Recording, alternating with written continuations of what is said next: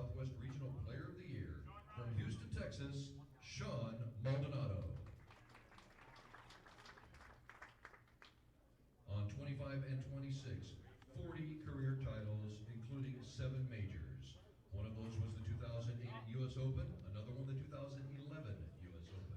A 2-time PBA Player of the Year, member of both the USBC and PBA Halls of Fame. From Claremont, Florida, Norm Duke. On lane 26, this year he won the 2019 KPBA Sam Ho Cup, a 5-time member of Team USA.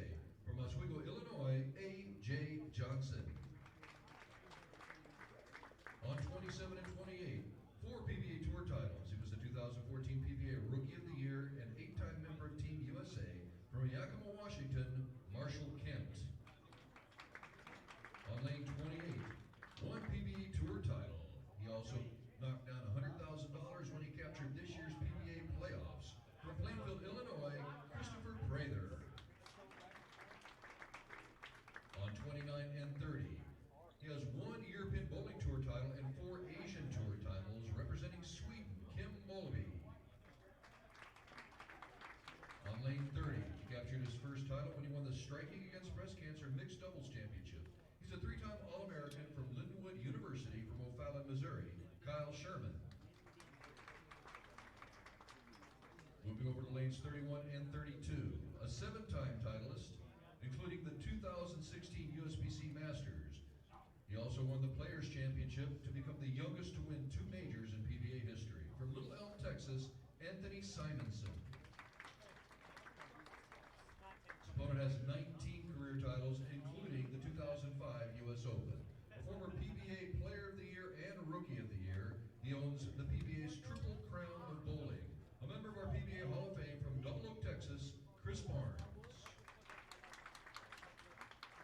On lane 33, with 2 PBA Tour titles from Riverview, Florida, please welcome Tom Dougherty. On lane 34, 2 PBA Tour titles, a member of the Danish national team since 2005, representing Denmark, Thomas Larsen. On lane 35, 14 PBA Tour titles, including 2 majors. He was the 2011-12 PBA Player of the Year. From Montgomery, Illinois, Sean Rash. On lane 36, his 6 tour titles include a 2017 U.S. Open. He's the 7-time member of Team USA. He was the 2008 PBA Rookie of the Year. From Spokane, Washington, Rhino Page. On lane 37, 7 career titles including the 2016 PBA Tournament of Champions. He was the 2015 PBA Rookie of the Year. In 2016, he won the Sweden Rookie Sportsman of the Year. From Sweden, Jesper Svensson. This match is for bragging rights in Sweden. Our player on number 38 was the 2012 Steve Nagy Award winner, 9 European Bowling Tour titles. He won 4 gold medals in International World Championship competition. Also from Sweden, give it up for Martin Larsson.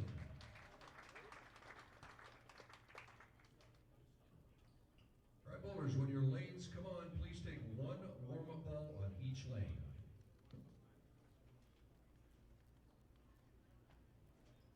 My God! He's got himself the 2018 U.S. Open Championship!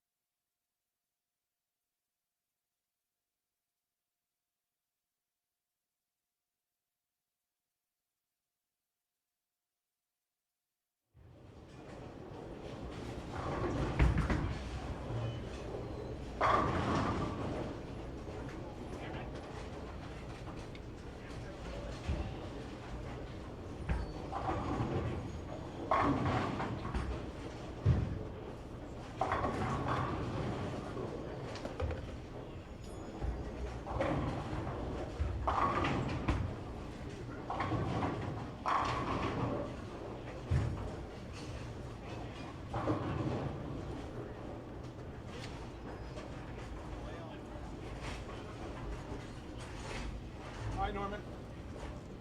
See? Told you. Gotta stay like Norman. That's where we're staying this week. Match play finalists, when you have your arrows and a full set of pins, you may continue your competition. Bowler fans, how about a nice round of applause to kick off our last round of match play, the 2019 U.S. Open. Thank you. Good luck, bowlers.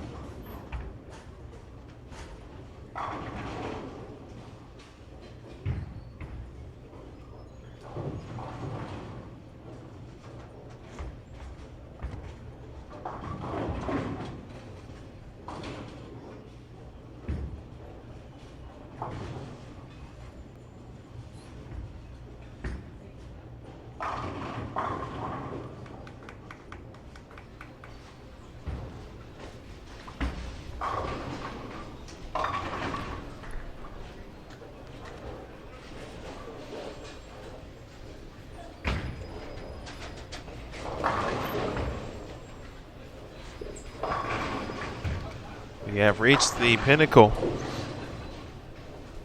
of the week in the live stream coverage here on Bowl TV and Flow Bowling. The final round of match play. After the 8 games here in this round, 5 players will advance to tomorrow's live televised finals on CBS Sports Network to try to claim the sport's most coveted prize, the green jacket, the trophy, and the $30,000 check. Who will those players be? We'll find out in just a matter of a few hours. Good evening, ladies and gentlemen, and welcome back to Victory Lanes here in Mooresville, North Carolina. Emil Williams Jr., Daniel Farish, Aaron Smith, along with Matt Cannizzaro, Jason Thomas in attendance. We thank you for tuning in as we begin this evening with Tom Smallwood and Sean Maldonado on 23 and 24. Norm Duke taking on A.J. Johnson on 25 and 26. And as you are familiar with, I'm sure at this point, if not, and if your first opportunity to join us here this week, we do have 6 channels, all matches covered, all bowlers covered. Lanes 15 through 18, 19 to 22. We are here on 23 to 26 with commentary. 27 through 30, 31 through 34, and 35 through 38 are all covered. If there is a particular bowler or player you are looking for, certainly head to bowl.com/US Open results so you can download the match play schedule and find out where your favorite bowler will be from game to game.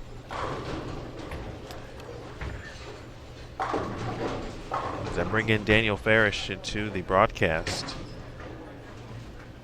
And Daniel, we saw this morning's round was different, certainly, than what we had seen in the past, but almost in a good different. I thought, as we mentioned, guys started to play similar areas of the lane. For the most part, there were still players who felt they could do what they had to do and be different to get comfortable and to put up some score. And now we have reached, obviously, the final round, the final time, at least today. These players will see pattern number 4. Any expectations? What are you looking to see based on how things played this morning and also with the understanding of where certain players are in the standings? Well, I think we're going to see some players that maybe further down the standings start a little more aggressively. When I mean aggressively, I mean maybe a little bit more surface or start in an area of the lane that they haven't, we haven't seen them in on the fresh, if they've struggled on the fresh up to this point. I know the Belmo, we saw him earlier on the fresh throwing urethane in around third arrow. Right now, he's out around 3. So he's trying something he hasn't, we haven't seen him do very often on the fresh. On this pattern, his 3-game average for the first 3 games of each block is 187. So he has to try something because 187 is not going to win you matches in here. Scores are low on the fresh, but I wouldn't want to hit the button on 187 and say, give me that before I go throw any shots. So he's certainly trying something different. Looking up and down the house, I haven't seen a lot of surface or guys playing deeper than we expected. Right now, the status quo is pretty much similar to what it was. I don't know if these players want to take too many chances. You can be aggressive without taking chances. I don't see anybody taking any real chances out there.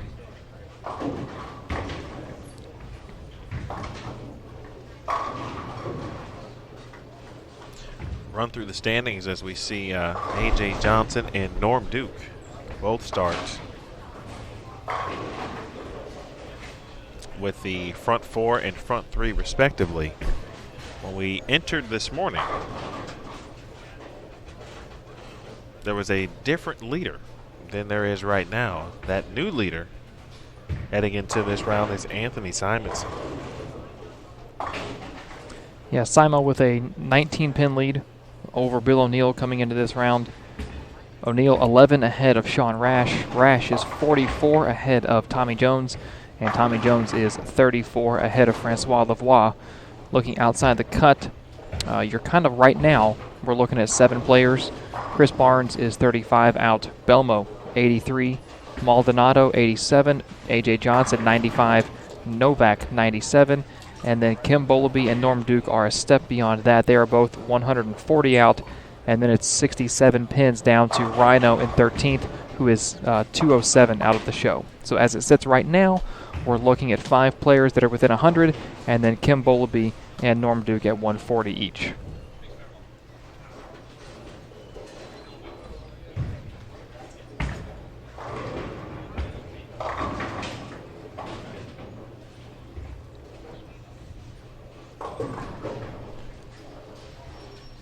We're already seeing some strikes in this building early on. Rhino Page, the front 4. Kyle Sherman, the front 4. Norm Duke and A.J. Johnson going up against each other right here on one of our featured pairs. Both have the front 4.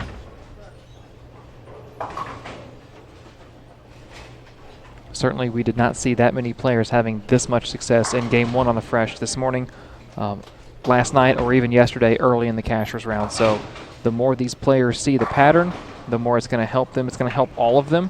And then it's a matter of which one can execute the best. Right now watching execution here. Norm Duke.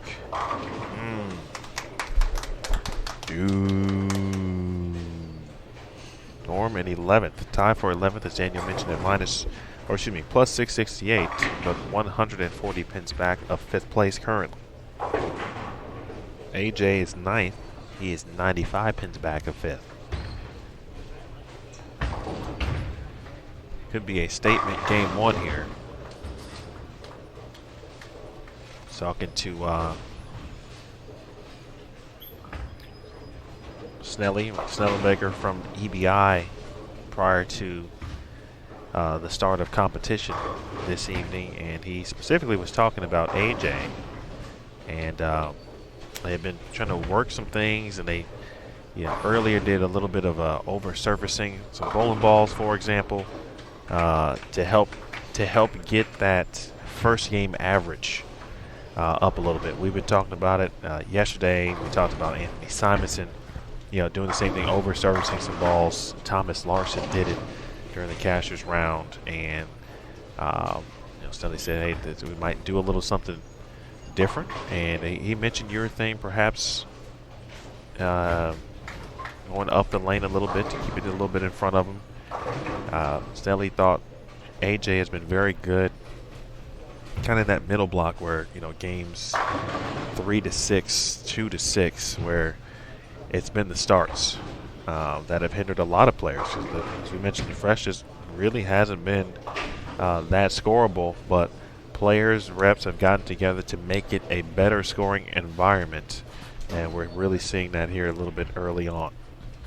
Well, we talk about the hypothetical idea that the field would get together and say, hey, let's preserve the pattern, but while that's not a reasonable idea, you do got to realize that there are only so many different bowling ball brands in the world, and so a number of these players are represented by the same company. So if the same ball reps for the same company are giving 7 different players similar advice, in a way the field is working together to preserve the pattern if they all opt to go down that route. But I think everybody wants the same thing. They want to be better on the fresh, because short of a few glimpses here or there, great pickup on the washout by A.J. Johnson. Short of a few glimpses of greatness here or there, no one player has been consistently good on the fresh, and they all want that because they want to get out ahead of their opponents, because that games 3 through 6, everybody's going to have a reasonably good opportunity to put some numbers up, and then it's about on 7 and 8 who can manage that second or third transition the best, who can get left quicker than everybody else and succeed at it. And that's kind of the 3 stages you're going to see these lanes break down. The fresh, who can keep it in front of them the best, manage their motion down lane and strike. The second stage is, okay, games 3 through 6, let's go to war. It's time to put up 240, 250. And then the last stage, 7 and 8, limit your mistakes, because there's going to be splits, there's going to be 2 8-10s, there's going to be 3, 4, 6, 7, 9-10s. Who can limit those to as few as possible, catch some strikes, stay clean, and put up winning scores.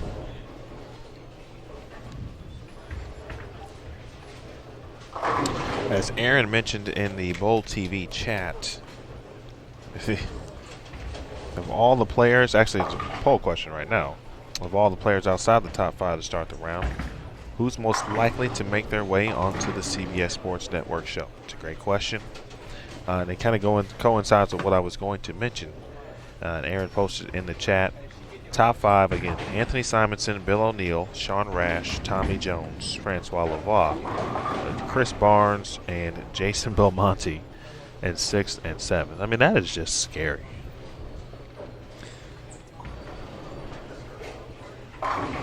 Look forward to seeing the answers here. I haven't looked at any match play numbers, but just going back and looking at the first time these players saw this pattern, yesterday morning in the Cashers round, for these 24 players, each of their first 2 games, so 48 total games, only 3 of those 48 were above 230. Prather had a 279, Larson had a 263, and there was a 230 something in there somewhere. So these players really got to get the fresh figured out. And that's from yesterday morning, the first time they saw this pattern. Okay, Cashers round. Yeah, and Norm Duke had a 240, so the only game's above 230. Speaking of Norm Duke, right now the Bowl TV chat base likes Norm Duke to make his way into the top 5. As one of the players right now currently outside of it to make a run. He's facing that dreaded 2-8. We've talked about that before.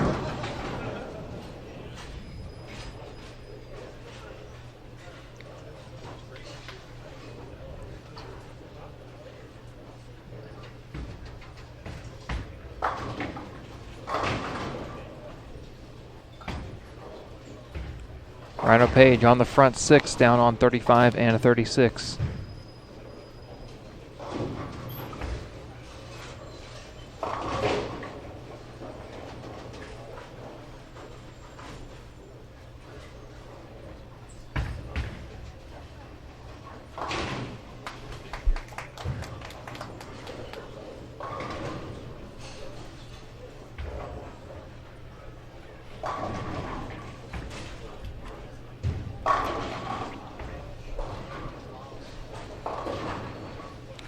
Back-to-back on lane 22. We know Tommy's been throwing the ball pretty hard. He's left a 10-pin that looks pretty painful, and now your favorite, a stone 8. That's one of the only issues that can arise from throwing it that hard is sometimes your ball just doesn't slow down and doesn't have a chance to read the lane, which is kind of why you're doing it. So it's a risk-reward, I believe, is what you have to balance. Well, that's what we ended with.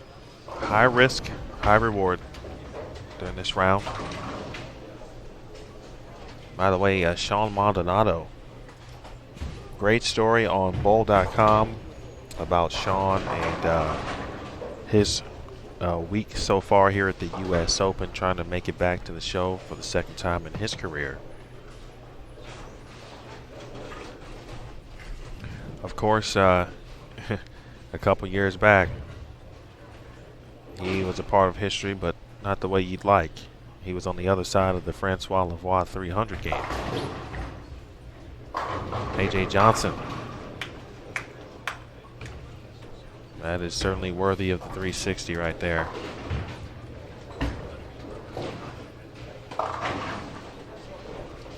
I was just about to comment, really great execution from A.J. to come back after a Brooklyn in the 5th frame.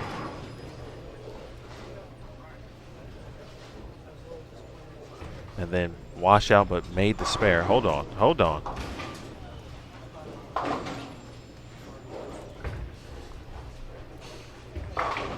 And unfortunately an open frame.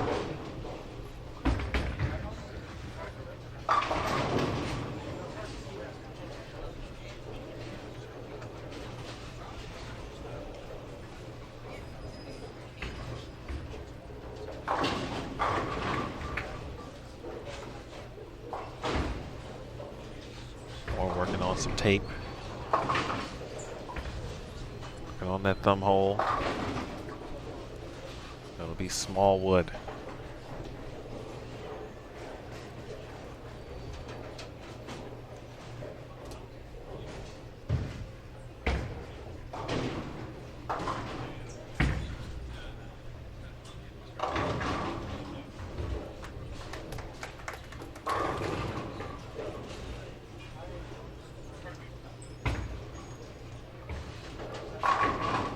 Nice shot.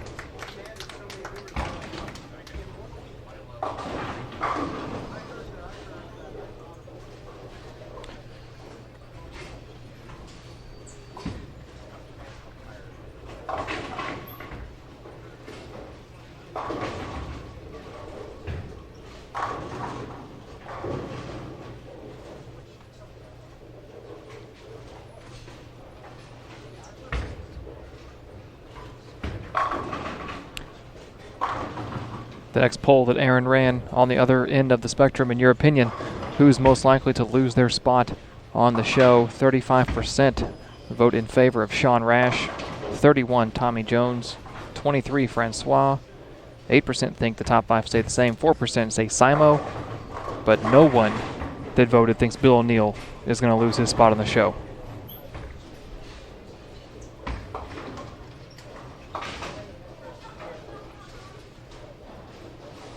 .310 here for Norm.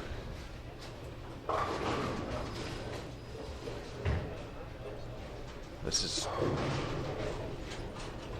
one of the most important matches, I think, to start this Duke and Johnson match, considering where they are in the standings and the good starts that both have gotten off to in this particular game. Nice spare.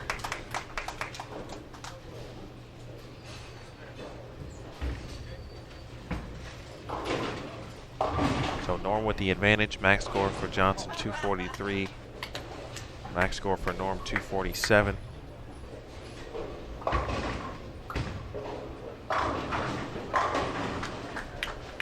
High flush there from Aldi, and he has a small lead as well of 6. Belmonte started with the triple. 8 spare, 9 spare, 9 spare, 9 spare. Split. Just struck in the 9th frame. Can only get to 219. Don Barrett right now pacing in the 220s. All right, AJ getting a chance to step up and apply the pressure. That's all he can do at this moment after the unforced error in the 8th. Maldonado. Bang.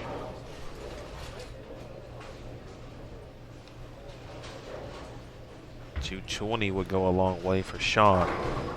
Throw in 30 on the top. Down on the high end of the house, Rhino Page going to defeat Sean Rash. Rhino possible 268. Rash can punch for 238, so still in a losing effort. Sean can put up a good score. Bad break for A.J. Johnson. Jesper Svensson got the first one in the 10th. He needs the second one and 7 pins to defeat Martin Larsson in the, as Kirk Von Kruger put it, the Battle of Sweden. Chris Barnes going to defeat Anthony Simonson, at best who can shoot 170. So Simo coming out first game pretty slow. Tom Doherty going to defeat Thomas Larson. Prather going to upend Marshall Kent. Kim Bowlby defeated by Kyle Sherman. Duke with the upper hand in this match. Tom Smallwood with the loss to Sean Maldonado. Tight game to our left, Greg Ostrander and Tommy Jones. Tommy finishing first, can punch for 2-0. Greg can punch, or 202. Greg can punch for 205. And Dom Barrett going to get the win over Jason Belmonte. Looking to convert a 4-pin. Needs the 4-pin and 8 for the win. Francois over Chris Vi, 245, 227. And on the very low end of the house, Bill O'Neill with the win over Brandon Novak.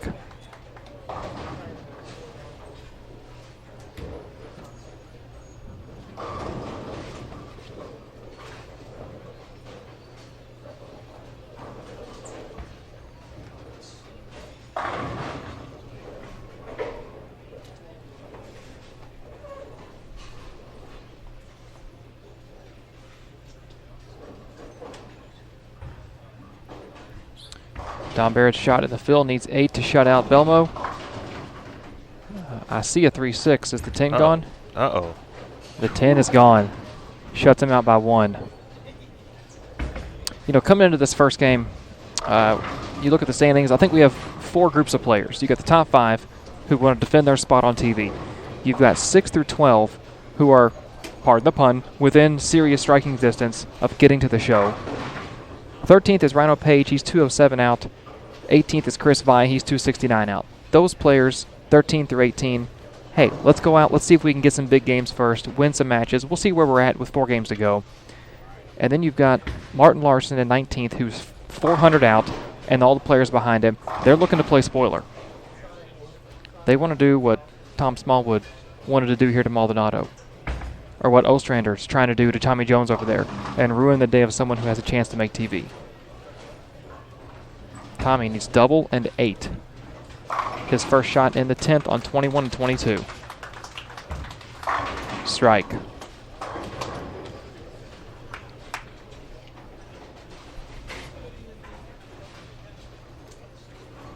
With that strike, of course, in the 10th frame, Norm Duke will defeat A.J. Johnson here early.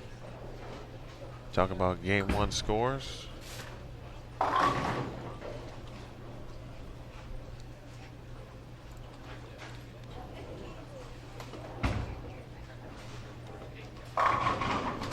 All right, nice double there for Norm. Let's take a look at 21 and 22. As Tommy Jones needs another and 8.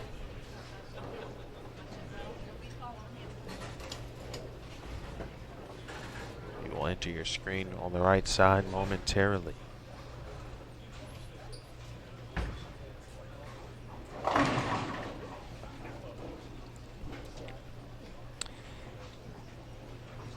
That will do it for that match. A clean 195 for Tommy, but not enough to overcome the late flurry of strikes from Greg Ostrander. Back 5 for Greg for 202.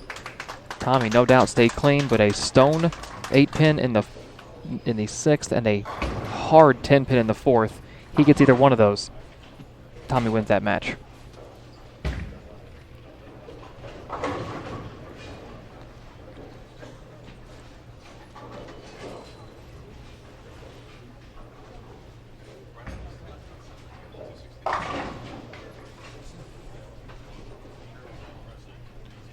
$202,195 for Ostrander over Tommy Jones. We are headed to game number 2. And, well, so far, everything that we were told, talking about how to raise game 1 averages, and I think by far as a collective, highest game 1 averages we've seen on pattern 4 since it's been out. And this is the 4th time these players have seen this pattern. The 5th time will be tomorrow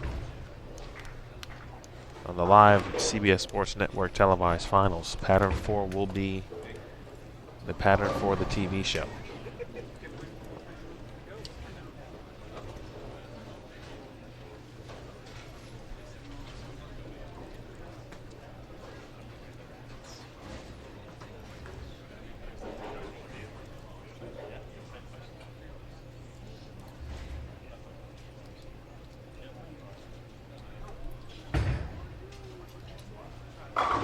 Brandon Novak will join us now, along with Greg Ostrander, Tom Doherty, and Sean Rash.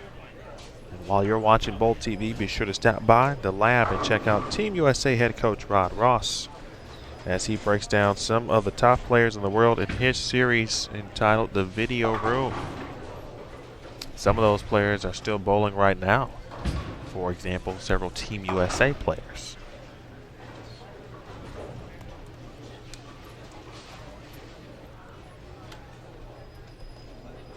Get his breakdown of some of the top male and female athletes in the world. You can only do that on Bowl TV. Again, in the lab, the video room, head coach Rod Ross, Team USA head coach and USBC Gold coach on Bowl TV.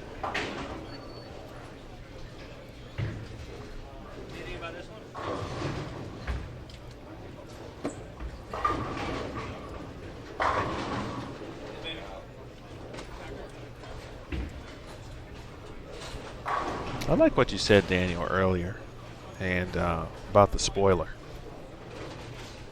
When you get late in the season and in sports, and there's teams vying for the playoffs. They've got to play teams that are not in contention, but those teams aren't just rolling over. Although, well, if you're tanking, then I don't know. But that doesn't do you any good in this sport. If you're tanking, then yeah, that does not work here in bowling. There's no draft picks.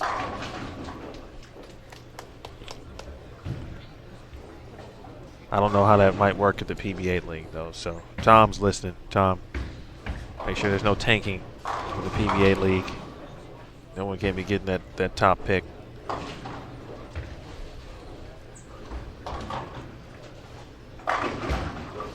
But to the point, players are still out here grinding, competing,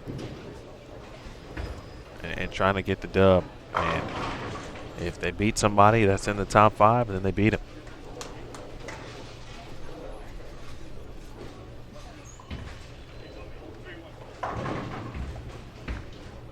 I feel you have that look on your face, intently searching. Just want to make sure I'm running some numbers on first round numbers. Oh my goodness! Wow. Yeah. That was almost the weirdest 410 I've ever seen. All right, first shot coming up here, Sean Rash. This is game 2 of 8.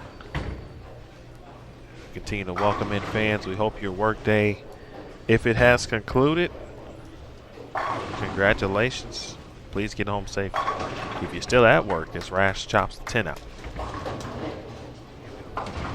Hopefully, the minutes, the hours will continue to go by quickly. Thank you for joining us on Bowl TV and Flow Bowling. We will be giving away a couple of items here this evening, as we have done all week in every round. One bonus item We had one earlier today. We'll have one this round too. Will be an Out of Range podcast T-shirt, courtesy of Jeannie Franklin and the Out of Range podcast crew. That can be heard on. Excuse me. That's the first time I've done that. That's the sign of a long week. Then you can listen to the Out of Range podcast on Bowl TV. Please like their Facebook page while you're at it. Just as I get a little iffy on the throat situation, my guy Matt Farber does a nice thing and brings a hot beverage back. This bowling community, something else. Good people. Hook a little. So the early open for Rash, and so the Out of Range podcast T-shirt will be available. Right now, sizes medium, large, and extra large. So we'll figure out what you need and see if it matches up. And then our big ticket or grand prize item for tonight will be the final giveaway, an Xbox One. Again, an Xbox One will be available if you are a Bowl TV subscriber, watcher. Both of those will take place. Well, at least the grand prize for sure will be a little bit later in the round. We'll discuss when the Out of Range podcast T-shirt will be given away. It will be before Game 8, which is the position round, because we want your attention to be where it should be. And that is seeing who is going to advance to the TV finals.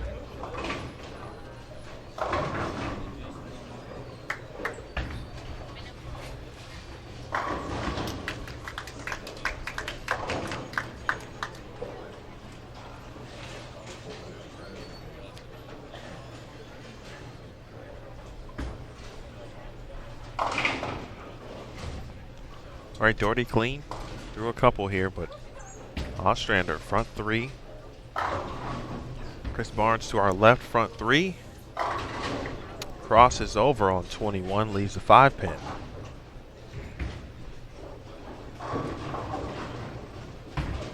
Barnes, the 05 champion.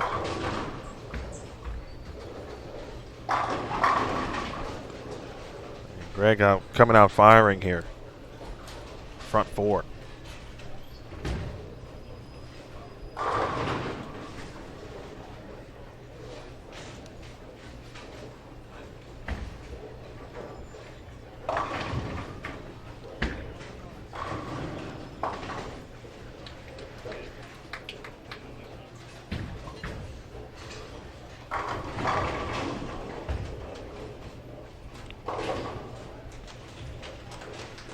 Novak can throw a couple strikes here, put some pressure on Ostrander. Greg, one of those guys trying to play spoiler. And Brandon Novak sitting down in 10th place.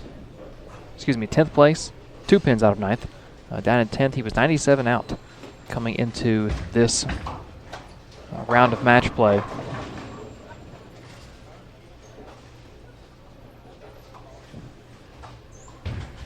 And just needs to get a couple wins early, put some pressure on Greg here. You know, you got front four, your opponent has 3 straight 9 spares, and you're thinking, okay, he doesn't really have much of a look. I can, I'll just keep striking. If I might have a miss or two, I can get out there. And then your opponent doubles, and all of a sudden he can max to 260 from that point on. And you're thinking, okay, well, if I miss once or twice, then it's an even game. I lose my lead, and there's a lot of unnecessary thinking that goes into bowling from a player's perspective sometimes. It's really hard to just shut your brain off and bowl.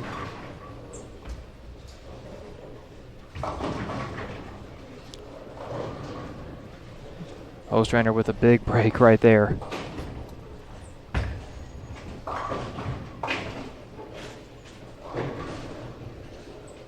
After round 2, we had a chance to catch up with Sean Rash, talked to him about how he was able to turn around basically his first round of match play from his second round. First round went 1-7, didn't get his last win until game 8. And this morning went 6-2 and bowled very, very well, put himself in a position to make TV tonight in these 8 games. So go ahead and check that out. Take a look at what he had to say.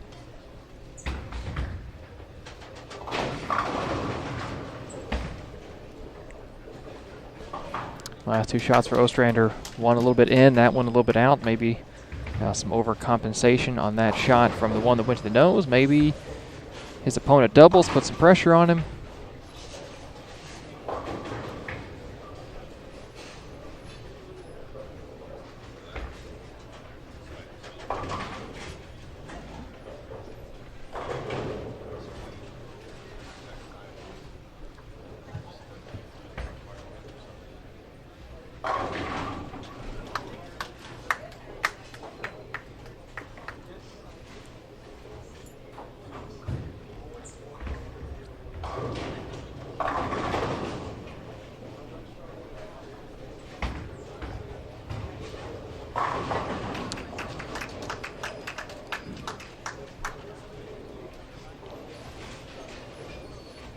Still waiting on our first score update. Usually the first one takes a couple extra frames to get the ball rolling, but after that, they are pretty quick when it comes to getting scores updated online and in the building.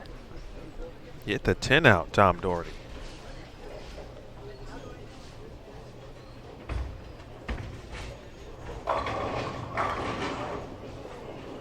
Barnes crosses over again. Still holds a lead over Martin Larson in the match.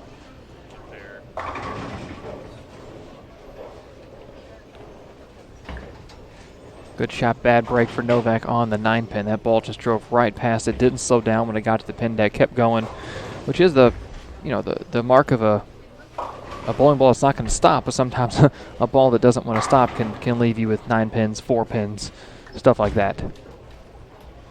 I'll take the occasional 9-pin though, because that thing will probably send some scouts when he hits half pocket.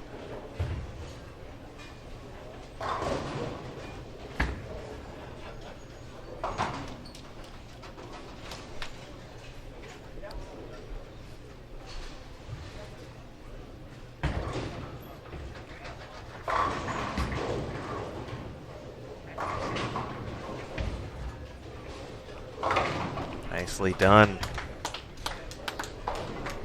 So this week, right, we've learned, I think we knew it from a PWBA tour, right, from certain spares that have become routine, certain splits really that have become routine. And so we see the PBA washout all the time, right? Saw that converted a ton, 4-9, 2 10s. I think 1, 2, 4 10s are Washouts, yeah. Generally like high tendencies to be made and converted. There's one more for me that I've seen a lot this week, and it has been The one I would think of is like a 3, 6, 7, 10. I've seen quite a few of those picked up. Good point.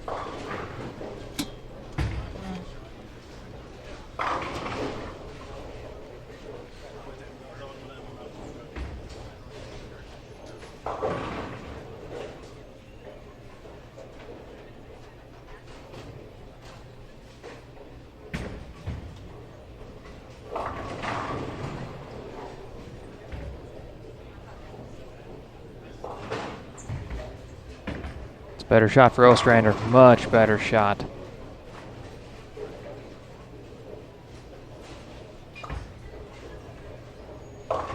Rash playing it very, very hard, very direct. We've seen him doing that. Tommy Jones was doing that. No surprise to say that Norm Duke is doing that.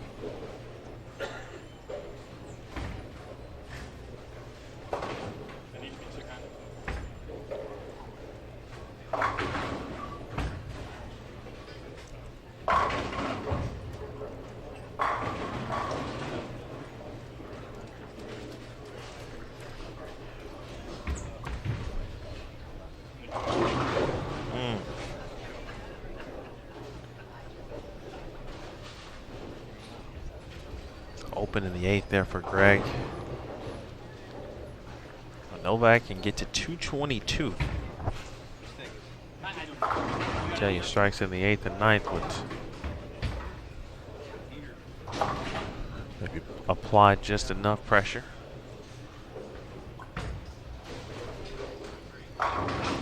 That's one.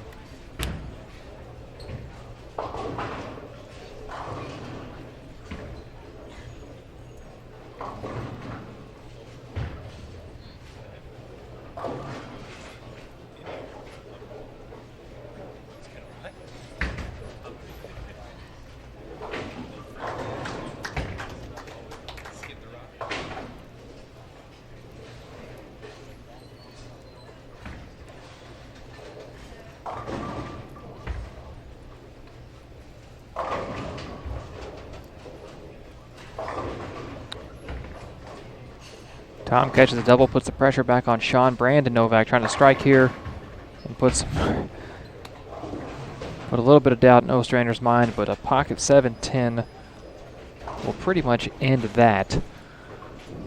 Max score of 190 now for Brandon Novak, assuming he doesn't bounce one of these out and convert. What I would consider the second hardest split on the pin deck. In my opinion, the hardest split on the pin deck is the 4-6. I don't know how you or the viewers feel about that, but I'd rather be asked to bounce a 7 or a 10 out to catch the other one than either A, have to slide the 4 or the 6 into the other, or B, have to bounce one of those out with them being further away from the curtain, further away from any machinery that I could bounce it off of. I think that's fair. Not that I bounced too many pins out to begin with. But Ostrander just needs 6 pins in 2 shots, and he's got the win, so he's pretty much got the win. Martin Larson with the late trip on the 4, down 26 to Chris Barnes with 2 frames left off to our left. Rash down to Doherty right here on 25 and 26. Looks like Chris Vaya is going to get the win over Don Barrett just off to our right.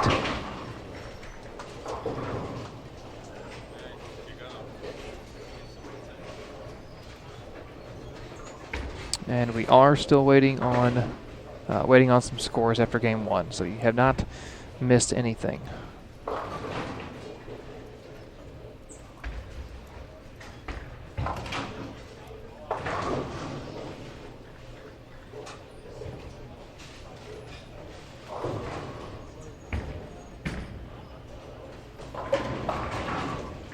And as soon as I say that, it looks like we have some numbers here in-house and online. Bill O'Neill, your new leader, at plus 917. Sean Rash is second at plus 913.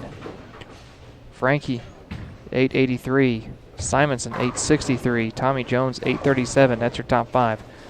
Barnes in 6th at 16 out. Maldonado, 65 out. Duke, 94 out. A.J. Johnson, 101. Belmo, 107. Third place, 11th, Rhino Page, 139. Bowleby, 146. Novak, 153. Doherty, 163. And Dom Barrett in 15th, 199 out with 7 games to go.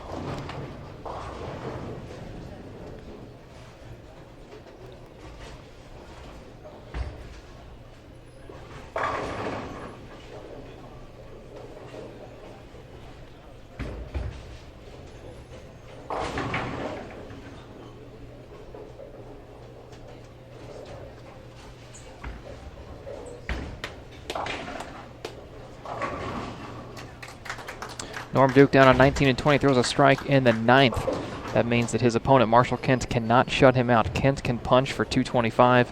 Norm Duke can punch out for 227. Kent will finish first.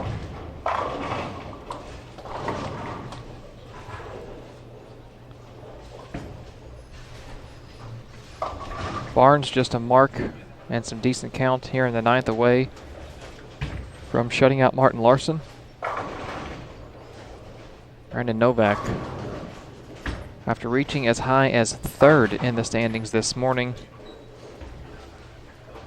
has kind of hit a bit of a skid. Down as far as 13th right now, and will probably lose a few more spots after splitting 3 of the last 4 against Greg Ostrander.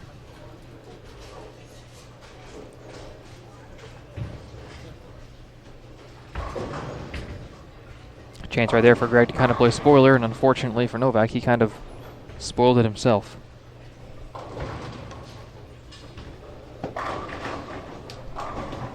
Strike for Chris Barnes. He is going to defeat, or shut out and defeat Martin Larson. Chris Vi is going to be in the 250s with a win over Dom Barrett, who had 225.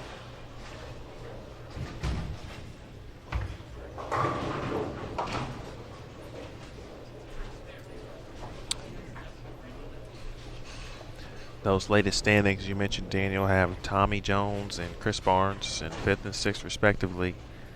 2 very good friends. They go way back. They're competing together on Team USA. And talk about a match in a position round against 2 friends that caliber. Both, of course, Tommy soon to be a PBA Hall of Famer. Just looking ahead at potentials, if that were to stay the same, wouldn't that be a match? I mean, you would get a lot of pay-per-views right there for that. You would. You absolutely would. That kind of reminds me of the match between, what was it? The semifinal match between Stephanie Johnson and Shannon O'Keefe at the Tour Championship back in Richmond. Real quick, not to interrupt that, but Anthony Simonson, his first 2 games this block, 147, 143. Whoa. Whoa was right. That game, a loss to Jesper Svensson. Simo, no strikes, 4 splits, converted 2 of them, but also had 2 other opens in the game. You know, that's interesting. And didn't see him. He was not in our vicinity game 1. But when we talked before the first round of match play last night, he had talked about his first game average. They were going to do a little over-servicing on bowling balls and kind of take a page out of the Thomas Larson book, because Thomas was able to get success or have some success with that. And even this morning, you know, Simo got off to a great start. So I'm a little interested to find out maybe what happened or what's been the difference.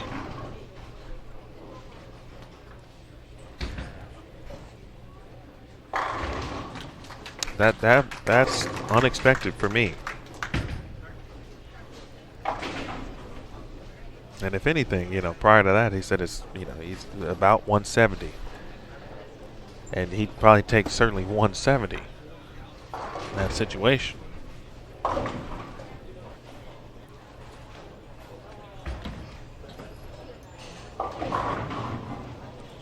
All right, to give you an idea of the scoring pace set that first game, in the 3 previous blocks, they have seen this pattern. In their first games, 6 of those first games were over 230 in the previous blocks combined. This block, game 1, there were 5 games alone over 230. You tell me these guys don't know when the stakes are high.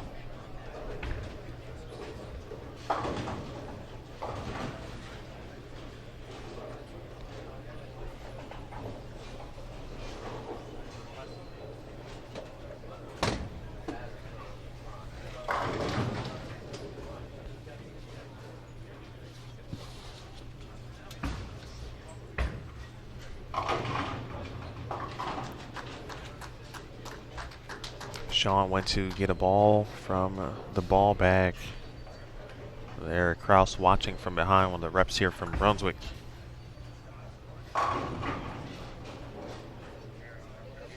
This game more reminiscent of Sean's night yesterday evening.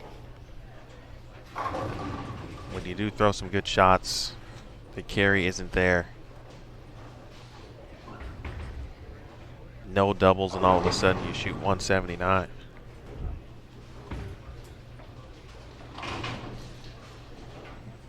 So Doherty's going to get a victory.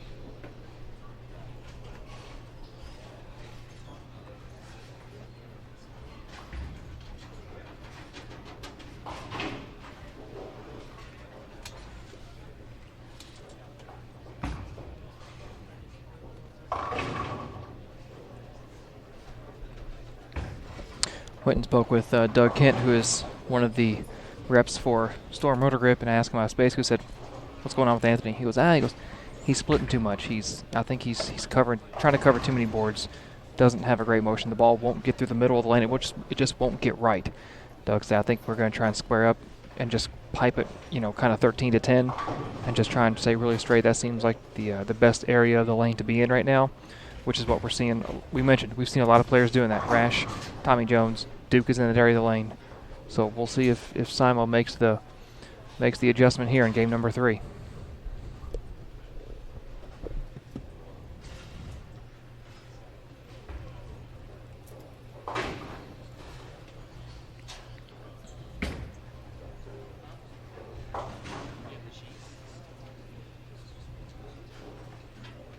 Unfortunately for his schedule, it doesn't get any easier because he's gonna square off against Sean Rash, and that's gonna be right next door on 27 and 28.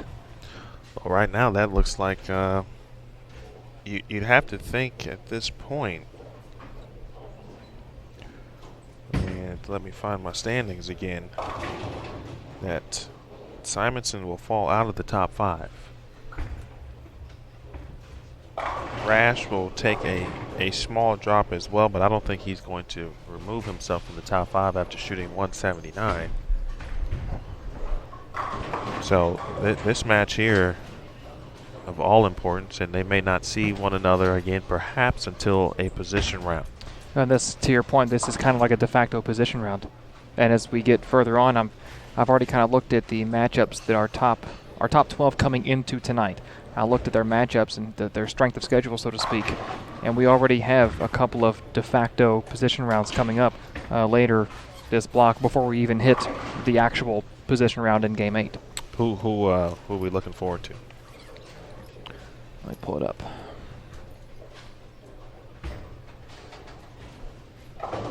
Well, this match you've got Bill O'Neill against Belmo. Then he has Barnes the next round, or the next game. You saying Bill O'Neill? Yes. Has both Belmo and Barnes Back to back. Back to back. Boy, that's rough.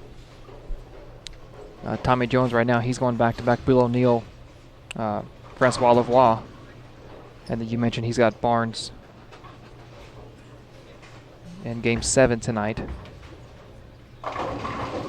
Frankie's got Barnes in game number 5 tonight. Simonson after this match with Rash, it gets easier for Simo.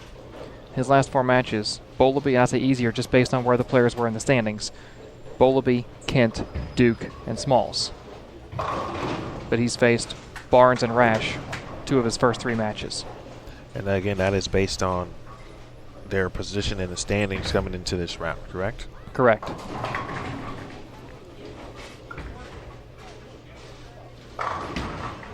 Anthony starts this game off with a double, as does Sean Rash. Both those players know how important this win is. That's must-see TV over on 27 and 28.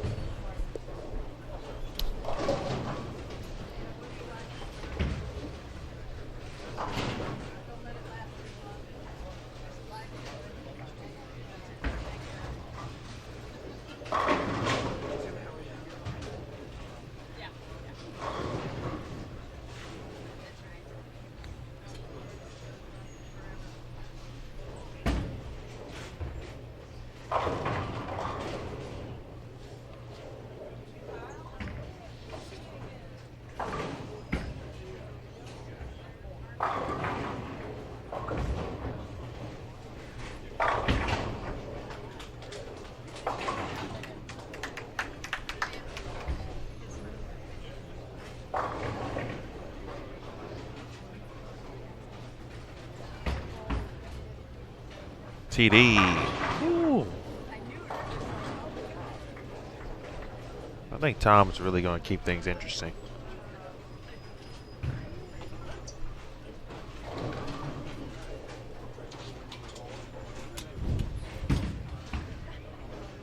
Big week from not only the U.S. Open side, but of course the USBC Hall of Fame committee meeting this week.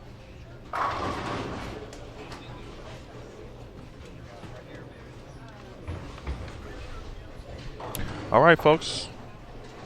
We are set to be joined by my main man. And I'll say his name when Ashley puts on the headset. All right, set to be joined now in the booth by Chuck Gardner. And Chuck, first of all, thanks for taking a few minutes of your time. We appreciate you. Thanks for having me. It's final round, and a lot of things obviously can go down, but for your staff and your players, what are some of the keys specifically for this round to help guys get to where they need to get to, and especially based on what you've seen on this pattern in previous rounds? Well, I mean, they're hard. They are extremely difficult, and for Smallwood, especially, we're trying to get him more comfortable playing more round shapes, less kind of skid flip shapes, and just keeping the pocket nearby and filling frames. And Greg is just a learning experience. He's just he's just trying to get better. His hand's a little bit mangled after 48 games, but he's just trying to get better and learn and taking things in. And for Sean, it's really simple. He has got unbelievable ball reaction. He just has to bowl better down the stretch. He's bowling ridiculously good, but he hasn't been able to kind of close the deal on some 10th frames, and he's a little frustrated with himself with that. But he's throwing it absolutely ridiculously good, and I feel really confident that he's going to hang around and be on the show tomorrow night. We heard from him earlier regarding how he kind of put yesterday behind him and moved on. Today is a new day. What would you say was the biggest difference between his 1-7 record yesterday and then how well he bowled this morning? His 1-7 record yesterday really wasn't reflective of how he bowled. He bowled well. I mean, he was still right. He was very close to the show, and when he was 0-5, he was still on the show. So he was bowling well. He just didn't finish games in the 10th to win matches, and it's really unlike Sean. He's a really good finisher, and he didn't do that yesterday, and he was not happy with that, and for obvious reasons. But man, he's got great ball reaction, and he is bowling really good.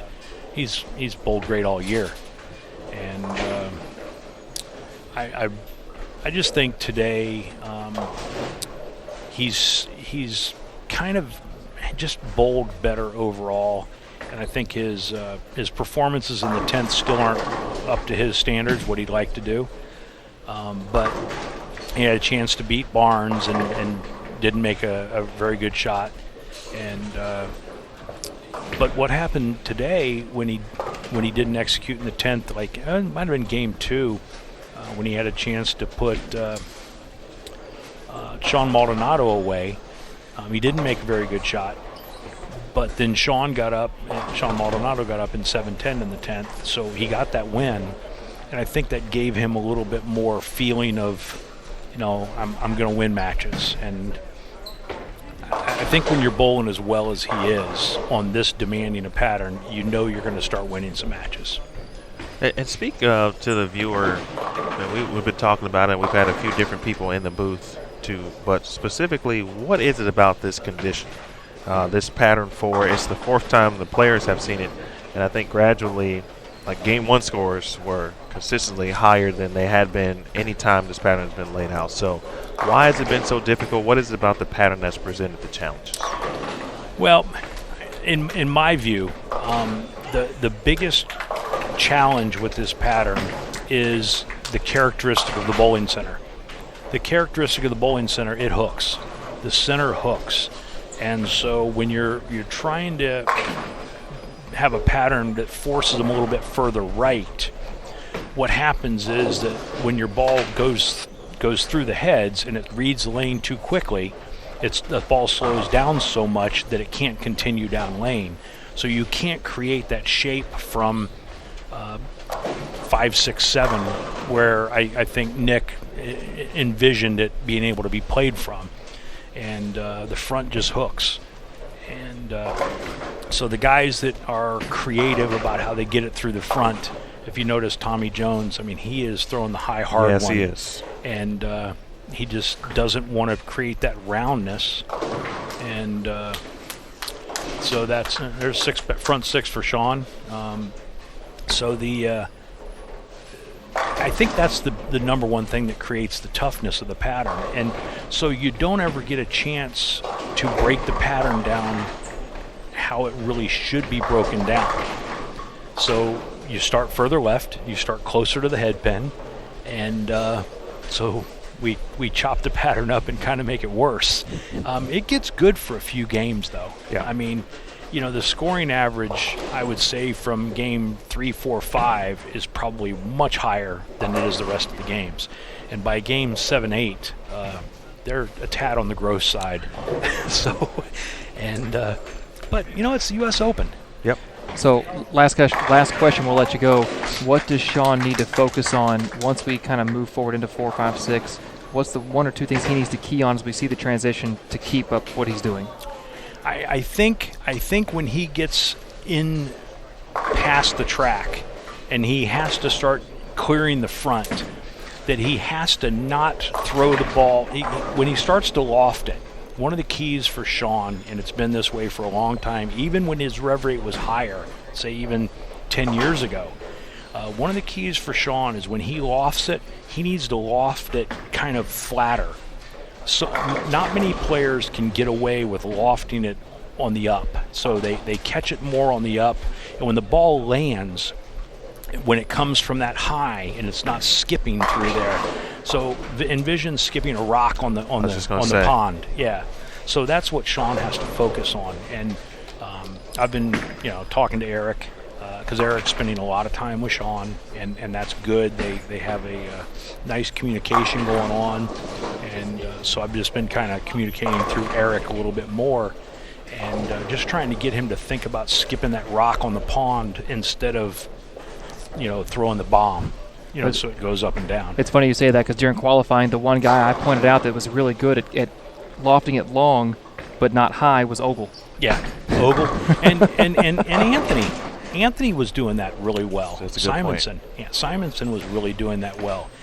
And I think, to be honest, one of the reason that Jason hasn't bowled a lot better than he has is because he's a little more upright than he normally is. He doesn't look as low, so his ball's kind of jumping over the pond into right. So it'll be interesting to see if he cleans that up enough. He just bowled 246 game 2, and you gotta think that we might start hearing some Australian footsteps pretty soon. See a little blood in the water, and the guy can get there. So, all right. Well, thanks a lot, Chuck. We'll let you get back to it. You got it. Thanks, Chuck. Yep. That is Chuck Gardner, ladies and gentlemen. A nice. That was good stuff there. Good take on what's happening, obviously, with some players on the Brunswick and DB8 staffs. He talked about Tom Smallwood, Greg Ostrander, back-to-back appearances, match play appearances for Greg here, but specifically now about Sean, because obviously Sean's trying to get to the show. And he's got the front 7 right now and looking like the Sean Rash that we have come to know over the years. front eight, very focused. And if you're not watching it, I would encourage you to open up a tab or an extra tab. We do appreciate you listening to us, but you should watch Sean Rash Yeah, and watch what he's doing. If you can't do multiple tabs, I'm okay with you leaving us for the next 5 or so frames. Yes. He mentioned Belmo, 246 last game. This game, Belmo's went split, spare, double, down on 33 and 34. Yeah, the interesting thing, I want to just say this one point, just about Belmo. And it seems like everyone has mentioned, and Belmo's 12 out. It seems that everyone has mentioned that Belmo just doesn't look like Belmo. And that's something I feel that we would not know because we don't see Belmo every week. And so to hear it from multiple people who spend their life's work on this tour would mean to me that there must be something that is not quite in sync. But I feel that the work that they've been putting in, we talked about it earlier, to get to this point, all he needs is a chance. We watch the women's tour all the time. This would be a Liz Johnson type moment. Right. She just needs a chance. Belmo just needs a chance. Well, this game, Tom Doherty is giving himself a chance. Front eight, he is 11th, 114 out of the show. Watch out, ladies and gentlemen. We'll move on. We do have some score updates. Bill O'Neill, 949 is your leader. Francois, 896. Sean Rash, 892. Chris Barnes, 879. Tommy Jones in 5th, 818. Tied in 6th, both players 12 out, Belmo and Simo. Norm Duke, 29 out, Maldonado, 64, A.J. Johnson, 92, and then we mentioned Tom Doherty, 114, Kim Bolaby, 119, and then a drop down to Rhino at 141, Don Barrett, 155, and 15th, Chris Vi, 164, and the 0-2 start for Brandon Novak has plagued him something awful, 16th, 166 out. I was just going to say, actually, earlier, right before Chuck came in, that Tom Doherty still could sneak in this thing, and his ball reaction, I think, to me, has been pretty solid overall. But I think everyone has been a victim at some point of, bad 9th or 10th frames where they've left pins out there, and this is one of those situations. Obviously, the obvious thing is he'd love to finish the deal and put a ton of sticks on his total. I've talked about it with that miss from Jesper right there. This match pretty much in Tom's hands. No pressure as far as the match win goes. He needs to go out and make, hopefully for him, 4 really good shots. And if they don't fall, they don't fall. But don't do what we've seen other players do. Don't pitch it out the window in 2-8-10. Don't grab a hold of it and Greek church. Put it in the pocket. Let the pins stand if they want, but put the ball in the pocket.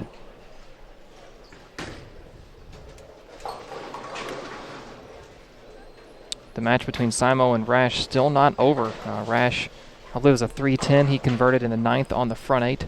Simo can still get to the 250s. He's going to finish first. His first shot on 28, the very right side of your screen.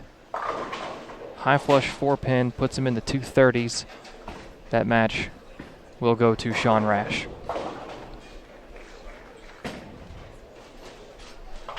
All eyes now on Tom Doherty on the front 8.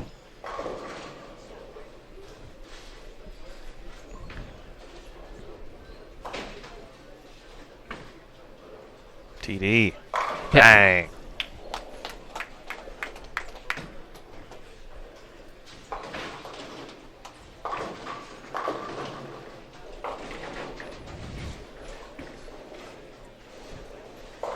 This is a pivotal moment in this block because it's a situation where you kind of overlook Tom Doherty because of his place in the standings. But he's about to shake things up here in Game 3.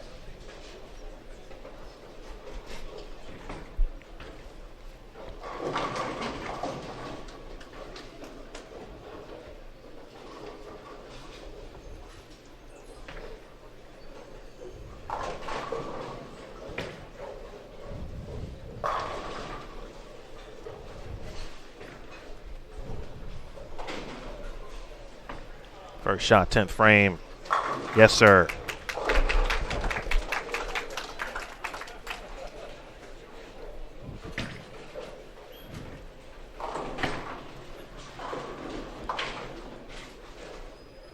Spare for Chris Vi to our right. Update on Simonson. Struck on the first frame. He hated it, though. I mean, he turned his back early. Instantly, yeah.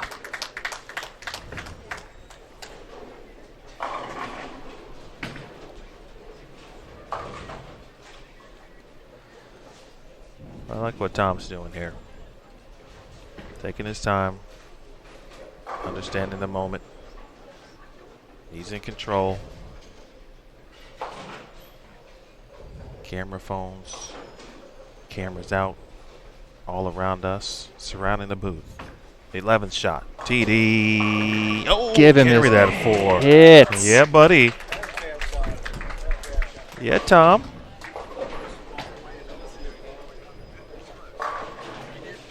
He's going to have a seat.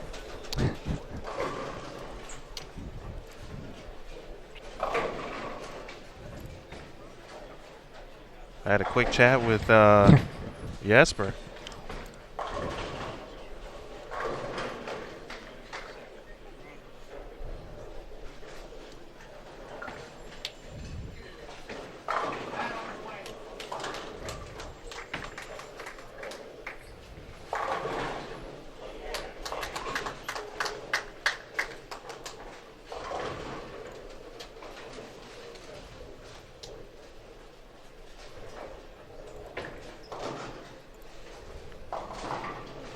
TD looking for perfection and to shake up the standings here at the U.S. Open. It's on the lane. Bang! 300 for Tom Doherty. Put another 30 on his total. And TD is in business, ladies and gentlemen.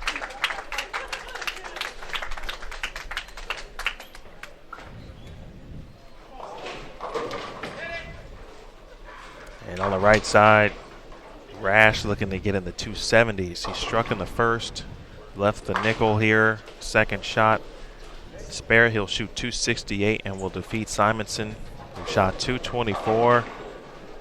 And as Jim Ross would say, business is about to pick up here at the U.S. Open. Victory Lanes, Mooresville, North Carolina. Get your popcorn ready.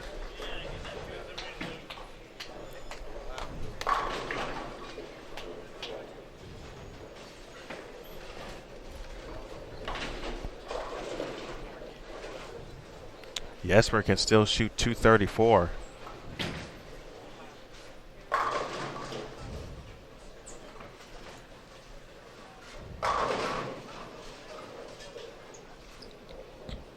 Great finish here by Greg Ostrander. He gets this one, shoots 235. Could force Chris Vi to punch to tie. And as you mentioned earlier, I mean, again, players who aren't in contention for the top 5, trying to improve the position and trying to add some cash to their prize check.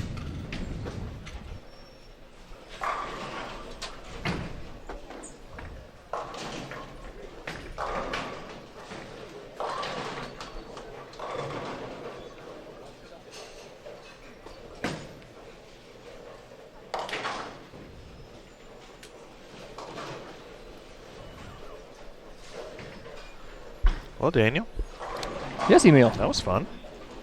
6 games left.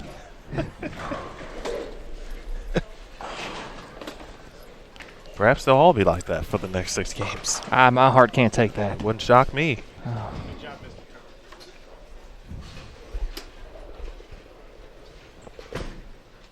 Chris Vi, first one on the way.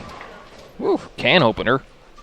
Blow the 4 into the 7, the 6 into the 10. Something came rolling off the kicker back on the left side.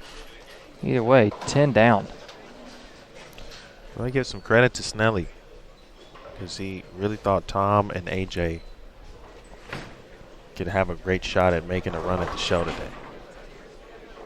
And I'm speaking of Mike Snellenberger from Team EBI during our combo.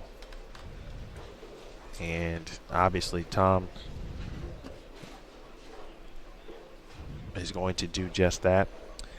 I mentioned Belmo had started split, spare, double. He hasn't missed since. He's going to take down Bill O'Neill. The best Bill O'Neill can do, ooh, slapped the 4-pin silly, is 189. He's going to finish first.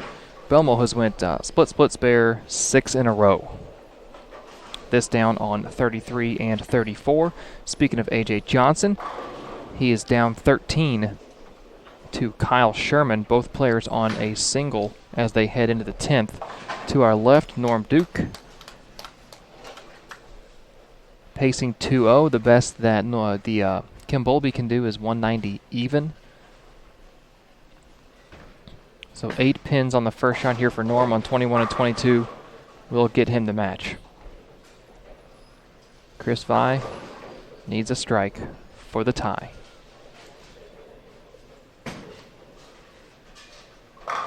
Wow. First two were kind of half pocket, weren't sure of that one. That was a Steph Curry 3 right there. There's no doubt about it. That's good stuff from both players right there.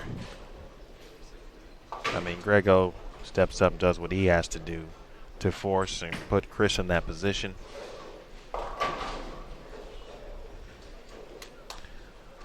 Well, we're in the business of making some moments, folks. And Tom Doherty wants to create his own U.S. Open moment. Well, someone who is pretty good about that, the Hall of Famer Dave Husted. And for Dave, well, let's just take a look at the moment because that's one of the cooler ones. David Husted needs 9 pins on the first ball. 9 pins. If he gets 9, he wins. Striker spare. 8 strikes for Kaler and a 245.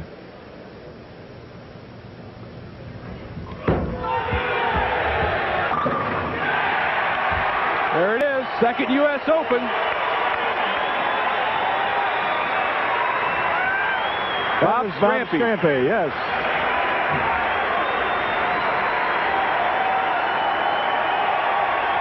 He'll perform when hurt like a champion. But Paul Kaler, you'll see him. And now, Joe Louis Arena.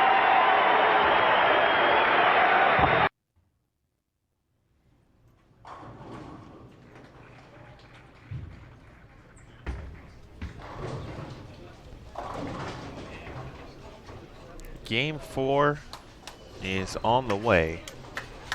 And looks like Jason Belmonte still striking. Got the first one in the 10th.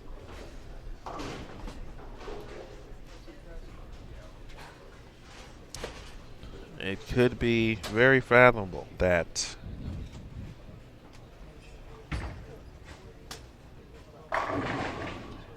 Belmo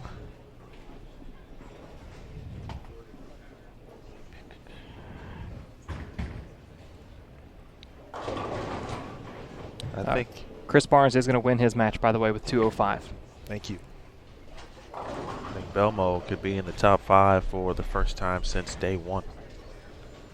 After this game is complete, potentially.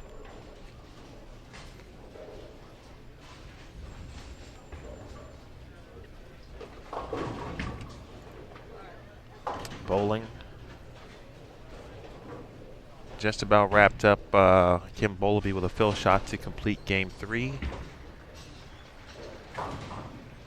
I hear looks like 9 spare on the end for Belmo. .236 that game for Jason Belmonte.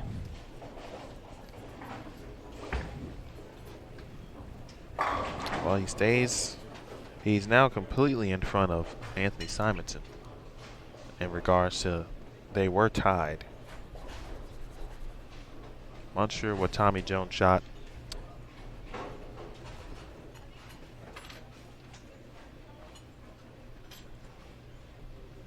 So we will find out in our update pretty soon. So while we have a moment, let's take you to 19 and 20. Brandon Novak and Sean Maldonado. And Sean was in the top 10. All right, the last game as well, and through the nose. Second frame here, 3, 6, 7, 10. Martin Larson is going to face Tommy Jones on 27 and 28.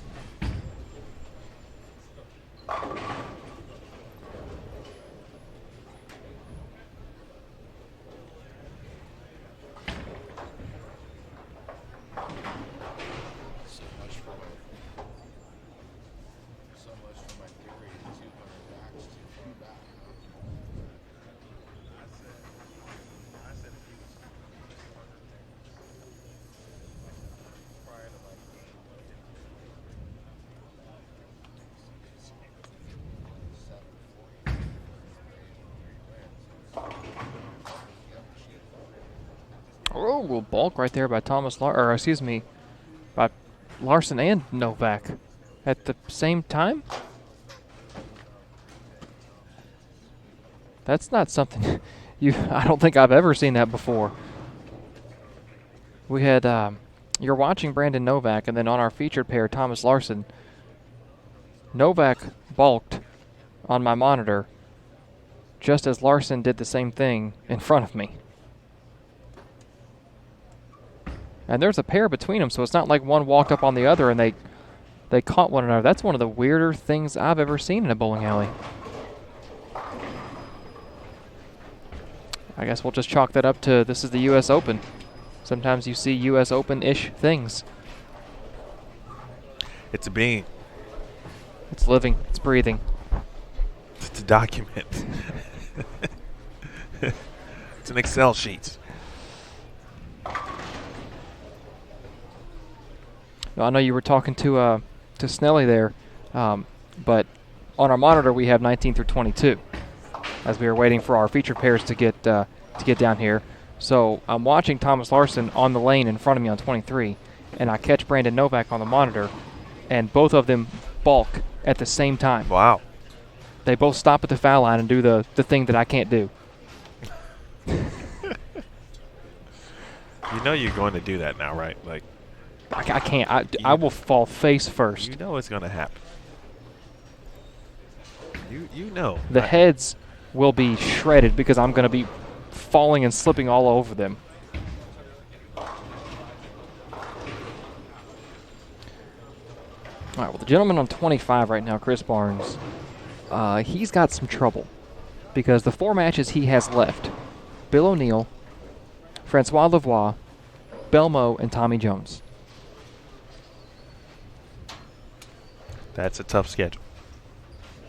That wouldn't be favorable, and when you looked at the NFL and the NBA schedule down the stretch. And I know that, Simonson shot 143 the first game, but he faced, Barnes faced Simo to open this block.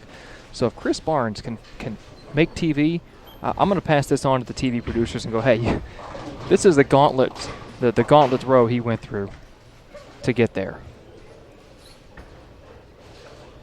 I'm sure Linda is watching at this moment in time. So hello, Linda. Hope you are well.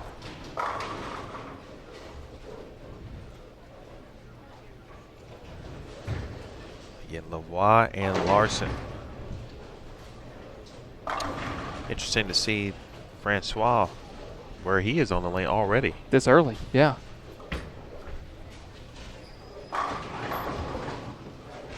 He'll take that double, though. First shot for O'Neill. Oh. Man, oh man.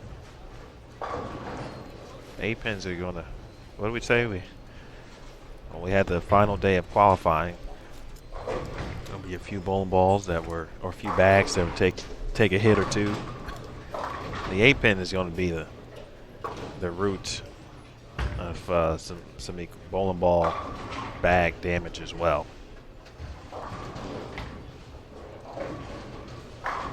For the record, folks, I despise 8 pins. Oh, I thought you were going to say something else. Downright despise. Did I destroy the ball? No, that you were going to say, because I was going to say it, but I had a Reese cup in my mouth. That for the record, we are against the damaging of any correct equipment or yes. Full yes. But sometimes Full Sometimes it happens. Does not make it okay. disclaimer. Yes. We are not advocating for Mm-mm. damage to any bowling property, equipment inside the bowling center, etc. I'm speaking of bowlers' personal Yes. property. Yes. Thank you very much for being. Yeah, someone says that. Oh well, Emil, I was listening to Emil on Bowl TV to Flow Bowling. He said I can just go ahead and just destroy this rack. Put my foot through a ball return. Just make sure if you walk back into a pro shop and you kick a bowling ball box that you think is trash, make sure there's no bowling ball in there. That sounds like a personal experience. You learn something new every day, E. How long were you out for? Luckily, I caught the corner of it, so I didn't break anything. Okay. But it was after game 2, and I sat out game 3. It was league. It was league. It was league. E. It wasn't a tournament. It wasn't anything important. It's just league, bro. It was league. Enjoy it. So to enjoy league. I'm enjoying sitting here right now. I am glad I am not, in this instance, Bill O'Neill staring at a pocket 710 because he is not enjoying that. Bounce it. Oop.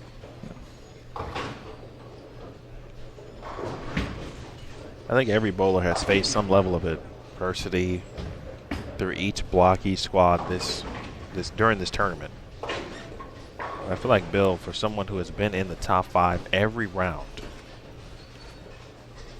with everything that's kind of going on around him in the standings, and these next couple games very pivotal.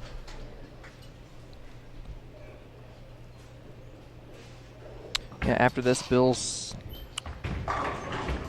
route to the position round gets a little easier, I would say. After Chris Barnes, he goes Thomas Larson, Rhino Page, Martin Larson.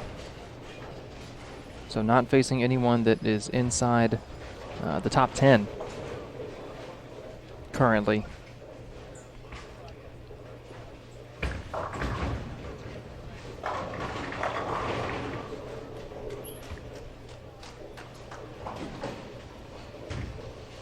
Tommy Jones here has the same three opponent stretch: Martin Larson, Rhino, and Thomas Larson, before he squares off with Chris Barnes in game number 7.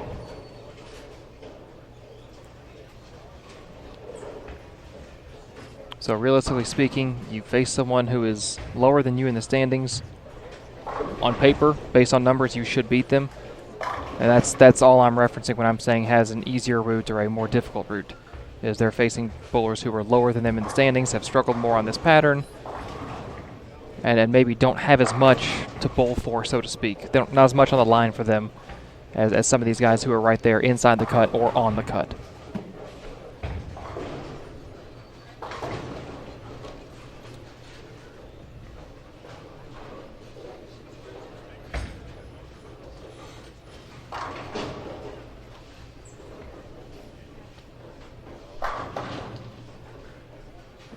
Lavoie and Larson.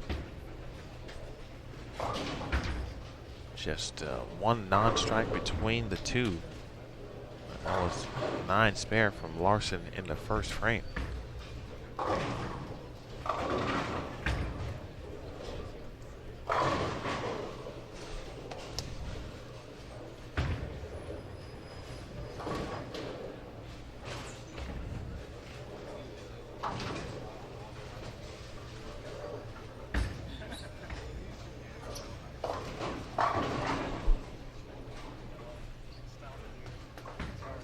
Boy, 2 mismakeables here for Chris, both on the left lane.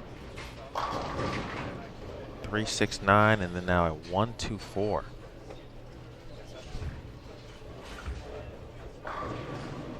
Meanwhile, Larson did strike in the 5th. And here is Francois up in his 5th frame. Lavoie. Oh! Nice little love tap on the 10. The 7 was going to come over and potentially take it out too.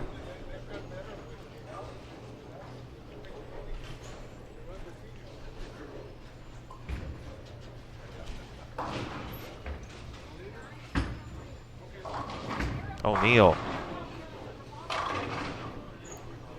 Bill has thrown a lot of shots like that, and he's thrown them going to end around any adverse type situation. So couple of tough frames. He's able to figure some things out generally earlier in the game than later, which is certainly good for the player. He did shoot 300 earlier in match play round number 2 later in the block. I think it was game 6 if my memory serves correct. But he did lose the final 2 matches of the day.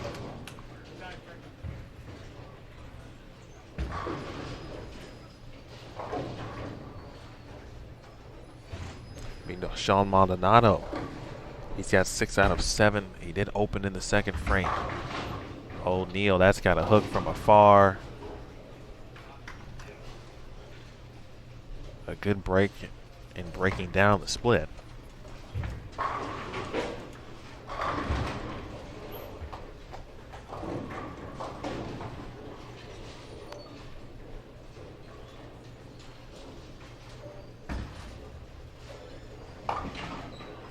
So Maldi has gone strike, 6-2 split in frame number 2, and then a 6-bagger after.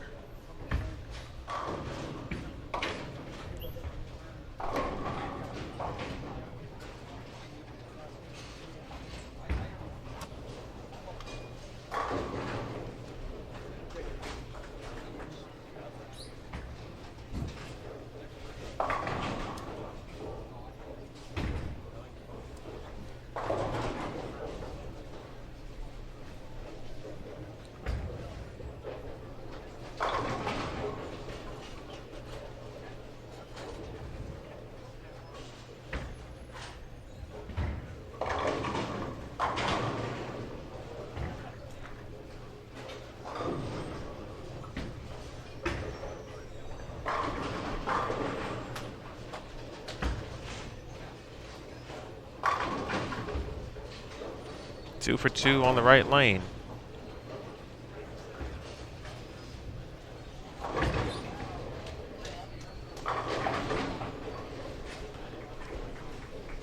Again, I mentioned Sean Maldonado. He is on 19 and 20. If you'd like to check him out, take a click on that channel. Jason Belmonte has begun with the front 5.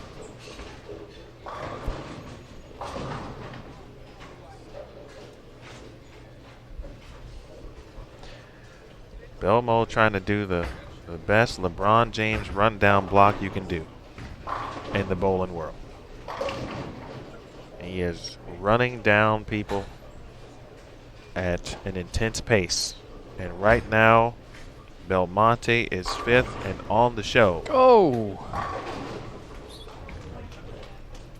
There's Chris Barnes able to get one down finally on the left lane. Daniel Ferris, we have standings available. Please drop some knowledge on our viewers. After 51 games with 5 left, Sean Rash is your leader at 990. Francois Lavoie up to second, 934. Bill O'Neal, 928. Chris Barnes, 914. Jason Belmonte, 872. 38 pins out. Tom Doherty. Anthony Simonson, 42 out. Norm Duke, 52 out. Tommy Jones, 70 out. Maldonado, 76 out. And then a big jump, almost 100 pins. 92 to be exact. Chris Vi in 11th, 168 out. Uh-oh.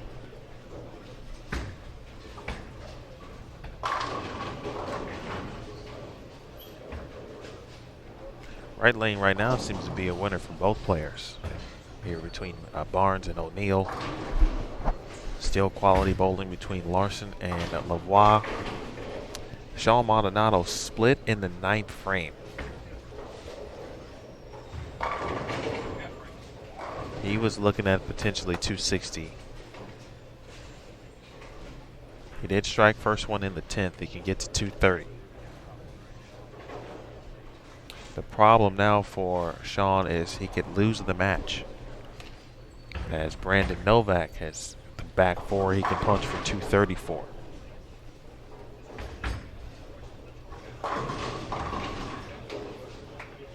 Bad execution there by Bill. You could tell as soon as the ball read the mid lane, he reacted in a way that would tell me he threw it bad.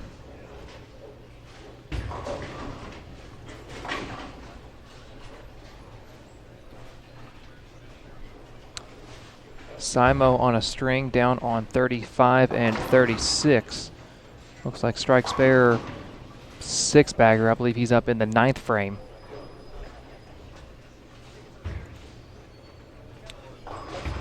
It was an open spare 5-bagger, and he just missed in the 8th.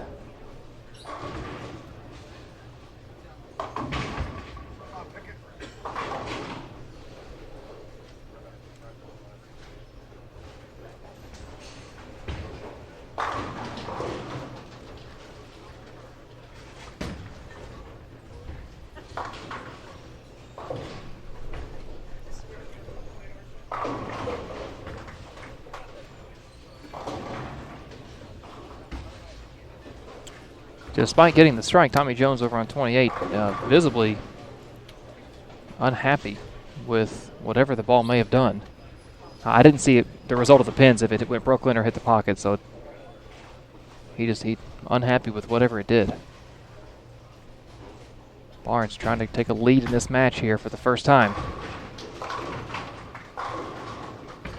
Gets the 4, can't get the late 10 to fall on the high flush hit.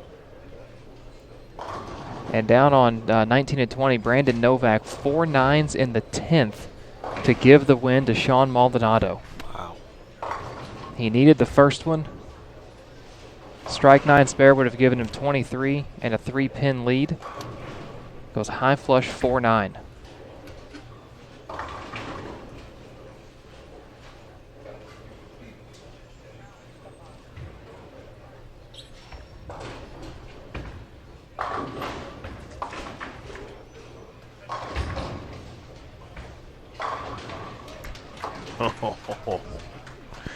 Belmo with the double bounce. Front 8. Boom, boom. I know that sound anywhere.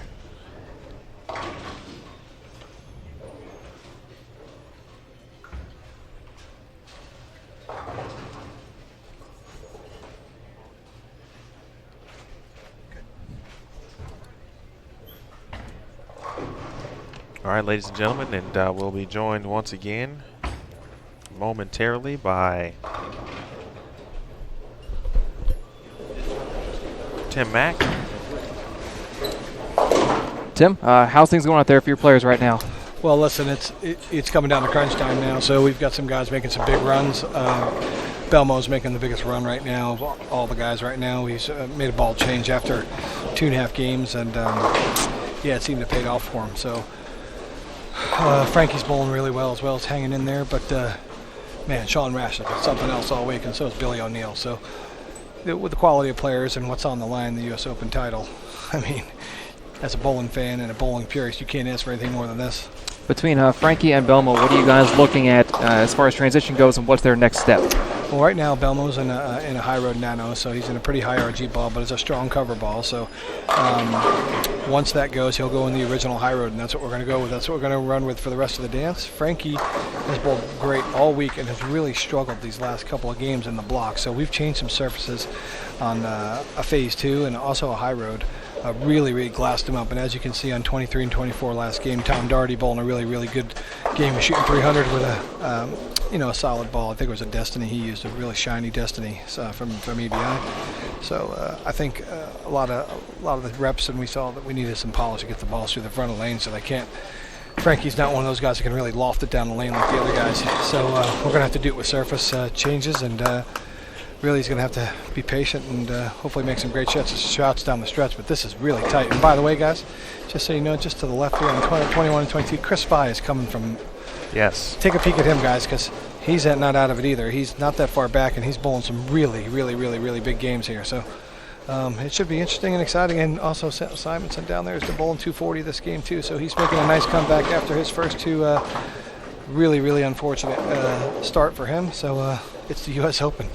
Quickly, how do you feel right now? How do you feel? I feel great. Okay. I feel great. I got a lot of energy going right now. I mean, these some of the times actually when I go in the gym, I'm not only in the gym to try to get back to be healthier, but also for moments like this. So, I'm moving around a lot right now, and exactly. we got to stay on top of it with our players. So, all right, thanks, Tim. Thanks for everything you guys are doing. Appreciate you. Got it, bud.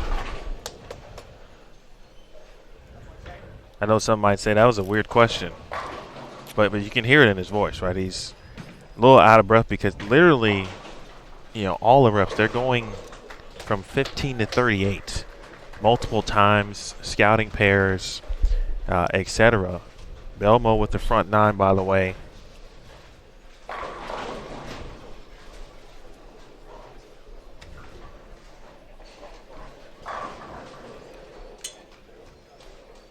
Yeah, a lot of great bowling going on right here. Frankie there with the first shot in the 10th. He can throw all 3 here to force Thomas Larson to basically do the same. If he can throw all 3, Larson would have to go double 9 count for the win. Francois sitting in second right now, only 56 behind Rash. Great shot there by Frankie. Rash clean through 9. He can punch 435. He's going to get the win against Norm Duke. The best he can do is 206. And Belmo a 2-4-10.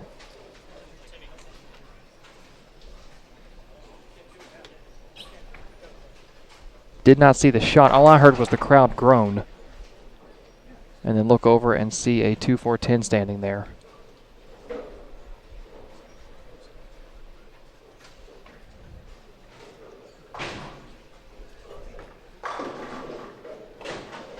He's got the win over Rhino, no problem. Rhino can shoot 195.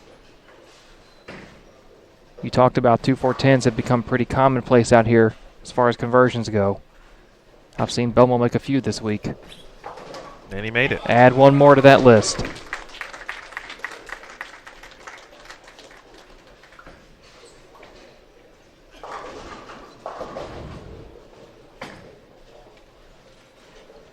Barnes now his match against Bill O'Neill. Big double right there. Best Bill can do one is a 207. Barnes pacing at a 2-0 clip, but he can max out at 226. Pocket 710 for Francois in the field, 245. That brings the field number for Thomas Larson down, but he still needs the double. Meanwhile, to his left, Chris Vai going to win his match. He can get to 277. Didn't like that one off his hand. Missed right. It's okay. Leaves the 1-2. Very makeable. Belmo's fill shot checks wicked early. Leaves a 369. The ever-popular 274. That's a mystery score number in your league, ladies and gentlemen. Stuff 9-pin for Chris Barnes right there. Brings his max score down to 205. Meanwhile, Thomas Larson here in the 10th needs a double, but you can't throw the 11th without the 10th. Gets the 10th.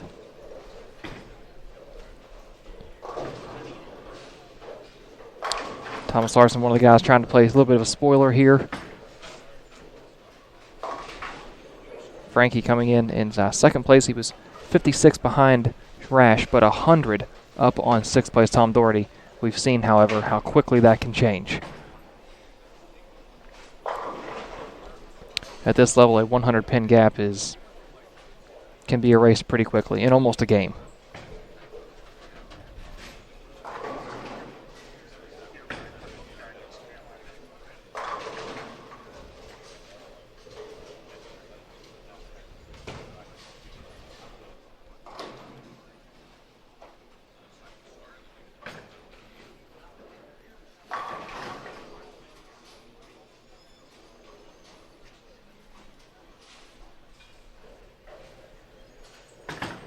We continue to see as we get later into the day, especially this block, the amount of the clutch shot making going on is higher than we've seen it all week. Guys finishing frames, finishing 10th frames, filling frames, throwing shots when they need them. They're not faltering like we've seen them throughout the week. And you mentioned it. I mean, they know what's at stake. Like, it's one of those things where it's, even as a player, it's like you can only deal with that for so long. You know, when you miss some chances or you miss opportunities as a player, you don't really get those back in many cases at the U.S. Open, and so you can't afford to squander those. Like Tom Doherty, for example. Belmo, he didn't shoot 300, but he made the spare, and that's something that he did not do earlier, or should I say in previous rounds or previous squads. He had left some uncharacteristic frames open, especially in the 10th. We talked about, random misspares from him, earlier in the week, and, right now that's not happening. And as we're talking about clutch shot making and players stepping up to the moment, bad timing for a Bill O'Neill washout, but that's okay. It's a big 180, though, if he can get there. I mean, again, it's getting close. It's already close. But for Bill, right now trying to just weather the storm here, and 180 would be good. And it looks like he's going to get there. This will be one of those moments where in his head he's thinking, why didn't I go to that ball sooner? Why didn't we make that change sooner? But you can't make the right guess at the right time every single time.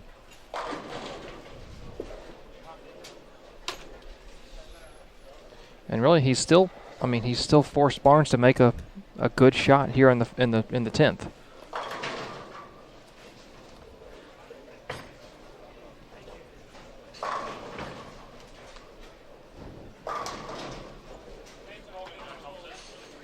A strike will secure the win for Barnes. 9 count and spare would give him the win. 9 out would be a tie. So Barnes cannot open. Still has to show up.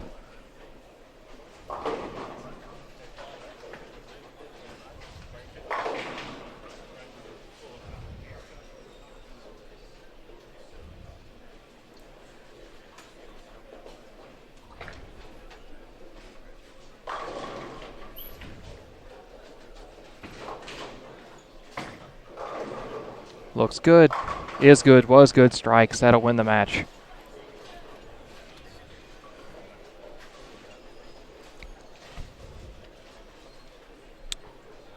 Chris Barnes defeating Bill O'Neill. They were 3rd and 4th in the standings, so a de facto position round will pass Bill O'Neill.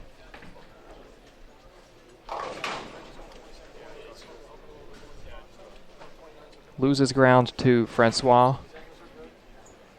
Loses ground to Belmo. I did not see about Doherty or Simonson's finish.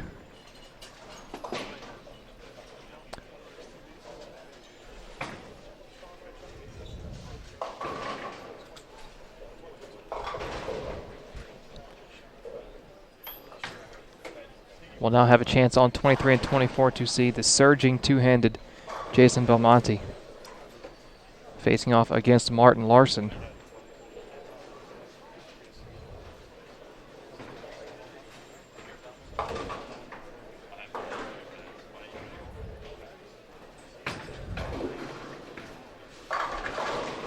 Belmo's last 3 matches before position round, he has Martin Larson, Chris Barnes, and Thomas Larson.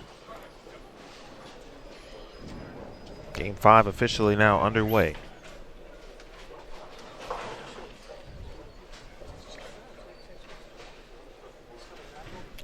Four left, Mr. Farish. Just like the 4th quarter. Just throw your 4s up.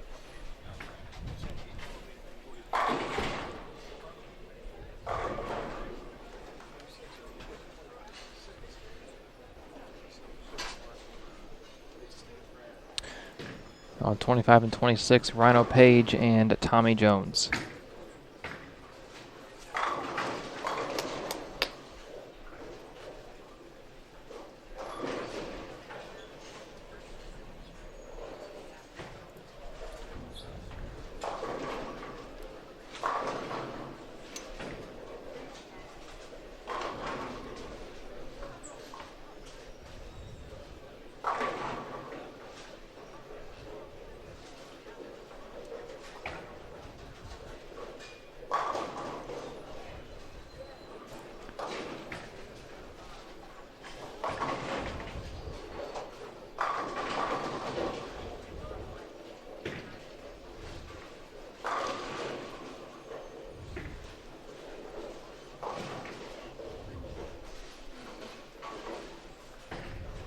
See if we can get you a good entry angle of Belmo here.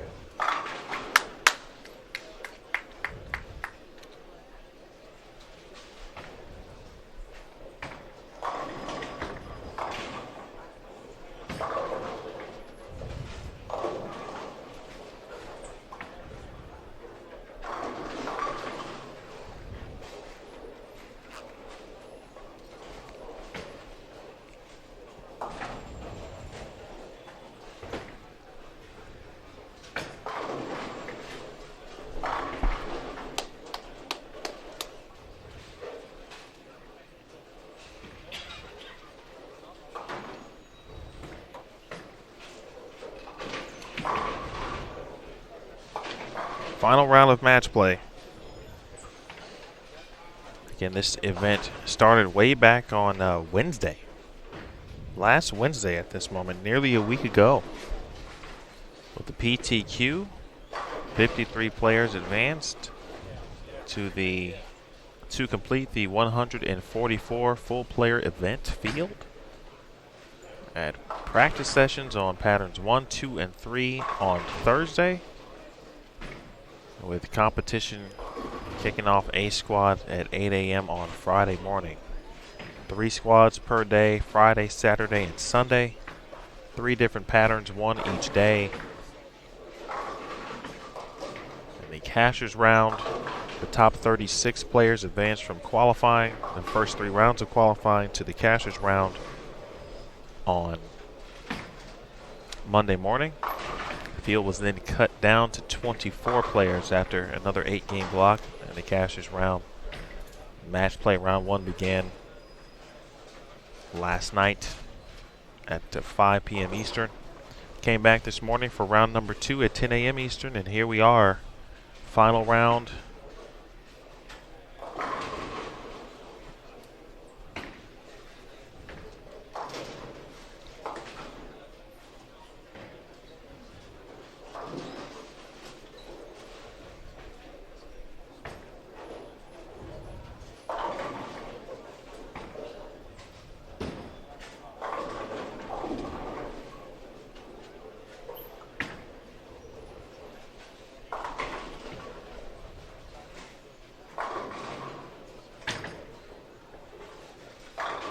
That is the motion I was talking about last night. That is when he is at his most dangerous. When he doesn't, the loft looks natural almost. You know, Chuck Gardner mentioned that, was it Tim or Chuck? One mentioned about Belmo's a little more up. I think it was Chuck talking about the loft, how it's more, you know, up than out, so to speak. That right there looks like his natural game. It doesn't look like he's trying to help the ball any.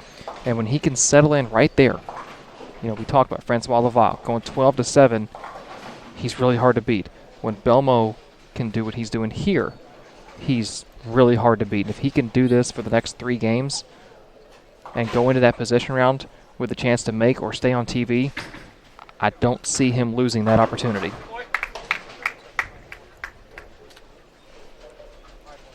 Well, you mentioned it last night. He finished the night last night at 279. It was his final game.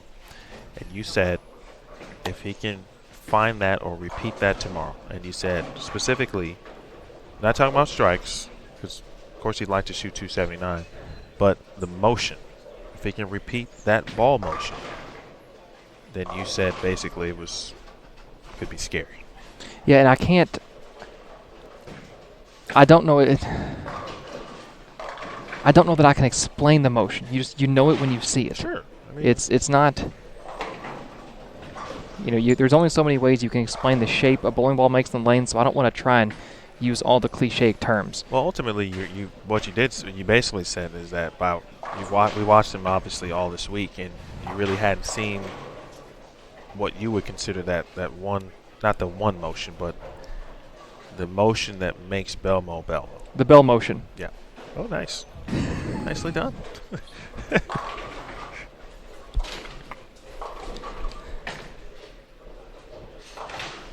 I mean, Belmo scores today. He shoots 740 the first 3. And that's obviously not including the 270. That was before that game. We are still waiting on Game 4 update, by the way. So y'all haven't missed anything.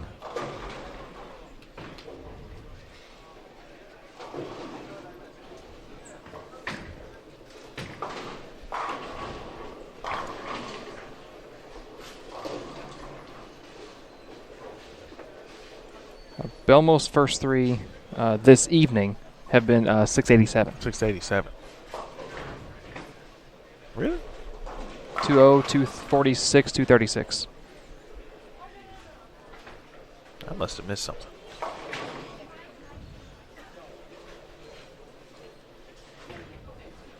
Maybe I'm thinking of, I'm including bonus.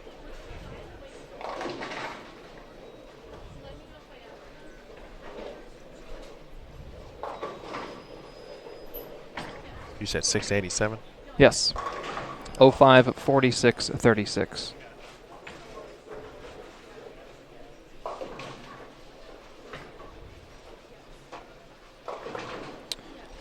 All right, through 52 games, Sean Rash, your leader, at plus 1035. Francois Lavoie, 979. Belmo, 976. Barnes, 938. O'Neill, 911. 7 out of the show. Simonson, 30 out. Doherty, 59 out. Tommy Jones, 65 out. Maldonado, 96 out. Norm Duke. And then you're down to Chris Fye at 122 out and Dom Barrett at 149 out with 4 games to go.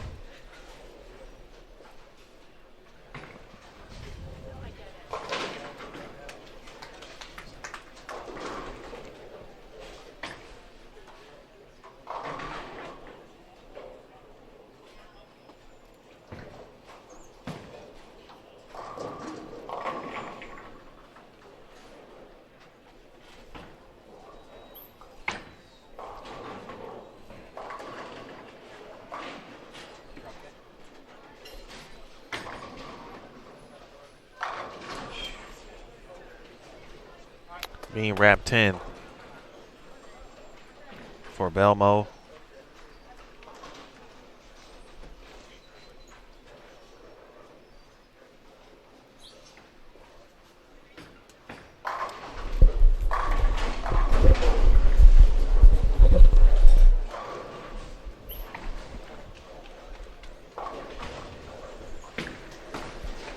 All right, we welcome into the booth. Appreciate you joining us, Rob Gottschall. Rob, man, what's happening out here? It's going down. Yeah, it's going down all right. We've had a rough couple games for our team. Lanes are much different this evening. The front of the lane, I don't even know if it was there from the get-go. It's gone away rather quick. Balls aren't getting through the front as much with ease as they did basically every round on this pattern. So guys are getting into balls that they're finishing the end of blocks with. Tom Doherty's making a run. I mean, you see a couple different players making runs that haven't been putting up numbers. Doherty, Belmo, which tells you that the fronts have gone away quicker. Those two are pretty good at using the front of the hook in the front of the lane, getting it to slow down. So trying to get the other guys to get their ball to see the same thing. How do you well, first I wanted to glad you on Tommy Jones, because earlier today he looked like he was going right to left, rocket to the pocket, and having some success. So what's been the key in the game plan for Tommy? Well, Tommy's game plan has been to just kind of get through the first 2 games with 190 or 200, and that he's really good at going up the boards, very firm. That's how he keeps it online. And so he was just taking his chances on the fresh of if he goes 1-1, he gets 30 of the bonus pins, but to not lose any ground. Like the beginning of this block, Simonson had a couple bad games to start, and it's just from trying to cover too many boards too fast. It's risk reward. I mean, he's had some 250s early, right, and obviously he had a couple bad games. So Tommy's strategy was, I'm just going to try to take the lane out of play, repeat good shots, and just wait till the lane develops. Didn't work as well tonight because the ball was, we call it standing up or hooking pretty much as soon as it hits a lane, so the ball wasn't able to float through the front a little bit more, so it did look a lot more right to left tonight because the ball would not just push through there. In the last block, talking about Bill O'Neill, front 5 right now, working on a possible 6th in a row, wrap 10. Last block, he shoots 300 with a 235, but the rest of his games this morning and this afternoon, nothing over 215, and he's been minus. What has he been fighting? It's really the hook in the front of the lane. The two ends of the building have played very differently. The middle bays have played a lot closer to each other, but when he gets the pair where the ball just kind of floats, it's like the green light, because he's usually able to use a little bit stronger of a shell than most because he's got a little bit of touch. It's also the final 8 games of the U.S. Open. He's hitting the holes a little bit harder. You're trying to make a run, But tonight, with it going away so fast, I mean, we're in game 5, and Bill started throwing this ball in the middle of last game, and this is what he was throwing in game 8. You know, we're not as far left yet, but, I mean, that's how much the front of the lane has gone, and, you know, you can see it in, I mean, Belmo's the best bowler in the world, but you can see it in his score. He has way more confidence because his ball he's so good at using the hook in the front of the lane.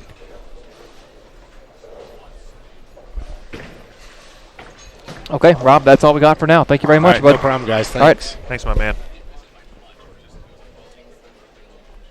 All right, so a little bit of insight there as to what exactly Tommy Jones and Bill O'Neill are dealing with.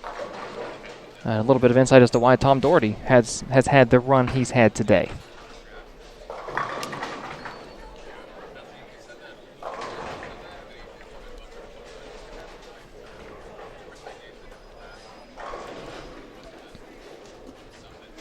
Take a look at some matches going on throughout the house.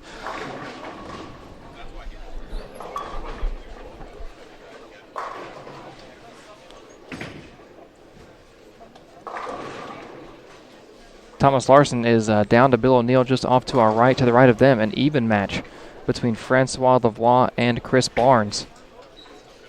Kim Bowleby and Tom Doherty even through 6 frames. Tom with a 4-pin lead, actually. Anthony Simonson down 11 as he enters the 8th frame to Marshall Kent.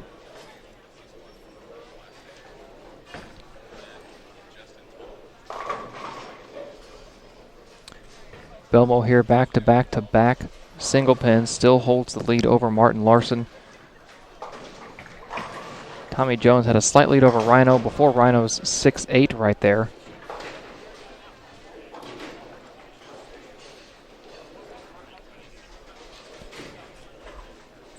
Down on the high end of the house,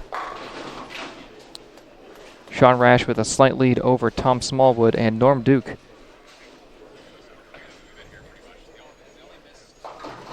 Trailing Jesper Svensson midway through that match.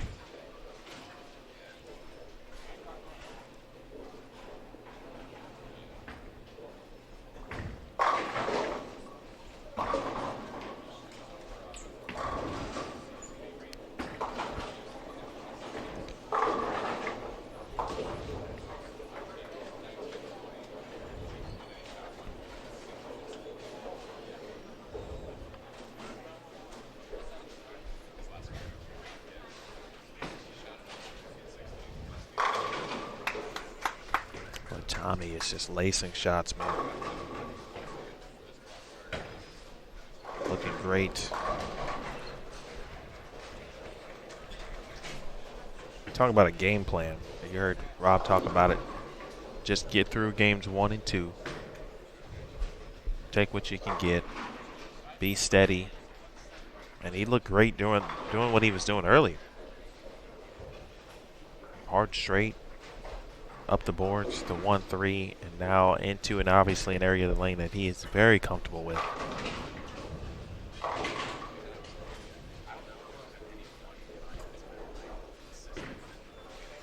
You know, Rob mentioned that Bill is already into a ball now in Game 5 that he didn't touch until Game 7 or 8 earlier this morning, and that flat 10 right there is kind of a sign that they went to that ball to try and get it through the heads because the heads are going away so fast. But sometimes, a lot of times, the lane doesn't break down equally as far as front to back. So when the heads are going away quick, that doesn't necessarily mean the track area is on that same path. So they went to something a little balled down, something with some polish to get it through the heads, but it's not going to read, the track area is not as dry, so the ball's not going to read that area as strong and turn as strong and hit as hard. And that might be something he's fighting with that flat 10 right there. He's got to be really perfect with his hand, with his touch, and make sure that his ball roll and his rotation is where he wants it, or he's going to be fighting some down lane motion issues like he had on that flat 10.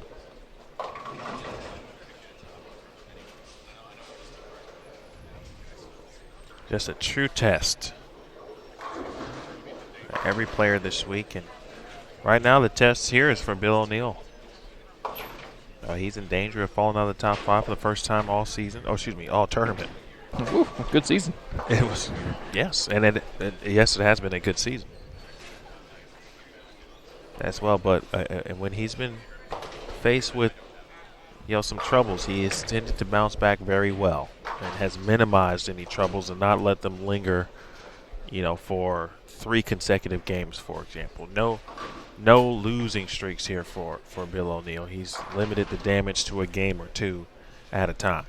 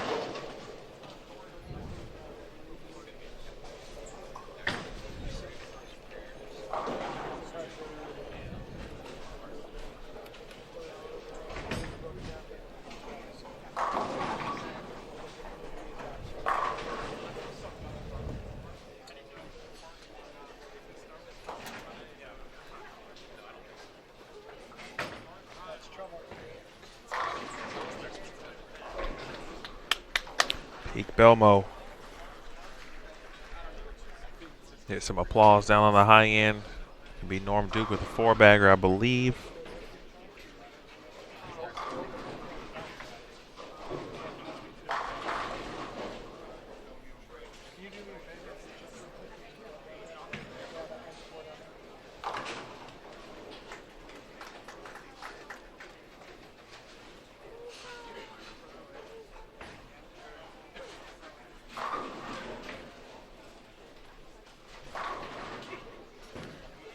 Tenth frame for Belmonte. Oh, yeah. Oh, yeah. This guy might lead. And that is honestly scary, considering where he began. I know he led the first day. I know. But it wasn't always, fresh out the oven for all you chocolate chip cookie lovers, to give that example. Well, speaking of our leader, Tom Smallwood, down on the high end, needs a strike here in the field ball to tie Sean Rash. Walk it out. Went light, left a bucket. Rash going to get a very fortunate win over Smallwood, 205-202.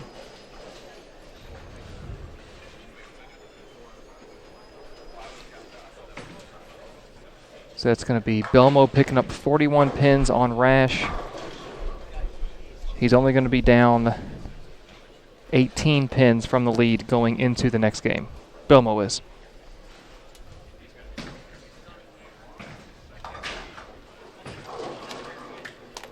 Francois Lavoie in second, facing off against Chris Barnes. Frankie with 144 in the 7th, Spare in the 8th. Barnes 133 in the 7th, Bowling the 8th. Over on 29 and 30.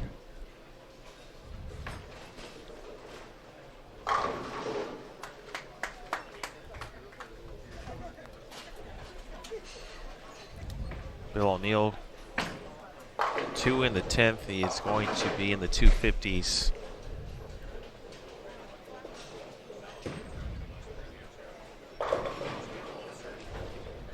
Six to shut out Thomas Larson. He'll go 10 to get to 259. Huge win there, as Larson could have punched out for 254.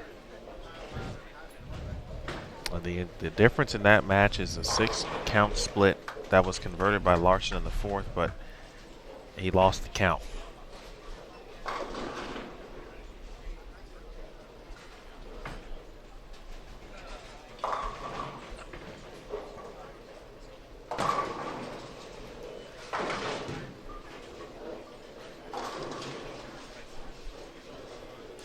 one-pin match on 29 and 30 between Barnes and Francois.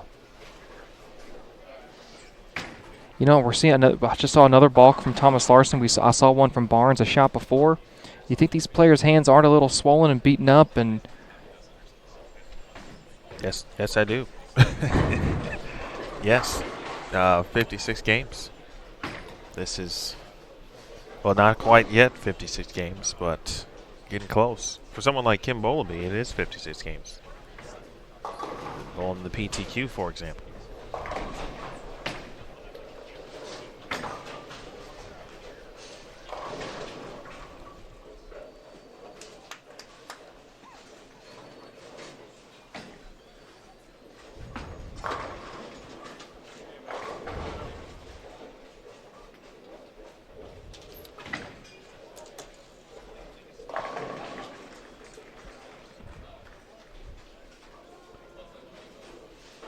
Barnes washed out in the 9th, but he was on a strike, so he didn't lose the count.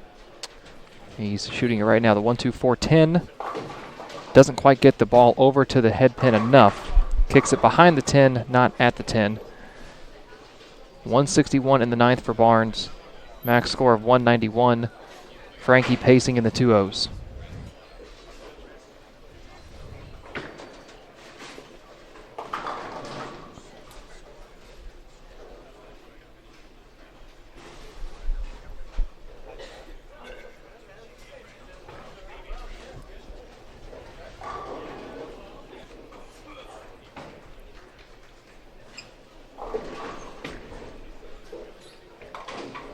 Nicely done.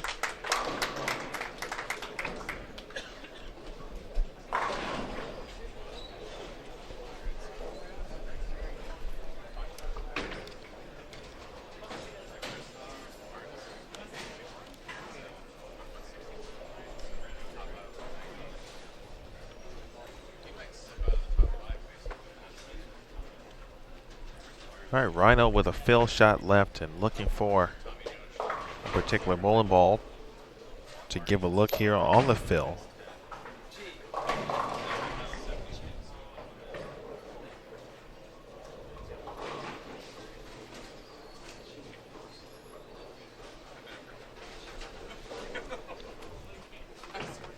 Francois spared the 8th, or excuse me, spared the 9th. 8 spares, so he can punch for 212. Still pacing in the 2-0s. Does need to fill a mark in the 10th to shut out Barnes, however, so he does have to show up and perform.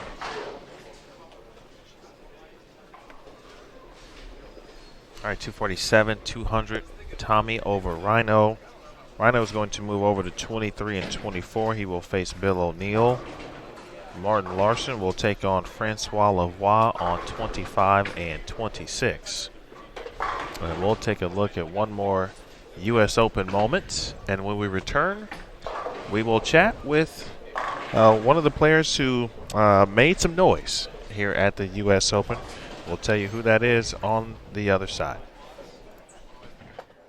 He knows he needs at least 9 spare or a strike to win his first major. Anything less, Patrick Allen will win.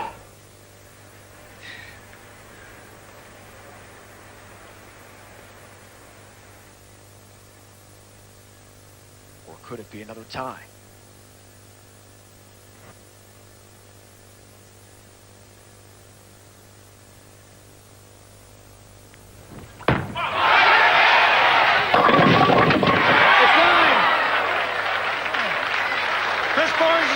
Champion winner. What a huge break. That ball went right through the nose. He could have split. He could have got 6. He still needs to spare. One more pin, Randy Peterson. One more pin for Chris Barnes to win his first ever major and break the 8-match TV losing streak.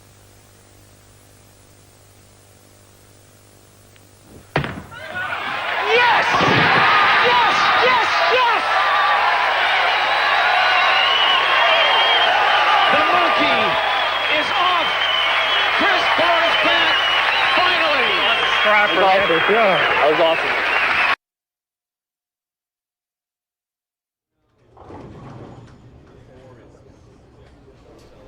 That was Chris Barnes' first career major title at the U.S. Open in 2005. We'll see Chris on 23 and 24 in game number 7. Well, without further ado, as we get game 6 underway, please welcome Verity Crawley. Hi, everyone. To the Bowl TV booth and alongside simulcasting, to Flow Bowling. Verity, first of all, congratulations. Thank you.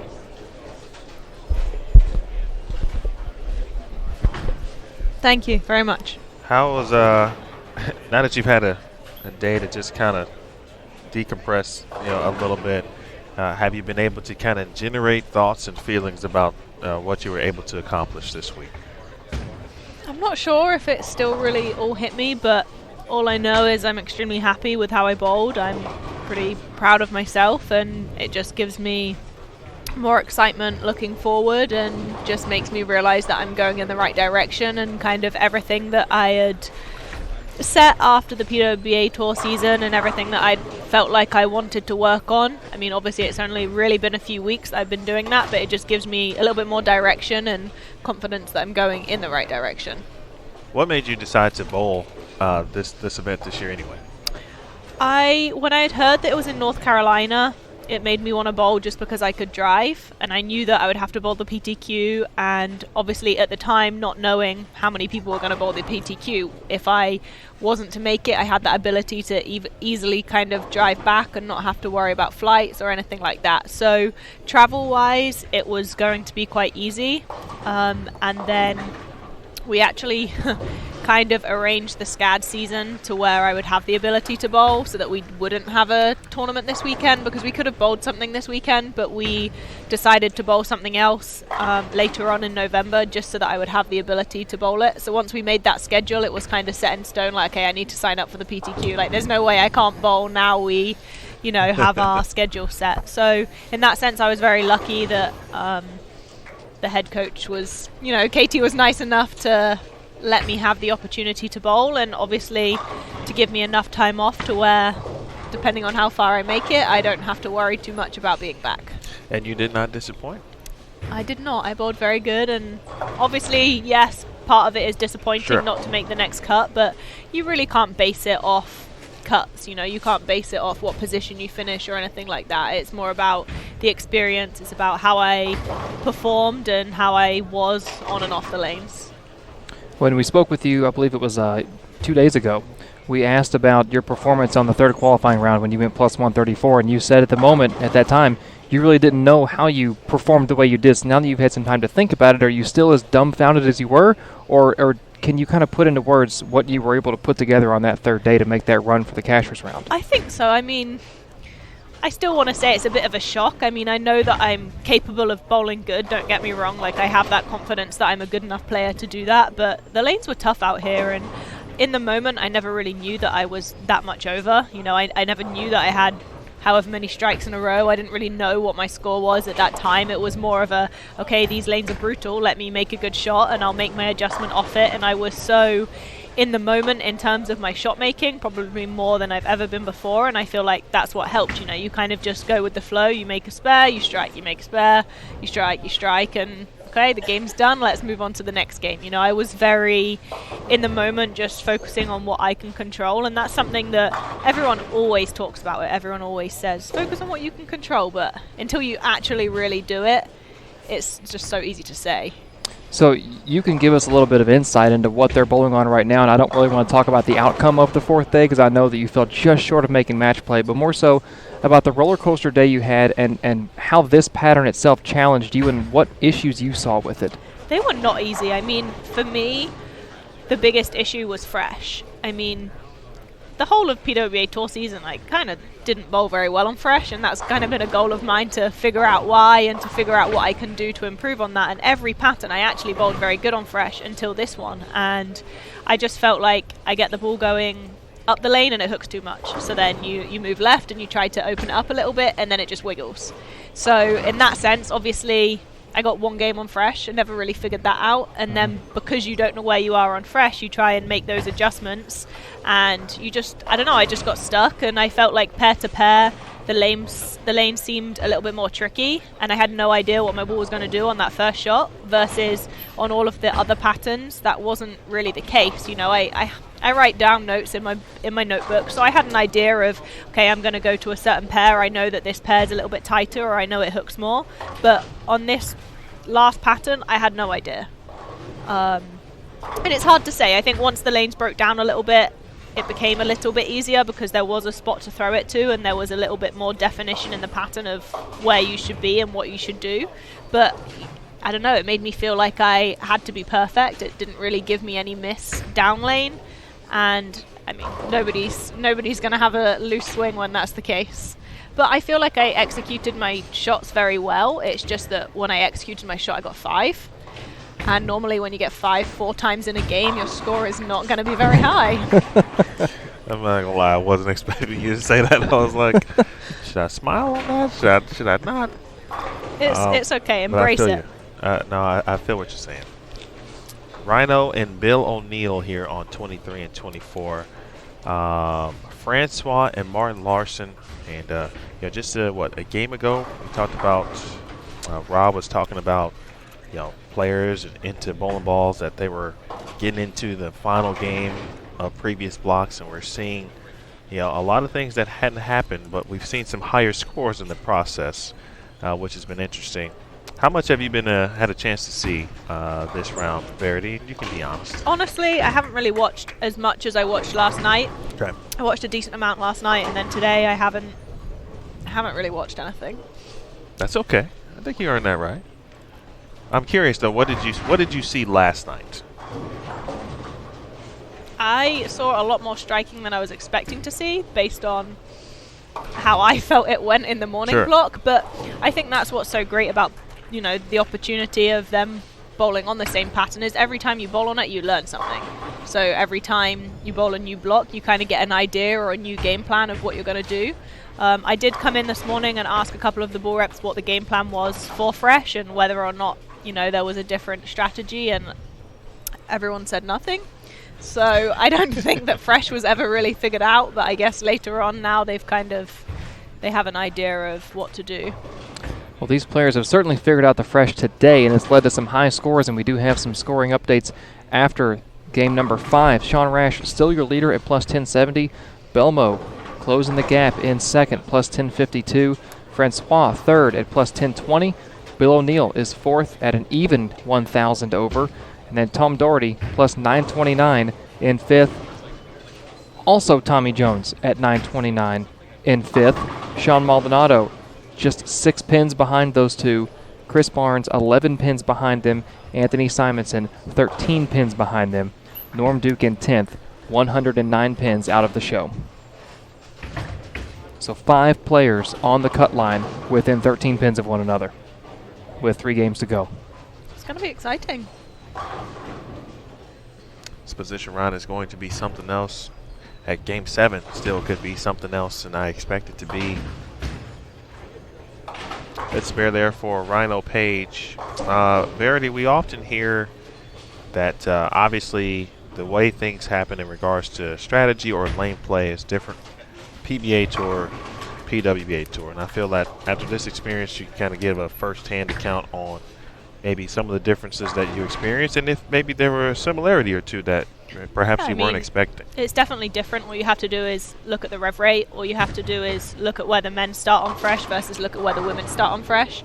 I guarantee if we put the exact same pattern down in the exact same building, the men will be about 10 to 15 boards further left than the women would be. But again, that's rev rate, that's speed. It's a combination of everything. And for me, I think bowling with the guys might not necessarily benefit me, but it allows me to get left and get into my A game a lot sooner than I'm able to do on the PWBA Tour.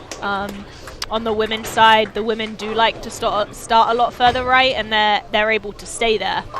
They play their A game by staying further right, and that's kind of how it goes, whereas the men want to get as left as they can. I mean, how often do you go to a PWBA event and see 3-stepping happening in game 4? Never. Exactly. So that just shows how different it is. Even if the women were to bowl in the exact same pattern, I guarantee that however I played the lanes with the men, if I was with the women, I wouldn't be able to do the same thing. were there any surprise similarities that may have caught you off guard and said, oh, I wasn't expecting that, but this is similar? I wouldn't really say so. I wasn't really surprised that they were the same. I mean, some things are the same in terms of, that you know that the lanes are going to break down. You know that's going to happen, but they definitely break down a lot quicker with the men. But that's something that I was expecting. I was expecting to be able to get left. I was expecting the fact that I was probably going to have to loft it, but I was happy that I managed to manipulate what I did with the bowling ball enough to where I didn't have to loft it and I didn't have to get into the lofting game, because obviously that's not one of my strengths. And for me, lofting it, I'm going to be lofting it about, I don't know, nowhere close to the extent that the guys are doing it. So it's not going to benefit me because I'm always going to be a step behind. And I would say that after the practice session, bowling on the first pattern, I was a little bit worried about that, because I was worried that the guys are going to get so far left and I'm going to be a little bit further right, but I'm going to be in the mess that they've created. And I had no idea what I was going to do when they're lofting the gutter caps and they're, standing on a different lane in order to throw their shot. I really didn't know how I was going to combat that, so I kind of had to sit down and give myself a couple of options as to what I could do, and I was very happy with how I managed to do that, and I actually bowled very good doing it. What ultimately were the options that you went with, or what So worked? for me, it was I'm going to throw it faster and I'm going to take my hand out of it, because that was the only way that I could control the bowling ball. I mean, obviously I still have some rev rate, so I couldn't completely hit it because my ball would just hook too much. And I didn't actually three-step until the last game. I could have three-stepped sooner, but I really just focused on let's take my hand out of it and let's just kind of throw it at the 3-pin. I was just going to trap it to the 3-pin and hope that my ball went through the pins, and luckily it did go through the pins and I still struck doing it. So obviously that was pretty good. I could have tried to loft it. That would have been the other option. And then there was the option of maybe moving back right and almost getting into the friction and finding a way to use that to my advantage. But that was really not something I wanted to do, because I felt like it was going to be a little bit messy and I would really have no idea what the ball was going to do. So that was kind of my last resort if I was to get very stuck and if I didn't feel like I could take my hand out of it and throw it at the 3-pin. Joined in the booth by Verity Crawley. She finished 26th this week, just outside the number of the match play cut. One thing that Emil educated me on, and this was early on during the PTQ, was you were throwing urethane. And I made a comment to him about it, and he said, outside of maybe Shannon Blahowski, you're one of the women on tour who doesn't mind throwing it and can get into it pretty quick. So maybe you can answer this for me. Why wouldn't we see more urethane on the right side in women's tour? And then you're so quick to go to it at the PTQ, and obviously it worked. Right. I love using urethane because for me it's such a controllable motion, and that's something that on fresh I really struggle with because of my rev rate, to where I kind of get force left and then there's no defined breakpoint down lane, so I 210 and then I 3610. But every single PWBA event I always try urethane. I try it in the practice session, and there's times where I start with it on fresh, but it lasts about 5 frames and I've gone 9 spare, 8 spare, 7 spare, and everyone else has got front 4. So I don't know. For me, I don't know if it's because a lot of the other girls use so much surface and they play much further right. I don't know. But I think one of the biggest things also is that some of the bowling centers that we bowl on the ladies tour are a little bit older. And I think surface-wise that makes a difference and kind of stops me from throwing urethane compared to some of the newer centers or with newer lanes, newer installs. I think that does make a little bit of a difference. I will continue to try urethane all of the time, obviously, and I would say that over the last few weeks I've got a little bit better at manipulating my hand, and I think that kind of helps me throw the urethane out here. The problem with when I was throwing it on the women's tour during the summer is that when I throw urethane I like to catch it a little bit, probably a little bit too much, but my hand's been a little bit quieter the last few weeks, so I think that might have actually helped me in the PTQ. Okay. A couple score updates throughout the house down on the low end. Sean Maldonado, a 20-pin lead over Don Barrett heading into their respective 10th frame. Chris Vine with a 7-pin lead over Kyle Sherman, although Sherman's finishing first and can force Vine to double if Sherman can get the second one in the 10th. Brandon Novak with a chance here to upend Chris Prather. one-pin match here between Rhino and Bill O'Neill, as O'Neill's offering in the 8th is on the way. Strike here puts him up 1 on the board and 10 on count. Can't get it out. So a tie game between those two. Francois Lavoie looking to extend the lead over Martin Larson here as he's on a max score of 279 through 6. Frankie 3-stepping to take a look at the result. Didn't quite get out there. Leaves just the 5-pin. Belmo with a 2-pin lead over Jason Belmonte, or over Chris Barnes, excuse me, to our right. Tommy Jones, 28-pin lead over Thomas Larson early on in their match, just 5 frames in. Marshall Kent striking a ton against Jesper Svensson. Possible 247 on the board for Kent, 232 for Jesper. And moving on down further, the high end of the house. Kim Bowlby trailing Sean Rash. Sean Rash, max score 247. Bowlby can only get to 215. And Tom Doherty in a one-pin match with Tom Smallwood, but Doherty just split. And watching his split attempt now, misses them all, so he will be down to Smallwood. And Duke and Simonson in a 2-pin match. Simo can punch for 47. Duke can punch for 45. Nicely done, Jay. Simo got either the first one or the second one. I can't tell. They're all the way down on 37 and 38. I believe the first one. So that puts him in the 230s. 9 spare. We'll give him 36. Punch out is 47. Page and O'Neill in a fight here. Again, Bill trying to stay in that top 5 with a couple to go. One question in the chat for you, Verity, from Ken. Your bowling plans for the next couple of months? The next event I have planned is a regional in November down in Florida. That's the next event that I have booked in my calendar. And when I get back after this event, I have to look at the rest of the year. I am going home for a couple of weeks in December, and I will be bowling a tournament in England, which I'm excited about because it's been quite a few years since I bowled anything there. So I'm bowling a double event with Richard Teese. How about that?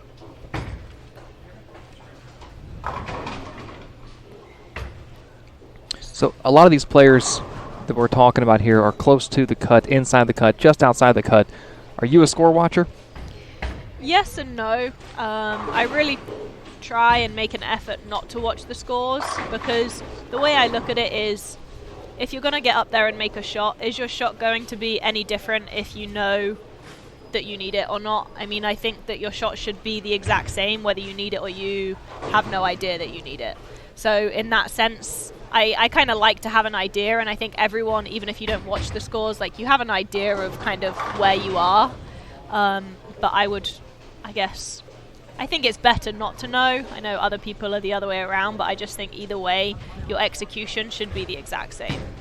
You know, you should be trying your best every single shot, regardless of whether you're close to making the cut or not. Simonson double 9 count for 246, shuts out Norm Duke by 1 pin, so Simo going to get the win down on the high end of the house, sitting in 9th place, but just 13 pins out. The crazy thing with match play is when you have bonus pins as well, it can make all the difference.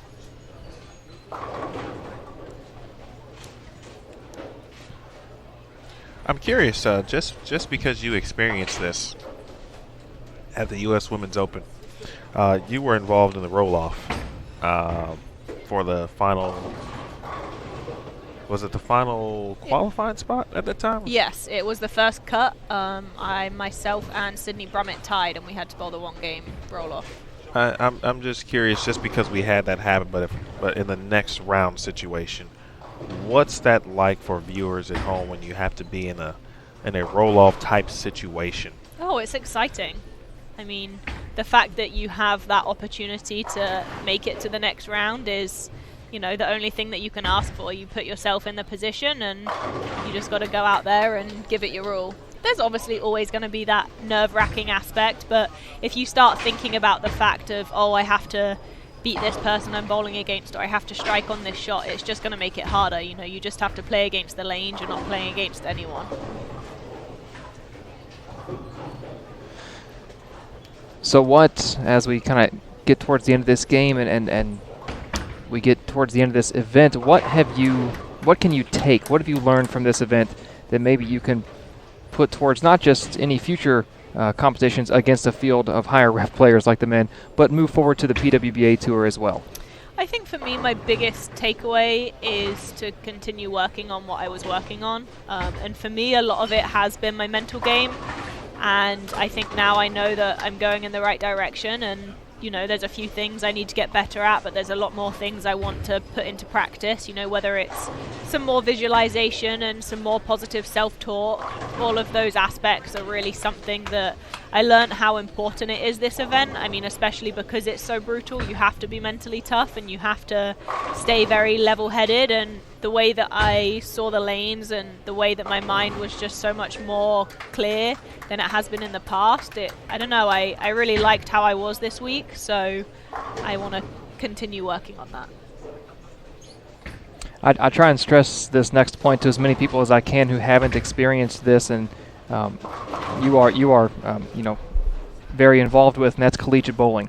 And just real quick, talk to me about how exciting the collegiate bowling environment is. And it's something when people ask about it, I tell them it's second to none as far as my experiences in my career, having bowled with Emil for 2 years at Lindenwood and everything we went through there. And just how exciting is college bowling? Oh, it's great. I mean, there's obviously not that much team bowling a lot of times. So to be able to bowl with a team and have 7 people stood behind you whilst you're on the approach and, they've completely got your back it's just a very satisfying feeling.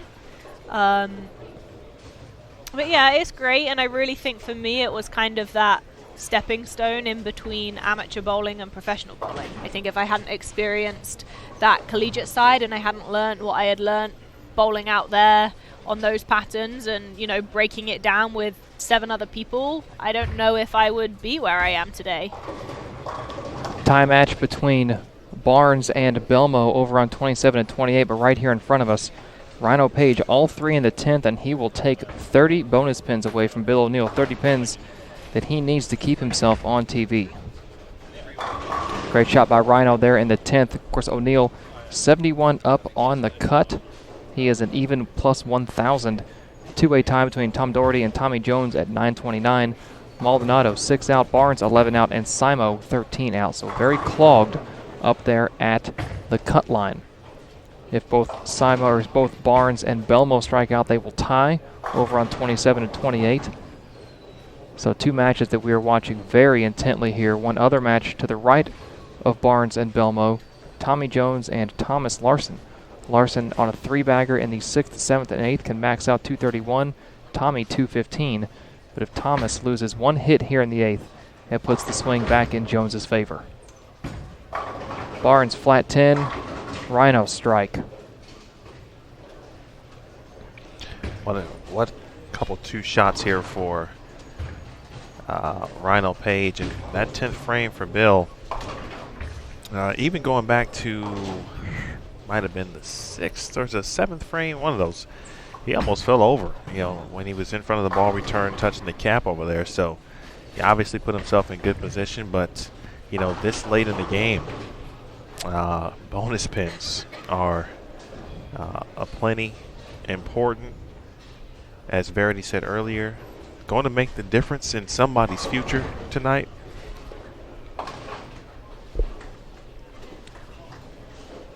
Big chance to play spoiler right here for Rhino Page. And he aced every one of those. Yes, he did.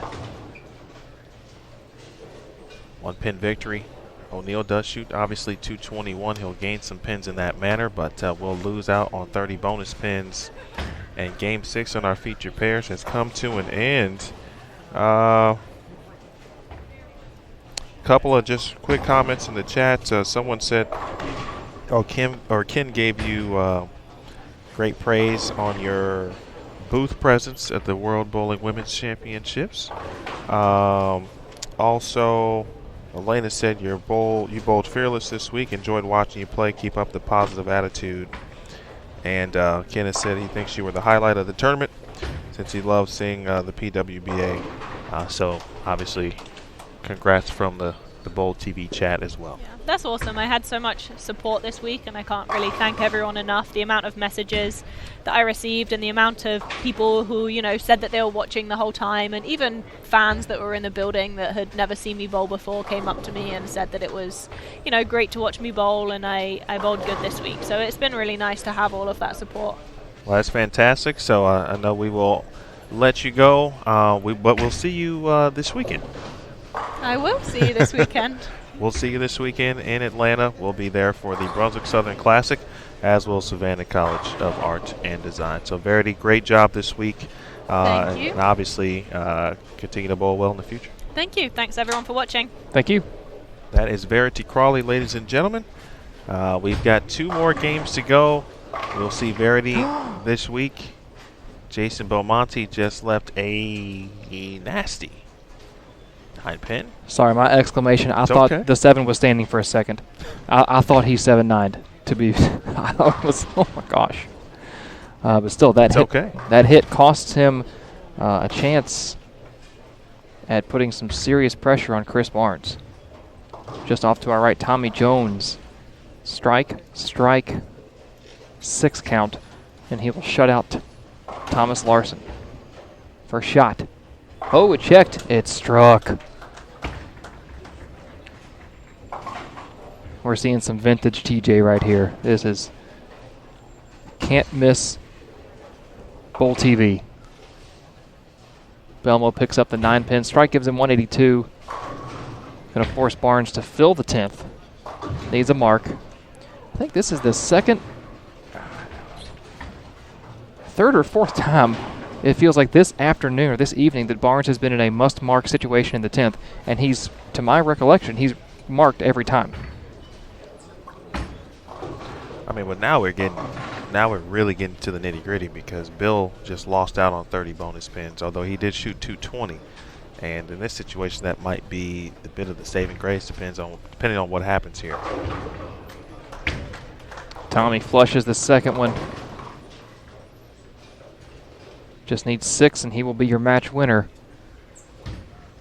Count. Very important here for Belmo.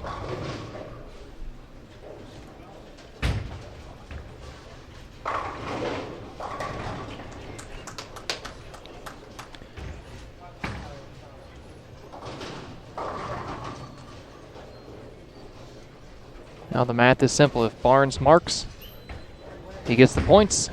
Single pin miss, it's a 180 and it's a loss. So fill the frame just like he's filled the previous 8. And he will get the win. And really in this situation, Barnes needs the pins more than Belmo.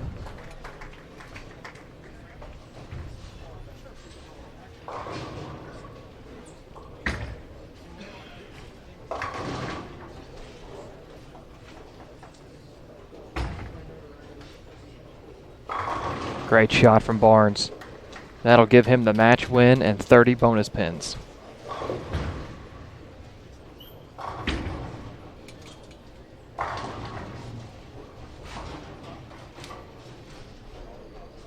Only question now, of course, is how many Barnes will throw here in the 10th.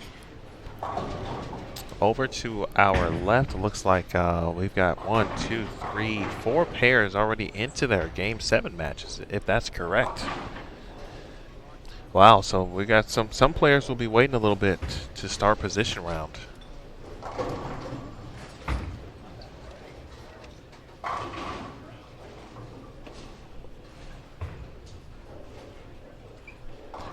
One, 2, 4, 7 for Chris. So a spare will give him 192.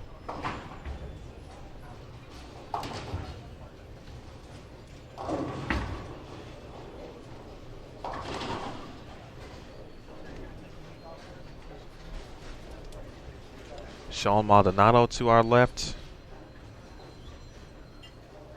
Sean has started 3-bagger, 9 spare. And he leaves a 4-pin in the 5th frame.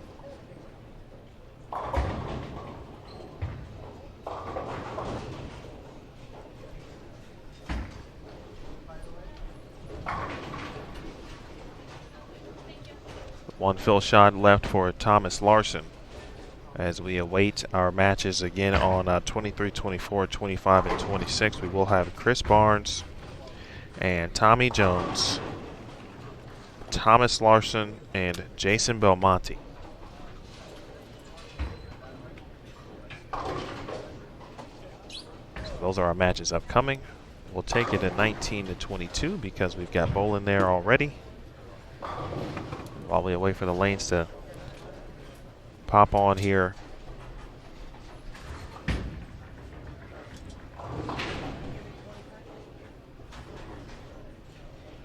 Emil Williams Jr. with Daniel Farish. We have reached game 55. Game 55 of 56 here at the U.S. Open. Again, Barnes and TJ, Larson and Belmonte momentarily.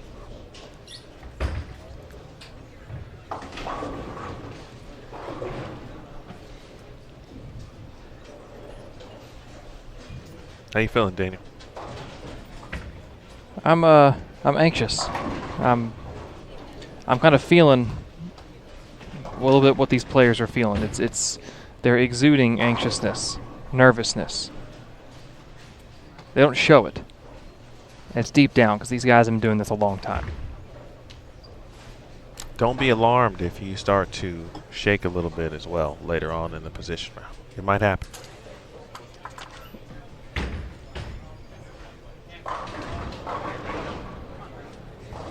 All right, folks.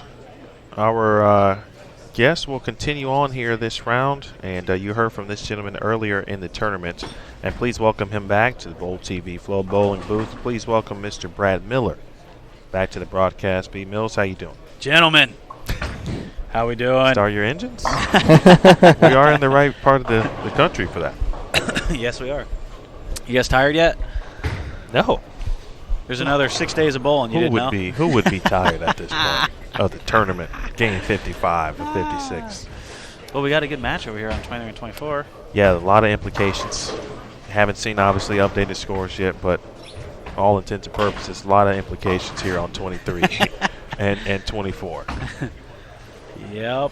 Talked about it earlier when we looked at the schedule. Obviously, two really good friends go a ways back. Team USA, everything you can think of. Yep.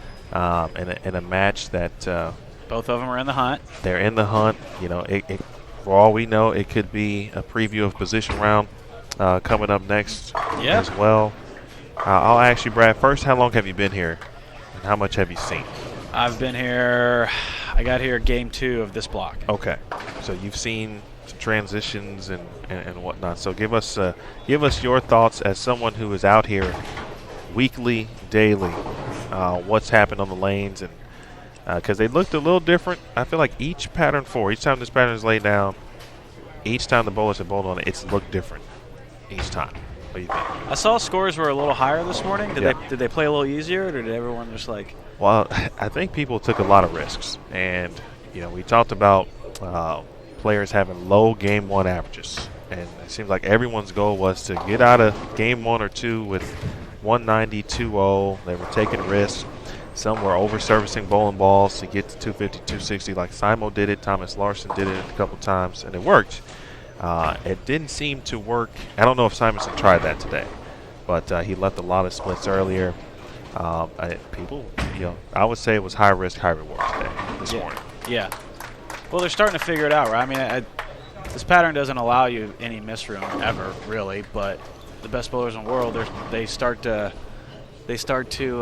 put together ball combinations and angles and stuff like that to try and give them the best amount of room.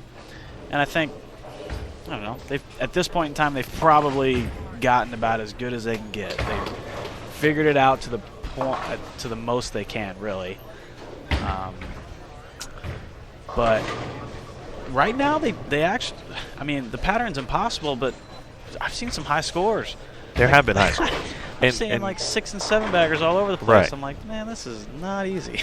And they've been, there's been a good 3-game stretch generally in every block on this pattern that has alluded to high scores. We just haven't seen any in game 1, and we saw a ton right. this round, which was odd. So game one, this round was really high scoring? I think game one was the highest scoring game one of any time this pattern's been on the on the lanes. Yeah, I broke it down. So day one, you had one game one that was over 230. The second time they saw it, you had 3 games over 230. The third time they saw it, only 2 games over 230. Today, game one, we had 5 players over 230. Or tonight, game one. So Tim Mack over here just said that everybody tonight started a little bit farther right. They didn't play as far left.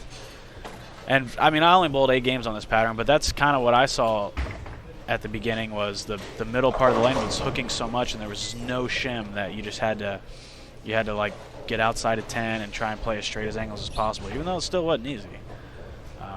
But a lot of guys, when they get out there, they love to use urethane. So maybe they were doing that double for Barnes. We do have a score update after the previous round. Sean Rash extends his lead plus 1136. Francois is second, 1074, so 62 behind Rash. Belmo 1034, 40 behind Francois. O'Neill's at 1021, 13 behind Belmo. And Simonson is back in the top 5 at 992. He's 29 behind O'Neill. Maldonado and Tommy Jones tied in 6th place, 18 out of the show. Barnes 52 out of the show. Tom Doherty 64 out of the show. And then a big gap to Norm Duke, 137 out. Yeah, it's a big game. Big game. Look at that. Barnes. You've got 6 players between 2nd and 7th within 100 pins of one another.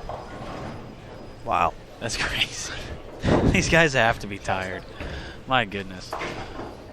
How did you feel after you got done? Great week, by the way. I know it didn't end the way you obviously wanted it to, but thank you. You're welcome. I was tired. Well, the last day of qualifying got done at midnight, and then we had that little practice session, and we drilled a couple of balls. I didn't get home till 1, and then we had to turn around and be back here at 8. But I actually went home and edited video for I was an going to hour. say, did you edit? I did. I did. It wasn't a good idea. I shouldn't have. But so I was just tired. That's hard to do. I mean, if there was something that could be changed for the tournament this year, it would be somewhere around that area of just allowing that squad to get a little bit more sleep. Would be nice. But no, you know, I felt okay. This pattern actually ate my lunch. Those 8 games I bowled on it, I think I went like 100 under or something like that. They were so hard, man. Like that Cashers round was tough. I mean, it was downright brutal, especially the first couple games before really any score started to seep out by any player. I could barely get to 200, and people were shooting 260s. Sean Rash, the last game of that Cashers round, shot 267. I mean, it's just amazing how, you know, the pattern can be so difficult, and they'll still find a way. They'll find a way to shoot 260. It's amazing. We do have the pace of this evening's block has kind of become uneven. We do have a couple of matches that are over. Brandon Novak took the loss to Kyle Sherman, 247 to 181. Chris Prather took the loss to Chris Vi, 244 to 218. Well, Chris Vi's in 11th. I mean, he's probably quite a bit back, but still. He's 139 back. Vi's problem isn't the pins back. It's the people between him and the cut. Just a lot of them. It's just a lot of them. I mean, and this late, it is pins as well, being 139 back. Right. See, A.J. Johnson and Dom Barrett are in a race to 160 right now. Yeah. A.J. with 4 splits converts 1. He's going to be down 5 pins to Dom, who's got 100 in the 7th, working on a single pin. That was a big shot right there for. Oh, we're looking at a different screen. Maldonado's in a tight match against Greg Ostrander. Maldonado he's close. It's first out. Yeah, Maldonado strike 9 spare would shut out Ostrander, but he doesn't need to worry about that. He needs to get the double to get as many pins as possible, not just for the bonus, but for his scratch total as well. It'll be interesting to see if Tommy can kind of dial it in right here. He hasn't looked very good the first 4 shots of this game. He's tired. Patterns are. Oh. How about Belmo, though? I mean, he really hasn't, you know, watching him, he hasn't had the best tournament, really. And here he is, sneaking by. We were talking with Tim Mack about that earlier, and Chuck Gardner as well, talking about the Belmo for a while today. This evening he's had the lane conditions he's needed to get that motion that Belmo needs to strike, and when he had it, he threw some strikes. But as we get towards the end now, that shot right there, maybe things are changing. He doesn't quite have the look he had an hour and a half ago. Yep. Yeah, it's like he's in 14th place coming into these 8 games. The next thing you know, he's in 6th, and the next thing you know, he's in 3rd. It's like, man, there's just only a couple people on the planet, maybe not even that could do that. Just hang around, doesn't fatigue mentally, just stays with it. And then when he finds it, he throws 20 of the next 25. Wow, that's a tough break there for Barnes, as the 7 inches closer to being off the deck, and the space now between the 2-7 becomes extremely difficult. You could probably fit the ball between that, but it's going to be tough. But all right, so our first of 2 giveaways tonight is going to happen right now. The first giveaway is going to be an Out of Range Podcast T-shirt. So support the Out of Range Podcast crew. That's courtesy of Jeannie Franklin. Aaron's going to run that right now. The Out of Range Podcast located in the Backstage channel. Be sure to go like their Facebook page, support them on social media. Good stuff from Tony Franklin, Derek Hartnell, and Matt McFadden, as well as Jeannie Franklin. Important note for the T-shirt, though: medium, large, and extra large is what the crew has currently available. Medium, large, and extra large. So that's going to be our first giveaway. It'll happen momentarily, and then nicely done.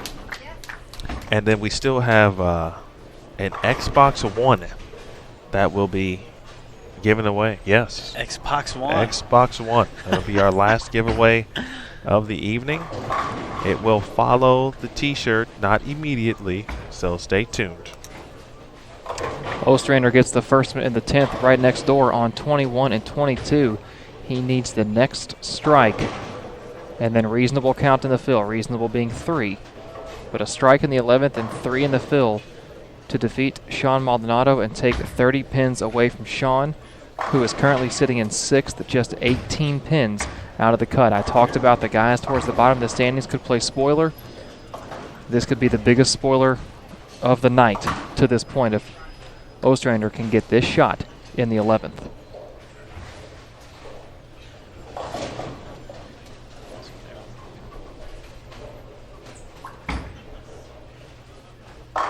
Bang.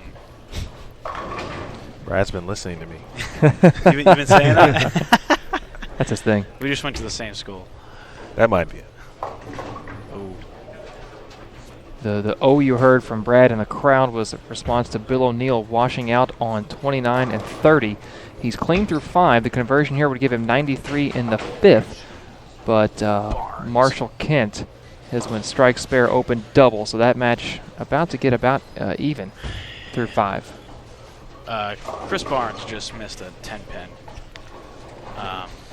That's not good, in case you're wondering. Of all times, because not only does it kill his score, it really kills the momentum he had mentally, because he needs a big game right here, and now he's frustrated. So it makes this big game even harder. When after 3 frames, it was looking like, okay, Barnes can do this, and now he missed a 10-pin, and now he's frustrated, which makes it even harder to do. Congratulations, Nicole Powell, for winning yourself an Out of Range Podcast T-shirt.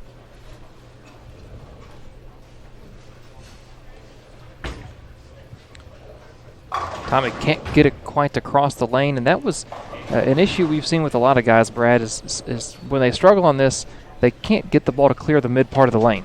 Yes, that's the hard part, which is why a lot of guys, which is what Belmo is the best at, there's a way you can increase your angle enough, like get it going toward the right gutter enough.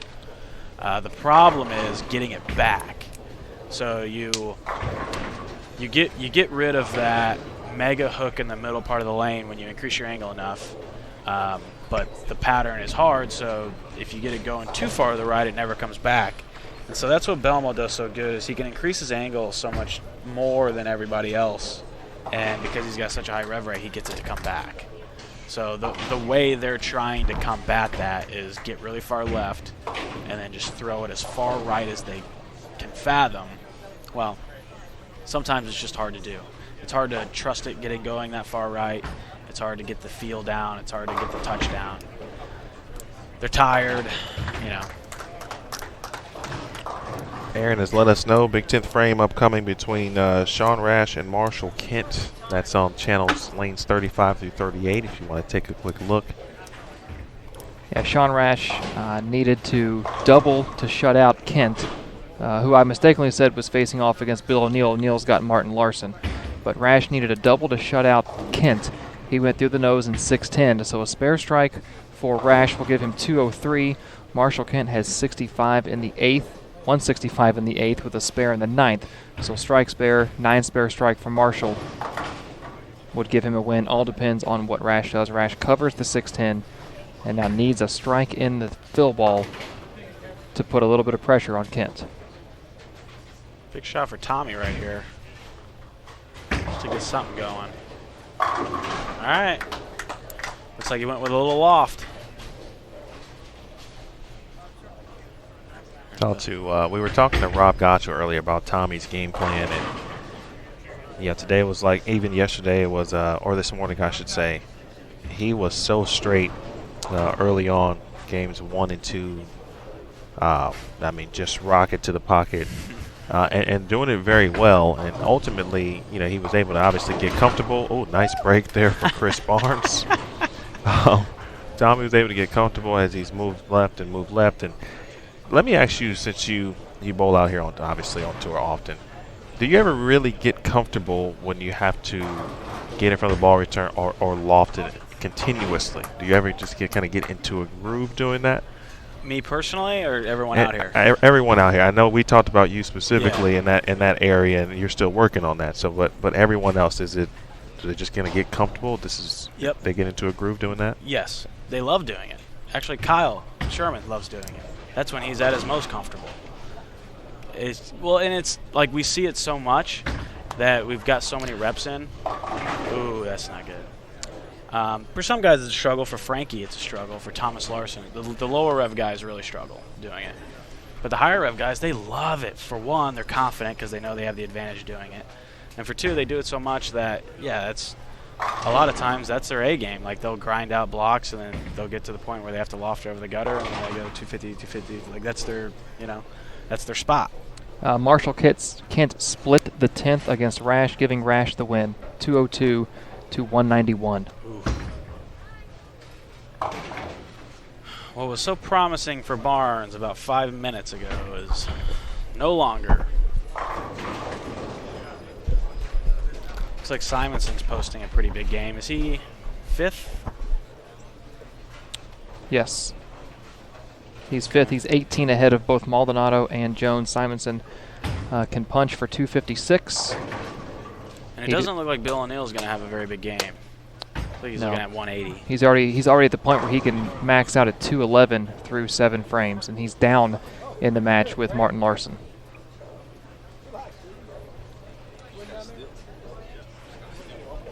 Don't forget, folks, stay tuned. We'll have a mini break to, of course, get the scores in and then get players to their respective lanes for position round. And then we'll bring you game 8 of this squad, game 56 overall. And, it all comes down to one game. We always say that kind of thing, and it's kind of cliche, but it really does. It really is going to come down to one game.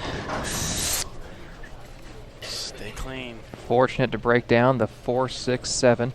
6 falls late.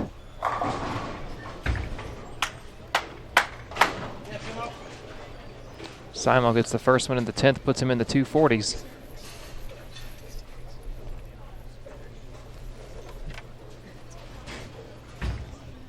Francois's got a nice little game match against Rhino right here. Rhino was that on stream? Rhino striking out against Bill O'Neill? Yes. Yeah. It wasn't on this channel, but we have every channel. Oh, yeah, okay. I didn't know if it was so right yes. in front of you. So Francois, he's looking pretty solid. I mean, we haven't talked a lot about him this evening. All the drama's been about Belmo making the run and then the guys around the cut. But Frankie has just been quietly doing his thing. winning matches, maybe losing a match here or there, not shooting 150, not shooting 270, just staying clean, filling frames, winning matches, and keeping himself in the top 2 or 3.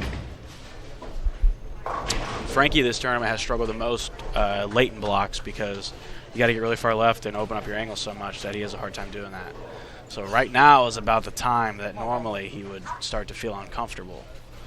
So what he really needs to do is just make sure he gets close to that 200 number, stay clean, maybe win a match. All right, Tommy. Well, Frankie right now up 13 on Rhino Page, so if he can, get to 2-0, win the match, yeah, he'll be in good position for the position round. That was a little left.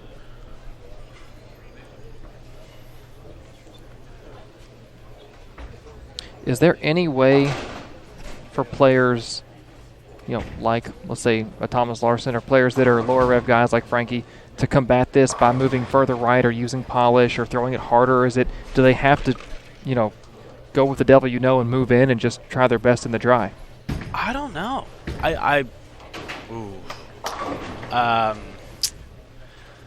The problem with moving right is down lane outside of 7-8, it does not recover. So when you move right, you move closer to that out of bounds.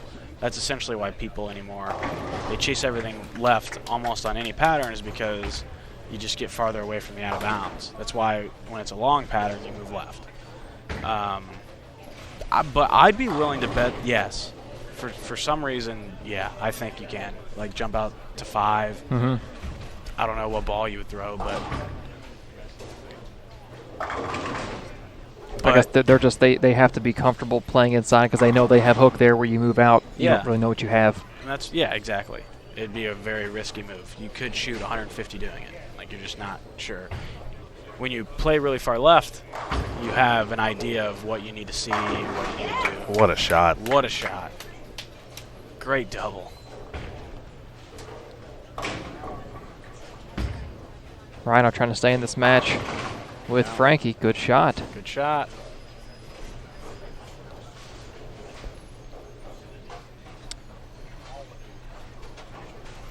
It is almost done. That's what the players are thinking right now. Last night, you could tell. It was like, let's get up out of here. We need some sleep. Yeah. Maybe a quick bite to eat. And that's it. Let's roll. Yep. Kyle came in the house. He went 0-8 or 0-7-1 or something. He didn't even say a word. He didn't say a word anyways. He set the camera down and went straight to his room. He didn't even say hi. Nothing. That was funny. Okay. Big shot by Frankie. One good one right here. Strike 8 spare for Frankie, and he'll shut out Rhino. Tommy's got to hit the pocket. Hasn't hit the pocket in 3 shots. It's the wrong pocket, but it's a pocket. That'll go Brooklyn and give him the strike. You're going to take that right now for sure. Without question. Should probably do it again. 13-pin lead again for Levois. Bill O'Neill. Uh-oh. He forced Martin Larson to get the first one. He's going to shoot 199. Even if he flags the spare, it's 197. If Larson went spare strike, he'd shoot 194. So Martin needs the first one in the 10th to steal 30 pins away from O'Neill. That was a good shot by Frankie. Gonna shoot 204. Good effort. Clean. Rhino still needs a double. Everything else, folks, to the left and right of us, and to the left of 23 and 24 is complete. They are waiting for position round. And to the right of 29 and 30, they are waiting for a position round. So we've got 4 pairs. Obviously, what you're watching, the feature pair, and then the next channel, 27 and 30, all in the 10th frame, except 25 and 26. All right, Larson's first offering in the 10th on 30. He needs this to take 30 pins away from O'Neill.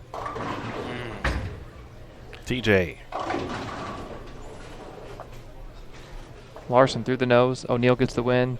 Tommy Jones, best he can do, 195. Barnes can 9 spare strike for 203. I feel like there wasn't a time shot there for Belmo. There wasn't a time really where pace started to slow until about the last game and a half, where guys are starting to move left, and it takes more time to get in front of the ball return, to get set. Obviously, each shot is pivotal. There's some extra time to make sure they're straight and good before they step on the approach. Trying to slow their mind down. Ooh. Such a big spare. That is, I'm about to be inducted into the PBA Hall of Fame. Yeah. 2-8 right there. So Belmo's in right now, but so Frankie. Rhino Page, a couple games ago, as Belmo goes Brooklyn 6-pin. Rhino struck out to take 30 pins away from Bill O'Neal. He can double here. Again. He'll take 2 pins. He'll took 30 pins away from yet another player inside the top 5. Bang.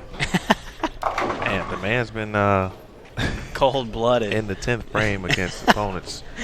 Daniel mentioned something earlier when we started this round about, there's going to be players who, really won't be able to get to the top 5 to really make that type of run, make up that many pins. And so there's going to be folks out there to play spoiler, because you're not going to just not bowl, right? You're going to continue to be competitive and to do what you got to do to win matches. And Rhino, as Daniel just mentioned, he was cold-blooded against Bill O'Neal, and it looks like he's about to do the same here. Rhino says he enters this mode. I'm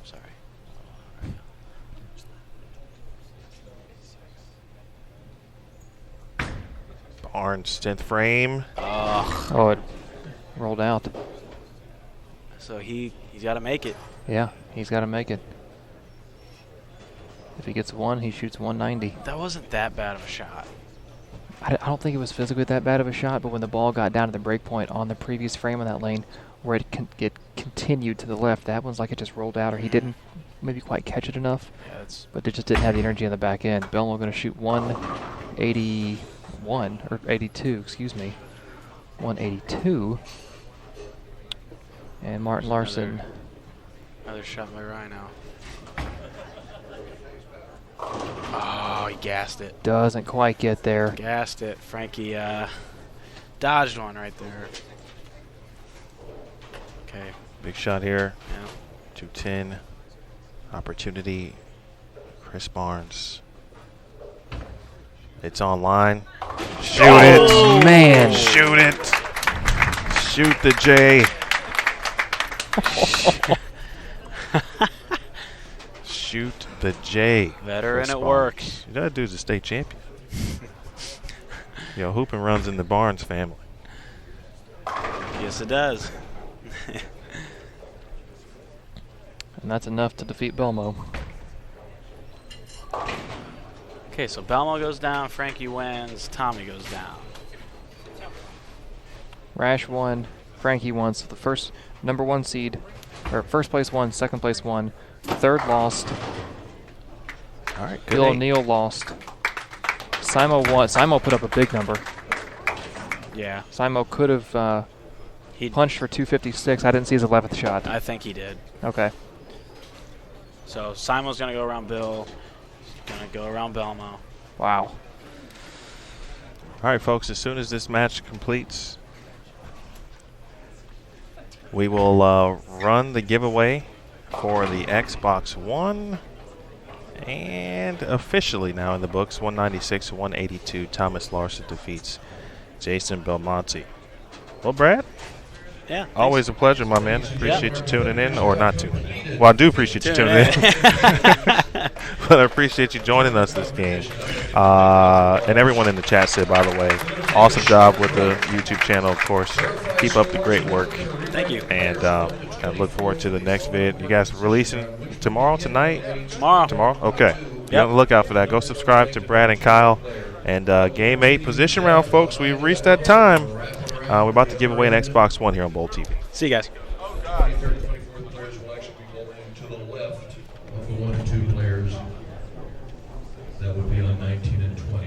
way that works.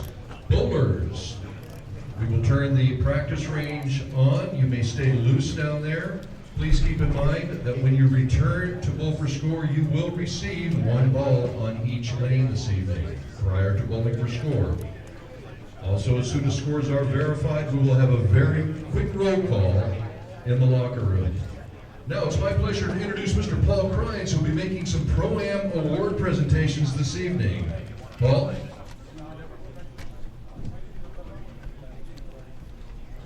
Thank you, Kirk. All right, folks. Looks like we've got a bit of a break. I didn't hear how much time. Did you? I did not know. Okay. I wasn't expecting that long of a break. I wasn't either. This being our first PBA tournament. Yeah, I should ask Brad. What's typical in our situation? Although there is some cool stuff going on, actually, and if we have it, no, we don't. There is some cool things happening in regards to those who participated in the Pro-Ams this week here at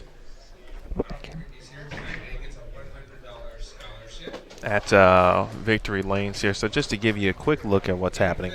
But nonetheless, the giveaway will begin shortly. You can see what's happening, folks. All you got to do is click Submit Entry, and you will be on the way to an Xbox One. Will you win it? We don't know. But you got to enter to win. By the way, Daniel Ferris, Anthony Simonson shot 257. He did punch. Okay. All right, cool. Well, that's going to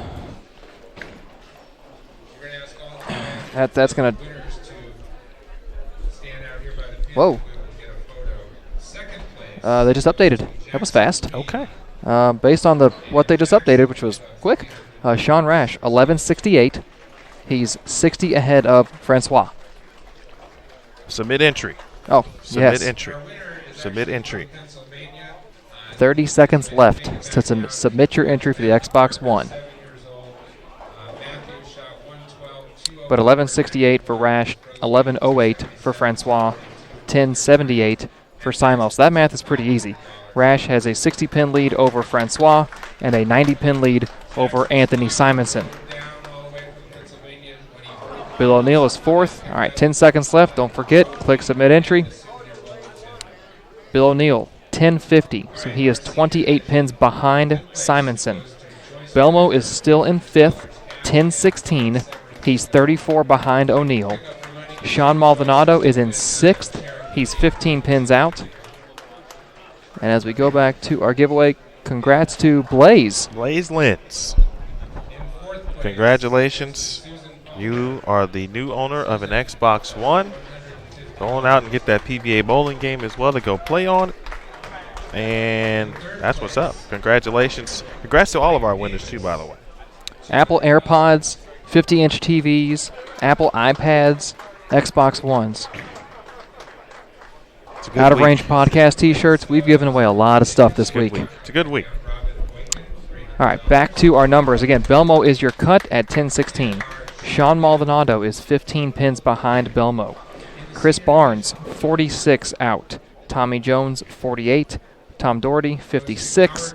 And then it's a bit of a gap down to Chris Vi he is 90 out. And then double that, Jesper Svensson, 184 out. Well, it's coming down to it, my friend. And as we certainly thought it would.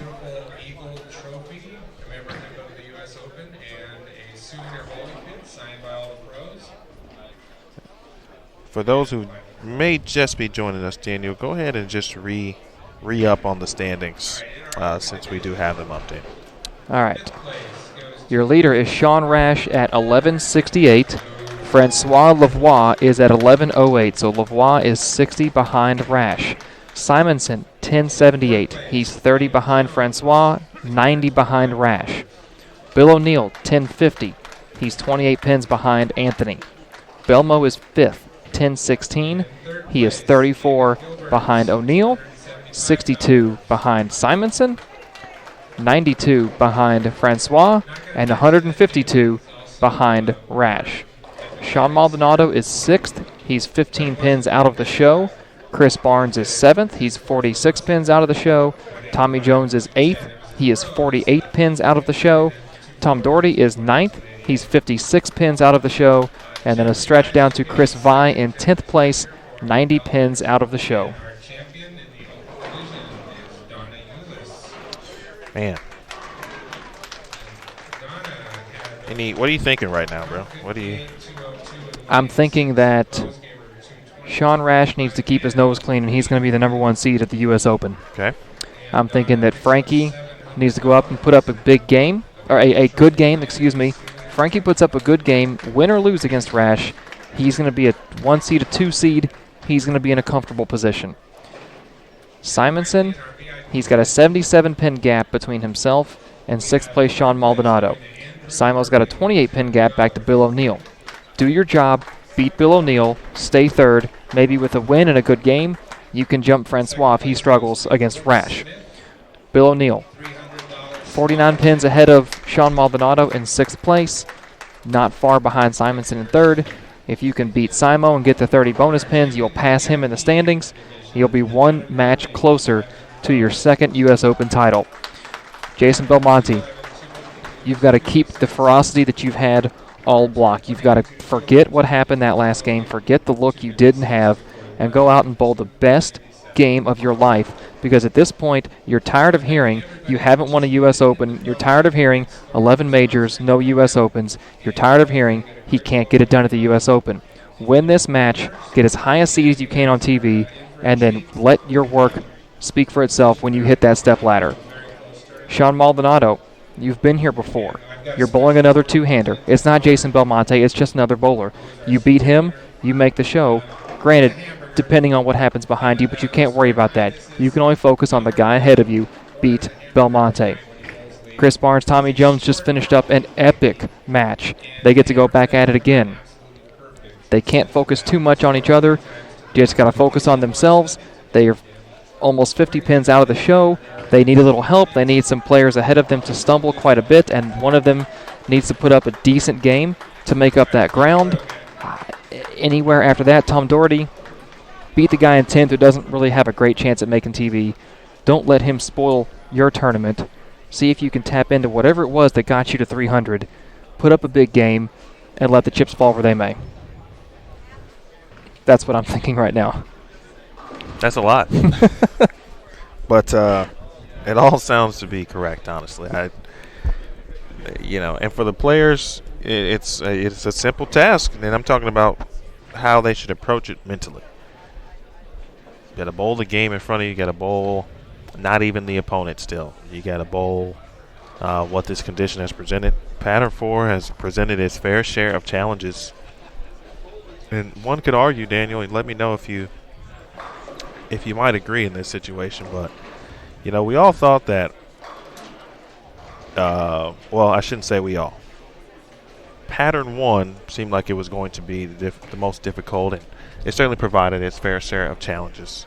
A lot of the players thought that Pattern 3 might be the most difficult, but Pattern 4 seems like it has actually really produced the most trouble, and because I think since the field had been dwindled to 24, it was all magnified because we got a chance to kind of really see the lanes and how the players were attempting to play them, what adjustments they were trying to make. We heard from multiple reps about, surface, over-surfacing balls, and everything else.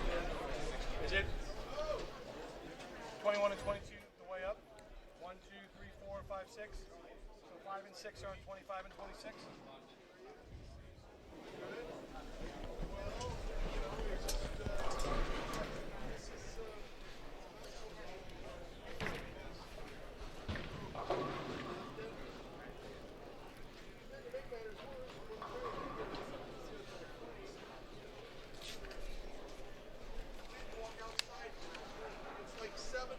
All right, folks. Appreciate you tuning in. It is it's that time. It's that time again.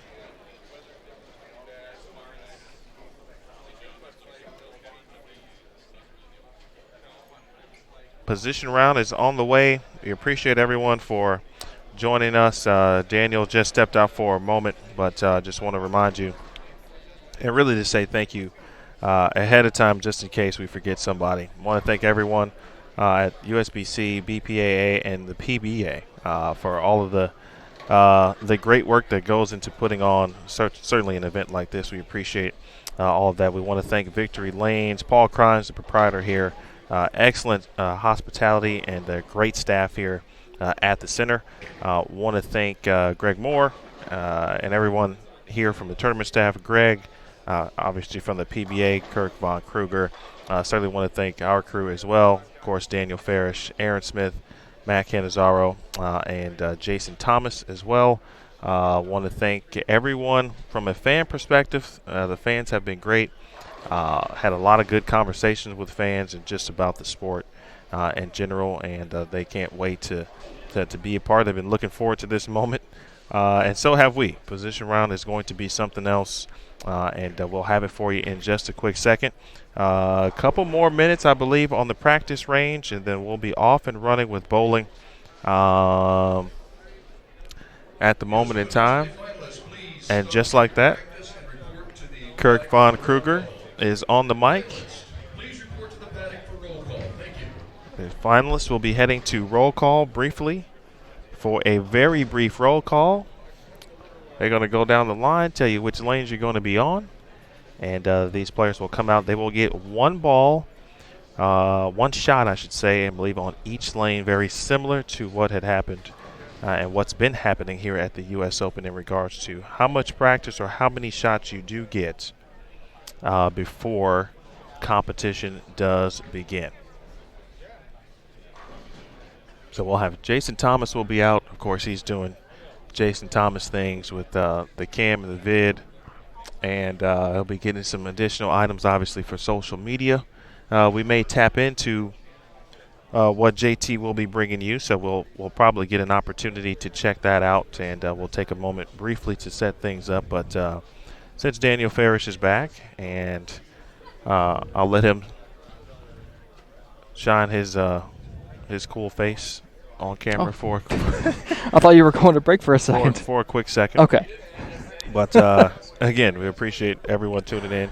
Here's Daniel, and what a nice gentleman he is. Hi, Mom. All right, so finally, before we get it started, if you described what you think the players and how they should approach it, but just take me into your mind if you were in this position, in any one of those players' positions, how you would approach this position round. Yeah, each position's different, but to sum it all up into one, you want to go out and focus on beating the guy that you're facing.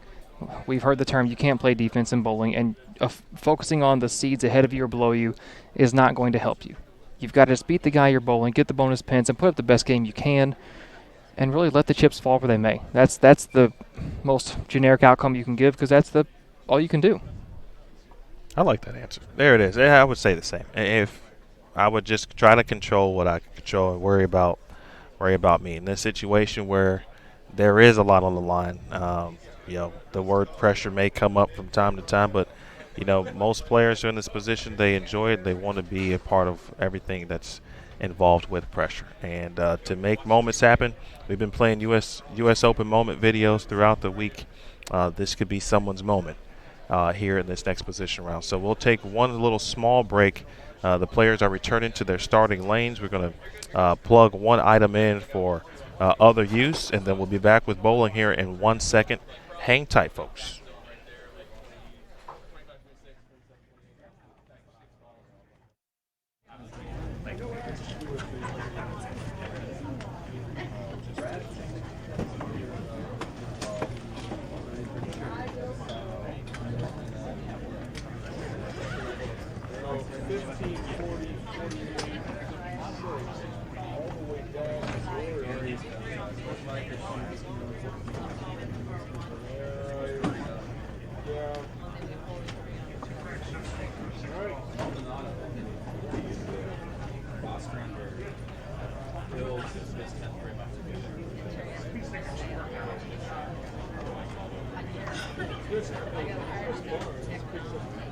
Nice cover, Chris. Hi. Thanks. You drove better the first time you don't have to make it. Well, Looks kind of hard to throw it perfect on this stuff. Hey, you're doing well.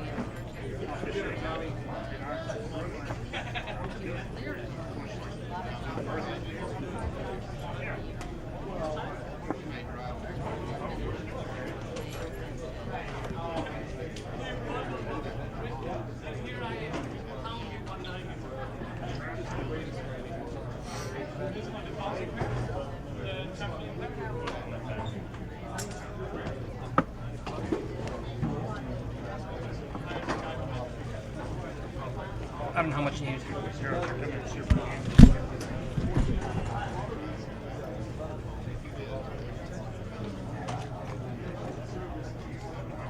Match play finalists, please report to your starting lanes.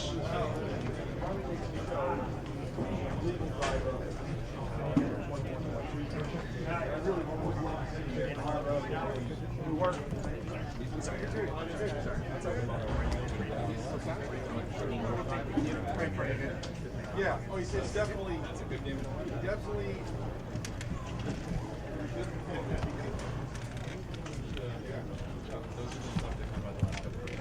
Oh, they late, but just have been brutal down there. Ladies and gentlemen, it's down to one more game to decide our top 5 for our nationally televised championship round live on CBS Sports Network.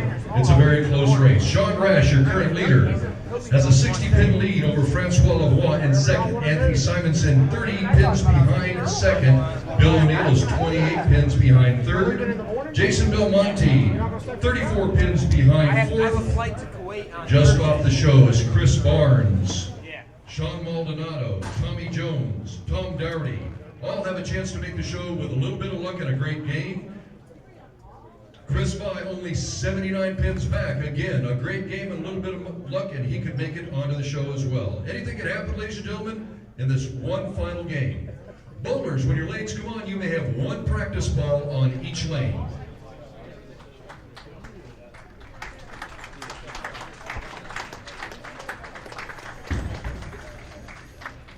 One practice shot on each lane, ladies and gentlemen.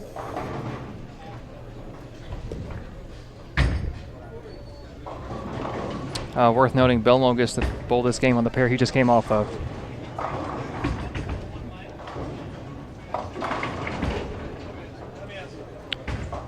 As Emil gets a extra camera shot ready, let us know in the chat, what 5 do you think are going to make the TV show? We seem pretty confident about Rash, Francois Lavoie, and I would say Anthony Simonson.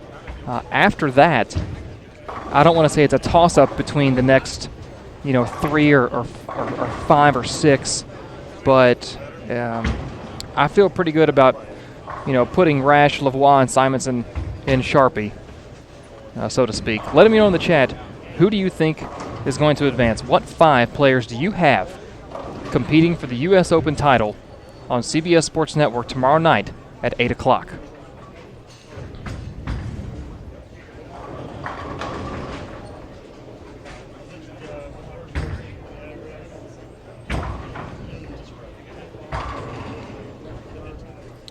Sean Rash and Francois Lavoie are on 21 and 22. So it is essentially going, beginning with 21 and 22. It's going 1, 2, 3, 4, 5, 6, almost in correlation with the lane numbers. So the 1-2 match is on 21 and 22. And we will go there as well. 3 and 4 is on 23 and 24. 5 and 6, Belmo and Sean Maldonado on 25 and 26. And where else we got? 7 and 8 are, of course, on 27 and 28. And that is, wow, Chris Barnes and Tommy Jones again. As I mentioned, that could be a preview of position round, and it is. They're going to bowl each other again.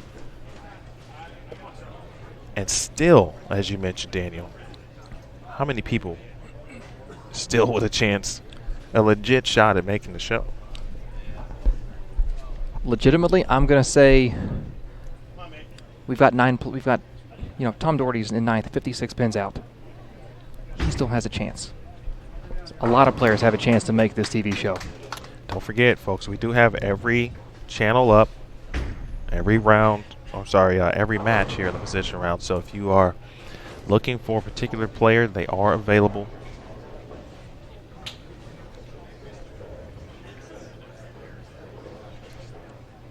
The only thing that stands out that concerns me, and this is just because it's fresh in my memory, All right, is bowlers, that when you have your arrows and a full set of pins, you may bowl your last game of competition tonight for the 2019 U.S. Open.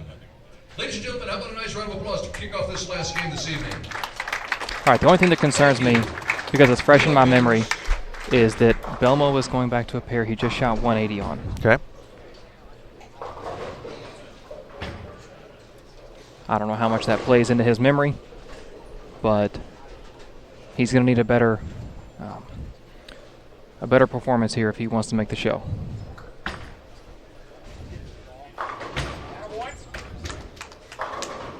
That's a good start. Already a great start there. Maybe a ball change. Got a quick chance to go down to the practice range, but they only got one shot on each lane when they got to the competition pairs. And Simonson starts with a strike on 23 again. 3-4. Simonson versus O'Neill here on 23 and 24. And then 5-6. Belmonte versus Maldonado with 15 pins separating those two.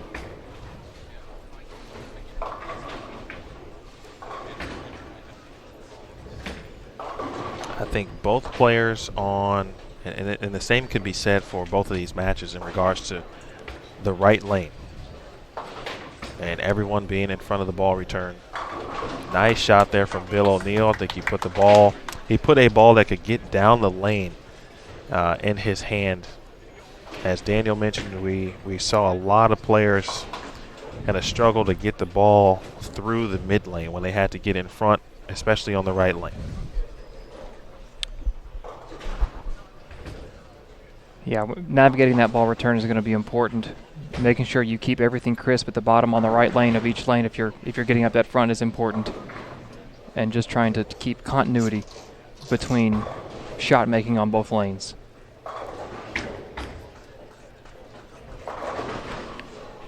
Simon and O'Neill trading strikes to start. Maldonado and Belmo. Strike for Belmo, spare for Sean. Rash, strike. Lavoie, spare.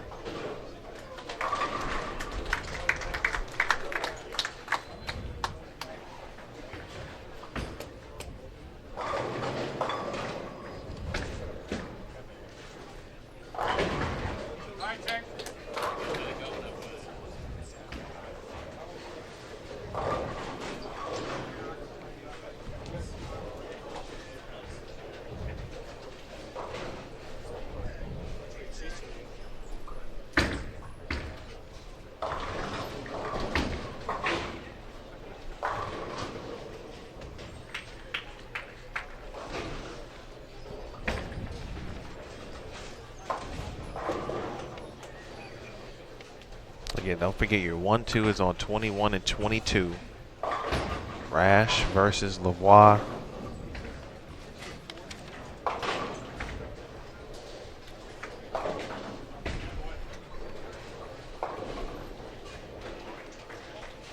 Both players clean on 23 and 24 currently.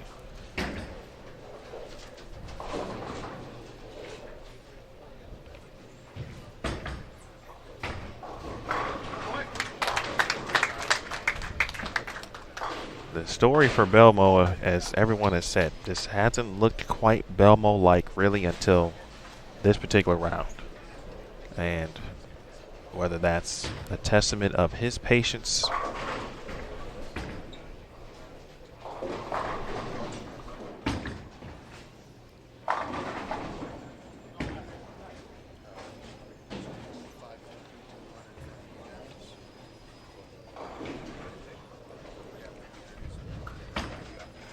He got pulled into a side conversation, but I think I know where he was going with that, is whether it's just a testament to what Belmo can do and his greatness, or if this pattern just finally came around and he's been the same guy all tournament and finally just kind of got got the look he needed and was patient for 48 games.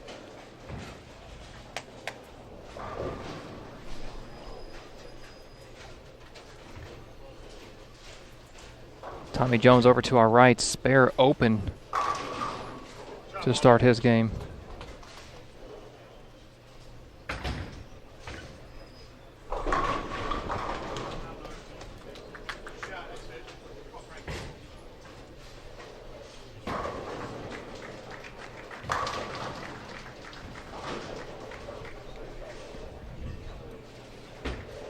Kind of waiting for somebody to blink here in these top 6. You know, I mean, we honestly shouldn't expect that to happen, right? I mean, they know what's at stake. But for something to go, you know, for Sean Maldonado, for example, to get in, someone has to blink. And it can't be him. Ooh.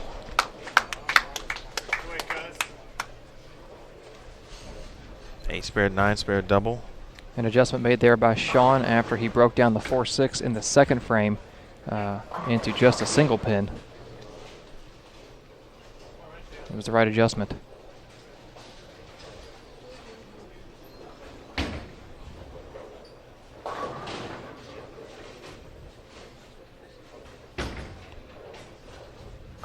O'Neal looking for 4 in a row to start. Push a little. And a 310 for, as Rob Gottschall sometimes says, William. Just a quick update on we're looking at our top, kind of covering we got our top, our 3rd through 6th right here. 7th through 10th. Barnes, spare open. Tommy Jones, spare open. Tom Doherty, spare open strike. Chris Vai, split converted it, split in the second. So no one outside the top 6 is doing anything to threaten those players in the top 6 right now. Look at the shot here from Bill O'Neal. You see him turn. He didn't like it as soon as he let it go. Blink. If you got to be able to minimize the mistakes, you know, and then not only we still got the seeding situation for everyone still on the board, not just making the show, but what seed are they going to be if they do it?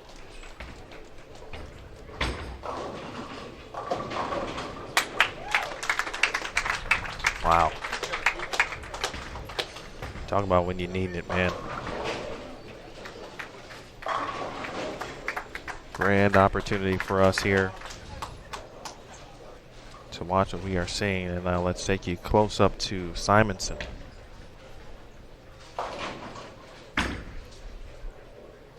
Pushed long.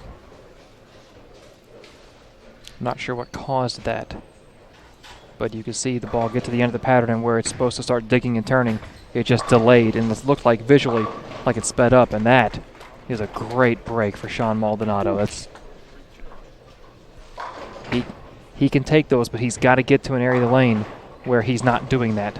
He's broken down a 4-6 into a single pin, and now he broke down basically what was a big 4 into a strike.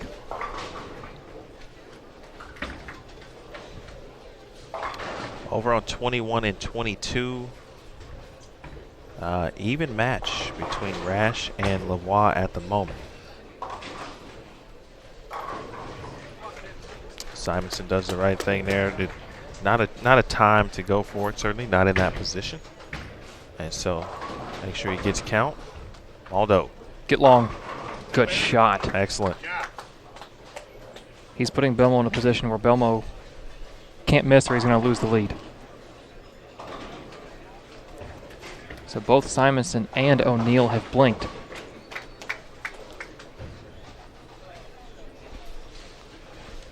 Again, Maldonado 77 pins behind Simonson.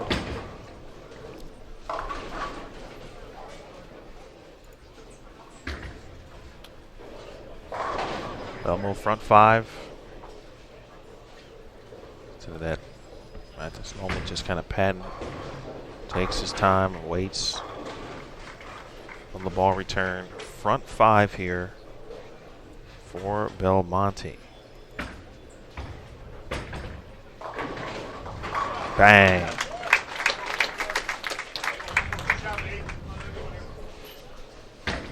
patience is a virtue.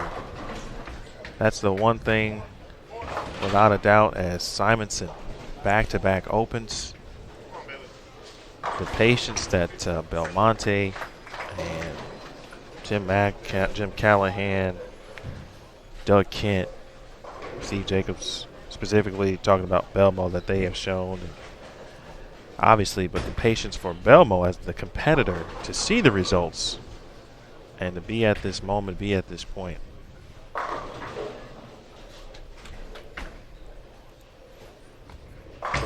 Oh, you see the good look. Good look.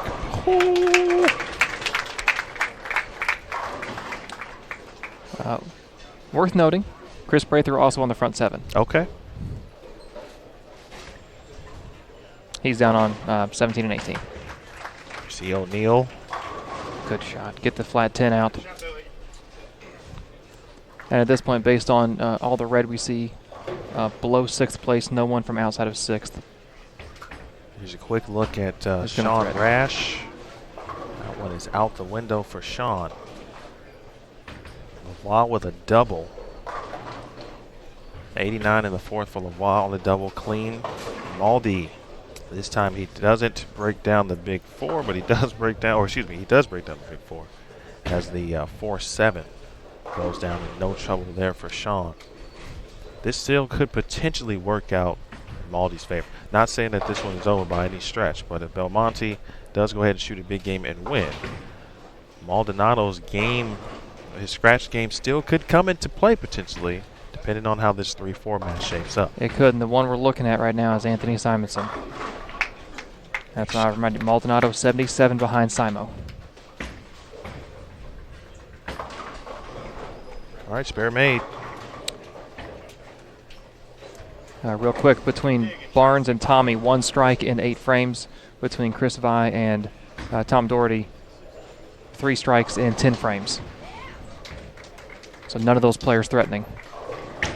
As of right now, it looks like it's a 6-player match for a 5-player field. And this man right here might have the short stick. He needs a strike.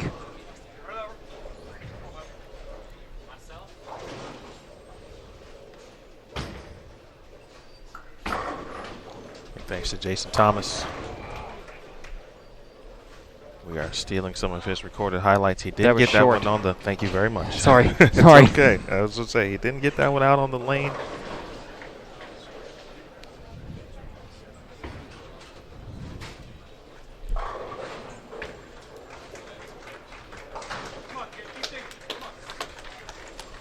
You hear Tim Max to keep digging. That's what he has to do here. What I'm looking at right now, 77 pin deficit, Maldonado to Simonson.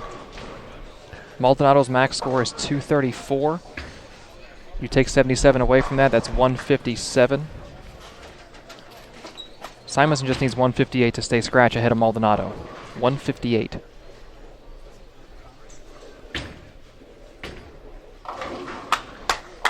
That helps. Maldi was a bit worried actually about that 6-10 on the right lane, and he ends up chopping and taking the 6 off. All right, back to Belmo, front 7.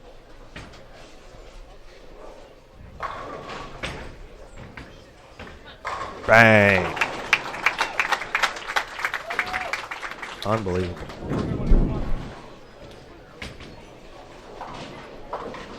What are you thinking here, Daniel? I'm not going to get ahead of myself with what I'm thinking. I'm thinking right now Rash and Lavoie have done nothing to hurt themselves as far as the show goes. Bill O'Neal is going to make the show. Francois is going to make the show. Sean's going to make the show. Belmo's going to make the show. I'm looking at, can Maldonado put pressure on Simonson? He needs the rest of them. That looks wide.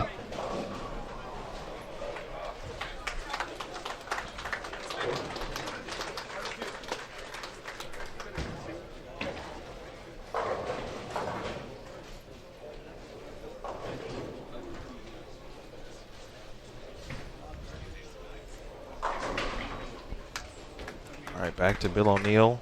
We'll go in depth.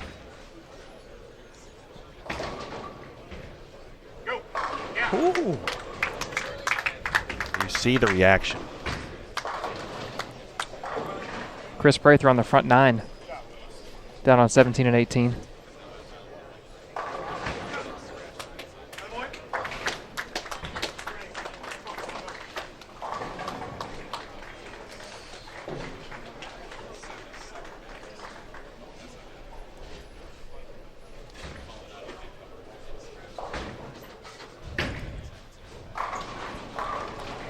Well, Maldonado is going to finish first. And right now, Simonson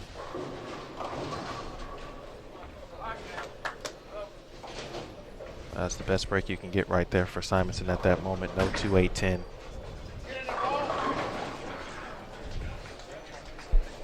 Just looking at the numbers, Francois is not currently doing enough to pass Rash.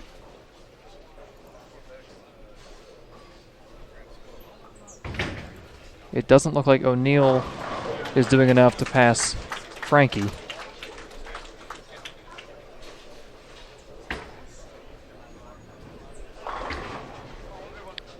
It just depends on what they all do as to how many people Belmo may pass. That spare Rash made is in the 8th frame. Both he and Lavoie are clean. Right now, 14 pins the difference.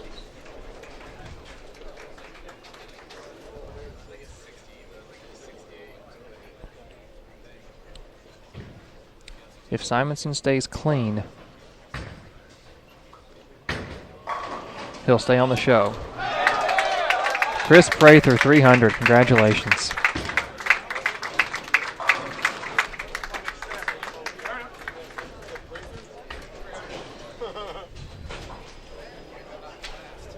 That's nice job by Chris Prather, by the way. Congratulations on that. Ooh. For Maldi, get them all and see what happens.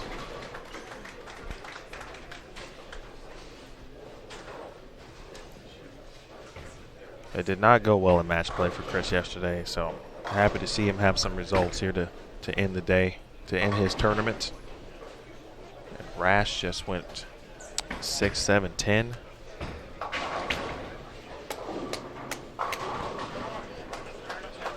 In depth, Sean Maldonado. Representing Houston. Great feature story on bowl.com about him. And he trips a 4. So Maldi should be in the 230s. I feel like Sean, man, for the most part of the day has been just a shot away. And Sean Rash just made the 6, 7, 10. I think the 6 bounced out to hit the 7 in the back of the head.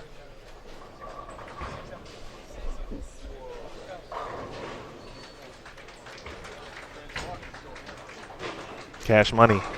Ooh. Bank's closed. Wrap 10.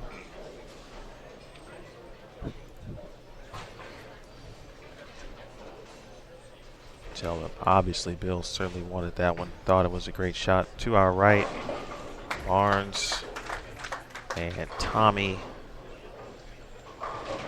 Locked in a good battle with Chris Barnes leading at the moment.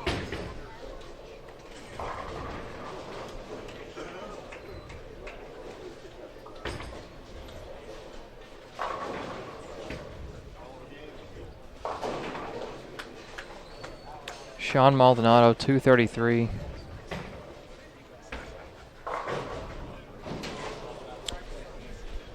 And Bill O'Neal misses the 10 pin here in the 9th. So he's going to defeat Simonson. 233.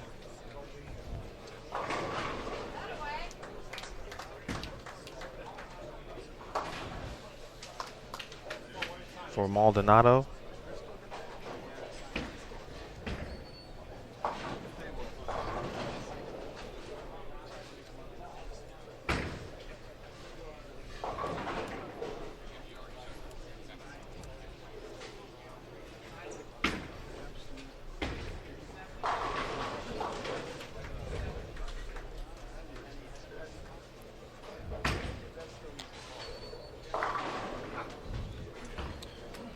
All right. 3-10 for Belmo. Francois could possibly pass Rash. He's going to get... You have to assume the match win. Here's Bill O'Neill after the missed 10 pin. Heavy on the head pin, 3-6-10.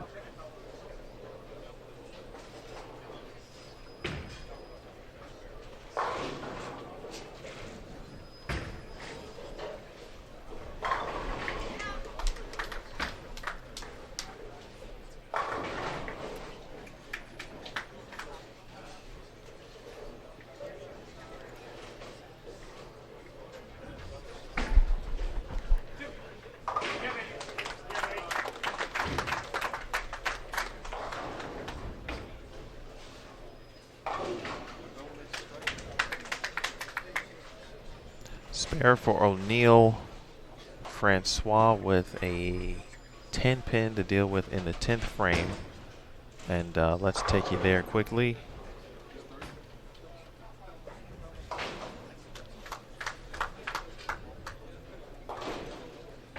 So Francois has that one about wrapped up. Back to Belmo. He's going to get 30. Is he going to strike on the fill is the question.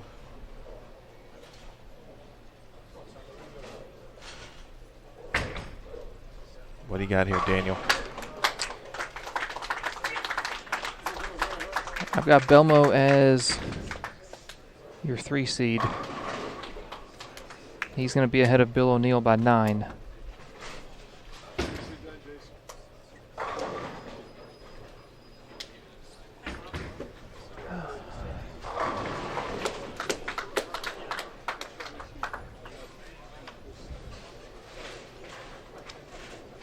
Seven pins on the first ball for Anthony Simonson will do it.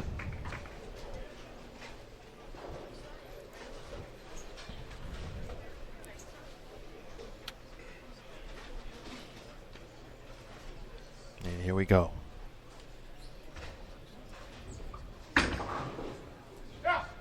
Best shot of this game.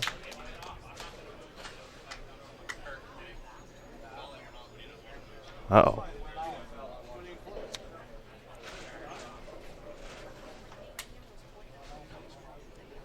Well, we've had this situation happen a few times, actually on this pair. And the cap triggered the foul light. He slid into it. And so Anthony said, hey, I'm not moving until we get a tournament official down here. Kirk I don't blame him. Kruger was right there and able to confirm and verify. Simo, Little Elm, Texas.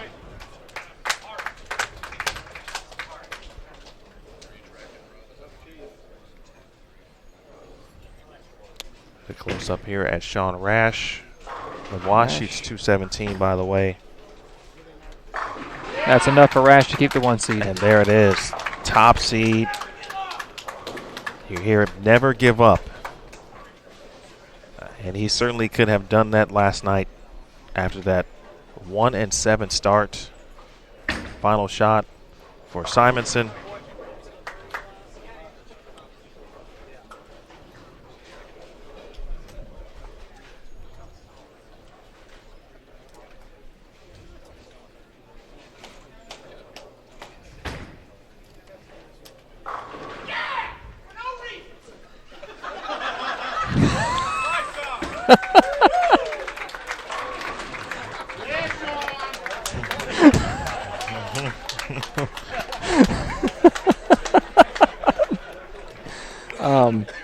Tom Doherty just kind of broke the tension. He struck in the 11th and screamed. I'm not going to yell it, but he screamed, "Yeah," for no reason. And even Rash was in his stance for the 11th pitch and went up and threw a strike and just came back laughing. Wide angle for Sean Rash, and he is going to be your number 1 seed of the live televised finals of the U.S. Open. Well, not that it's going to be much consolation, but the 610 that Maldonado chops did not cost him. By the numbers I have, Rash is at 1179, 24 pins ahead of Francois Lavoie at 1155. Belmo jumps to third at 1112, 9 pins ahead of Bill O'Neill at 1103. And Simonson at 1060 is your fifth and final advancer to the stepladder finals tomorrow night. Maldonado at 1034, 26 pins behind Simo. Sean Rash has won the USBC Masters and the Tournament of Champions. I would like to add the U.S. Open to his resume. He can do so tomorrow night. He'll have to win one game to do it, and he'll win his 15th career title.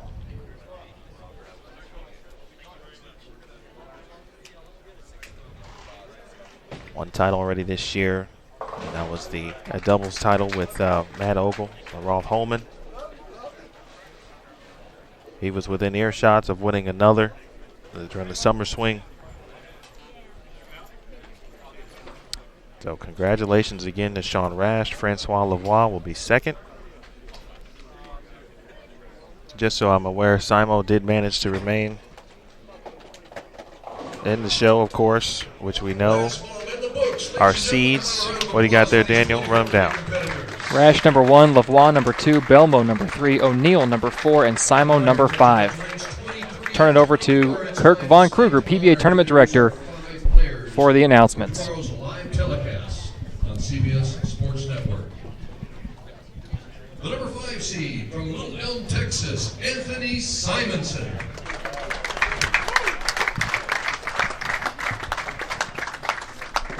In our first match, he'll face the number 4 seed from Langhorne, Pennsylvania, Bill O'Neill. The winner of that first match will go on to face our number 3 seed from Orange, New South Wales, Australia, Jason Belmonte. Fans, you know how it works. The winner advances. Facing the number 2 seed, representing Canada, Francois Lavoie.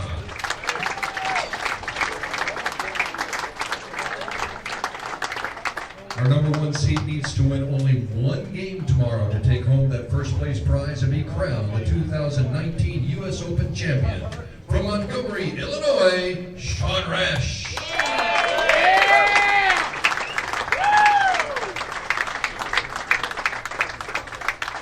These are your 5 finalists for the 2019 U.S. Open.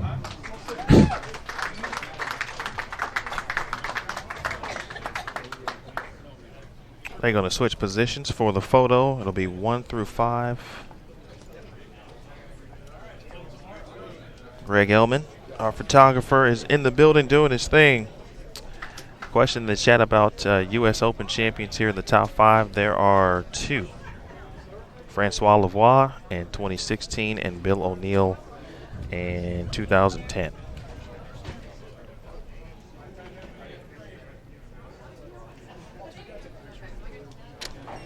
Well, partner? Yeah. How about that, huh? A good mix here. You know, Sean needing just one game, obviously. Lavoie, who has won this event. Belmo, who has never won it, has finished second before as well. Bill O'Neill has won it, and you know, Bill O'Neill never getting out of the top 5. I mean, and you know, if it was going to happen, it would have been this round, because he was in some situations where, you know, the lanes were doing something that they hadn't done on this pattern before, and they actually did it earlier than they had been in previous rounds, and he was able to manage that. And then Anthony Simonson, who kind of the same thing, he got off to a great start on this pattern this morning, and then tonight it was the opposite. He went 140 and manages to stay in the top 5. How about that? That's a case, you know, Sean Rash came off that shot in the 10th that clinched the number 1 seed for him, and he yelled, "Yes, come on, never give up." And sure enough, after going 1-7 yesterday, and we've talked a lot about that, but he really turned it around. He could have let that get him down, but he didn't. He knew he could find the ball motion he needed to string the strikes, win the matches, and get to the show after leading going into match play. And then Simonson, 140-140 again. I know he's talented. I know he's accomplished, but he's young. And back-to-back 140s can do a lot of damage to a player. And he fought back again, never gave up, and got his way, despite the last game struggling, stayed on the show. I mean, the storylines here are just, they're plentiful. Sean Rash, looking for his second career major, bowled very well, third career major, bowled well all week, and he's kind of had a resurgence of his career the last couple of years. You've got Francois Lavoie, has won this event, looking to become a 2-time champion. Jason Belmonte, we know the story, never won it before, 11 career majors, looking to add to that record total. Bill O'Neill has won this event once, revamped his game over the course of 2 seasons, has come back, won his first singles title this year since 2015 in Oklahoma, looking to add a second title. And then Anthony Simonson, 2 career majors at such a young age. To add a third at this point in his career would be unheard of. Yeah, youngest to win 2 majors at this point, which is just a phenomenal event. Rarely does one probably get a chance to be on the microphone for 2 U.S. Opens, but I was. The U.S. Women's Open, which was phenomenal this year, of course, as well, and then now the U.S. Open. So I'm very thankful to do what I do and be a part of it. I want to tell you, excellent work this week. We put in the time, but we do it because of moments like what we just saw. And I'm going to get a little sappy for a second, a little cliche, but it was a pleasure to work with you and to work with this guy from our days back at 89-1 The Wood at Lindenwood University and the Wood Sports Department, calling NAIA Heartland of America Athletic Conference basketball games, football games, and here we are calling our first U.S. Open. How about that? That's good stuff. Well, Dave Ryan and Marshall Holman will have the call for you on CBS Sports Network tomorrow at 8 p.m. Eastern Time. So we will essentially hand off the baton to those individuals. Those 2 gents are here. They'll be doing TV interviews and getting ready for obviously everything TV related for tomorrow night's broadcast. We will be doing some of the same things. We don't know what we're doing, but we think we're doing what we normally would do in a situation. Daniel more than likely is going to be doing talent stats, and more than likely I'll be in the TV truck doing the same thing as well. Again, want to thank Daniel. Want to thank Aaron Smith. Aaron was phenomenal. Wasn't on the stream this week, but he was on the stream this week. He was in the chat. He was helping you guys out with any customer service issues, questions, concerns, dropping great opportunities in there in regards to trivia questions, polls, keeping you guys engaged and interactive. We appreciate Aaron. And all those lane assignments that you see, that takes a lot of time, folks. And it honestly does. That is not the easiest job in the world. And Aaron does it and makes it look pretty easy. I want to appreciate and thank Aaron Smith. I want to thank Jason Thomas. Appreciate him being out here. We can tap in and all of his great video work this week that's been on all of the USBC social media channels. I want to thank Aaron Smith. I thanked Aaron Smith. I want to thank Matt Cannizzaro for the written word this week and everything that he has done, both recaps, feature stories. We'll try to do a smorgasbord tomorrow on Instagram and IG stories and Facebook stories of everything that's happened throughout the week leading you up to the TV show tomorrow. Want to thank Paul Rhines, the proprietor here at Victory Lanes, and his staff, as well as Kirk Von Kruger, the PBA tournament director, Greg Moore from USBC, and the USBC, BPA, and certainly the PBA. Anybody else I'm forgetting? I think there's one big group you're forgetting. Yes. That's all of you Bowl TV viewers, everyone simulcasting on Flow, everyone who tuned in to watch this. You all are what makes this doubly enjoyable. We love what's going on out here, but interacting with you in the chat, giving away prizes, getting to know you, and just becoming more of a cohesive group. I mean, I learned traveling with the PWBA that Bowl TV has become a family. And I see a lot of the same names with the PWBA tournaments as I saw here, as I'm sure I'm going to see at the collegiate events coming up soon. And I can't wait for the future, but I'm really looking forward to the TV show tomorrow night. Yeah, one more time for those who may have missed it, what's our order for tomorrow's step ladder? Order for tomorrow's step ladder. Number 5 seed Anthony Simonson will take on the number 4 seed. Completely just blanked right there. Wow. I'm so excited. I'm sorry. Bill O'Neill. Simonson takes on Bill O'Neill. The winner of that will face Jason Belmonte. The winner of that will face Francois Lavoie. And the winner of that will face our number 1 seed, Sean Rash, for the right to be called the 2019 U.S. Open champion. The green jacket and $30,000 will be on the line tomorrow. You don't want to miss it. Be sure you're tuned in at 8 p.m. Eastern Time on CBS Sports Network. Again, CBS Sports Network. I want to thank Flo Bolin this week. It's been an honor to be able to simulcast this event to Flo and their viewers. So we appreciate you as well, and obviously to Bowl TV, chat, and everyone involved. Thank you so much. And so for the final time this week, for Daniel Farish, Aaron Smith, Jason Thomas, and Matt Cannizzaro, my name is Emil Williams Jr. The next time you will hear from us, it'll be separate, but you'll be hearing from us. We'll be this weekend. We'll be at the Brunswick Southern Collegiate Classic, Tier 1 event, part of our USBC collegiate coverage on Bowl TV. Enjoy the show tomorrow, folks. You do not want to miss it. Again, Sean Rash, Francois Lavoie, Jason Belmonte, Bill O'Neill, and Anthony Simonson. For the final time, we say so long for now. This has been a presentation of the 2019 U.S. Open. You watched it live and you watched it on Bowl TV, simulcast to Flo Bowl. Good night, folks.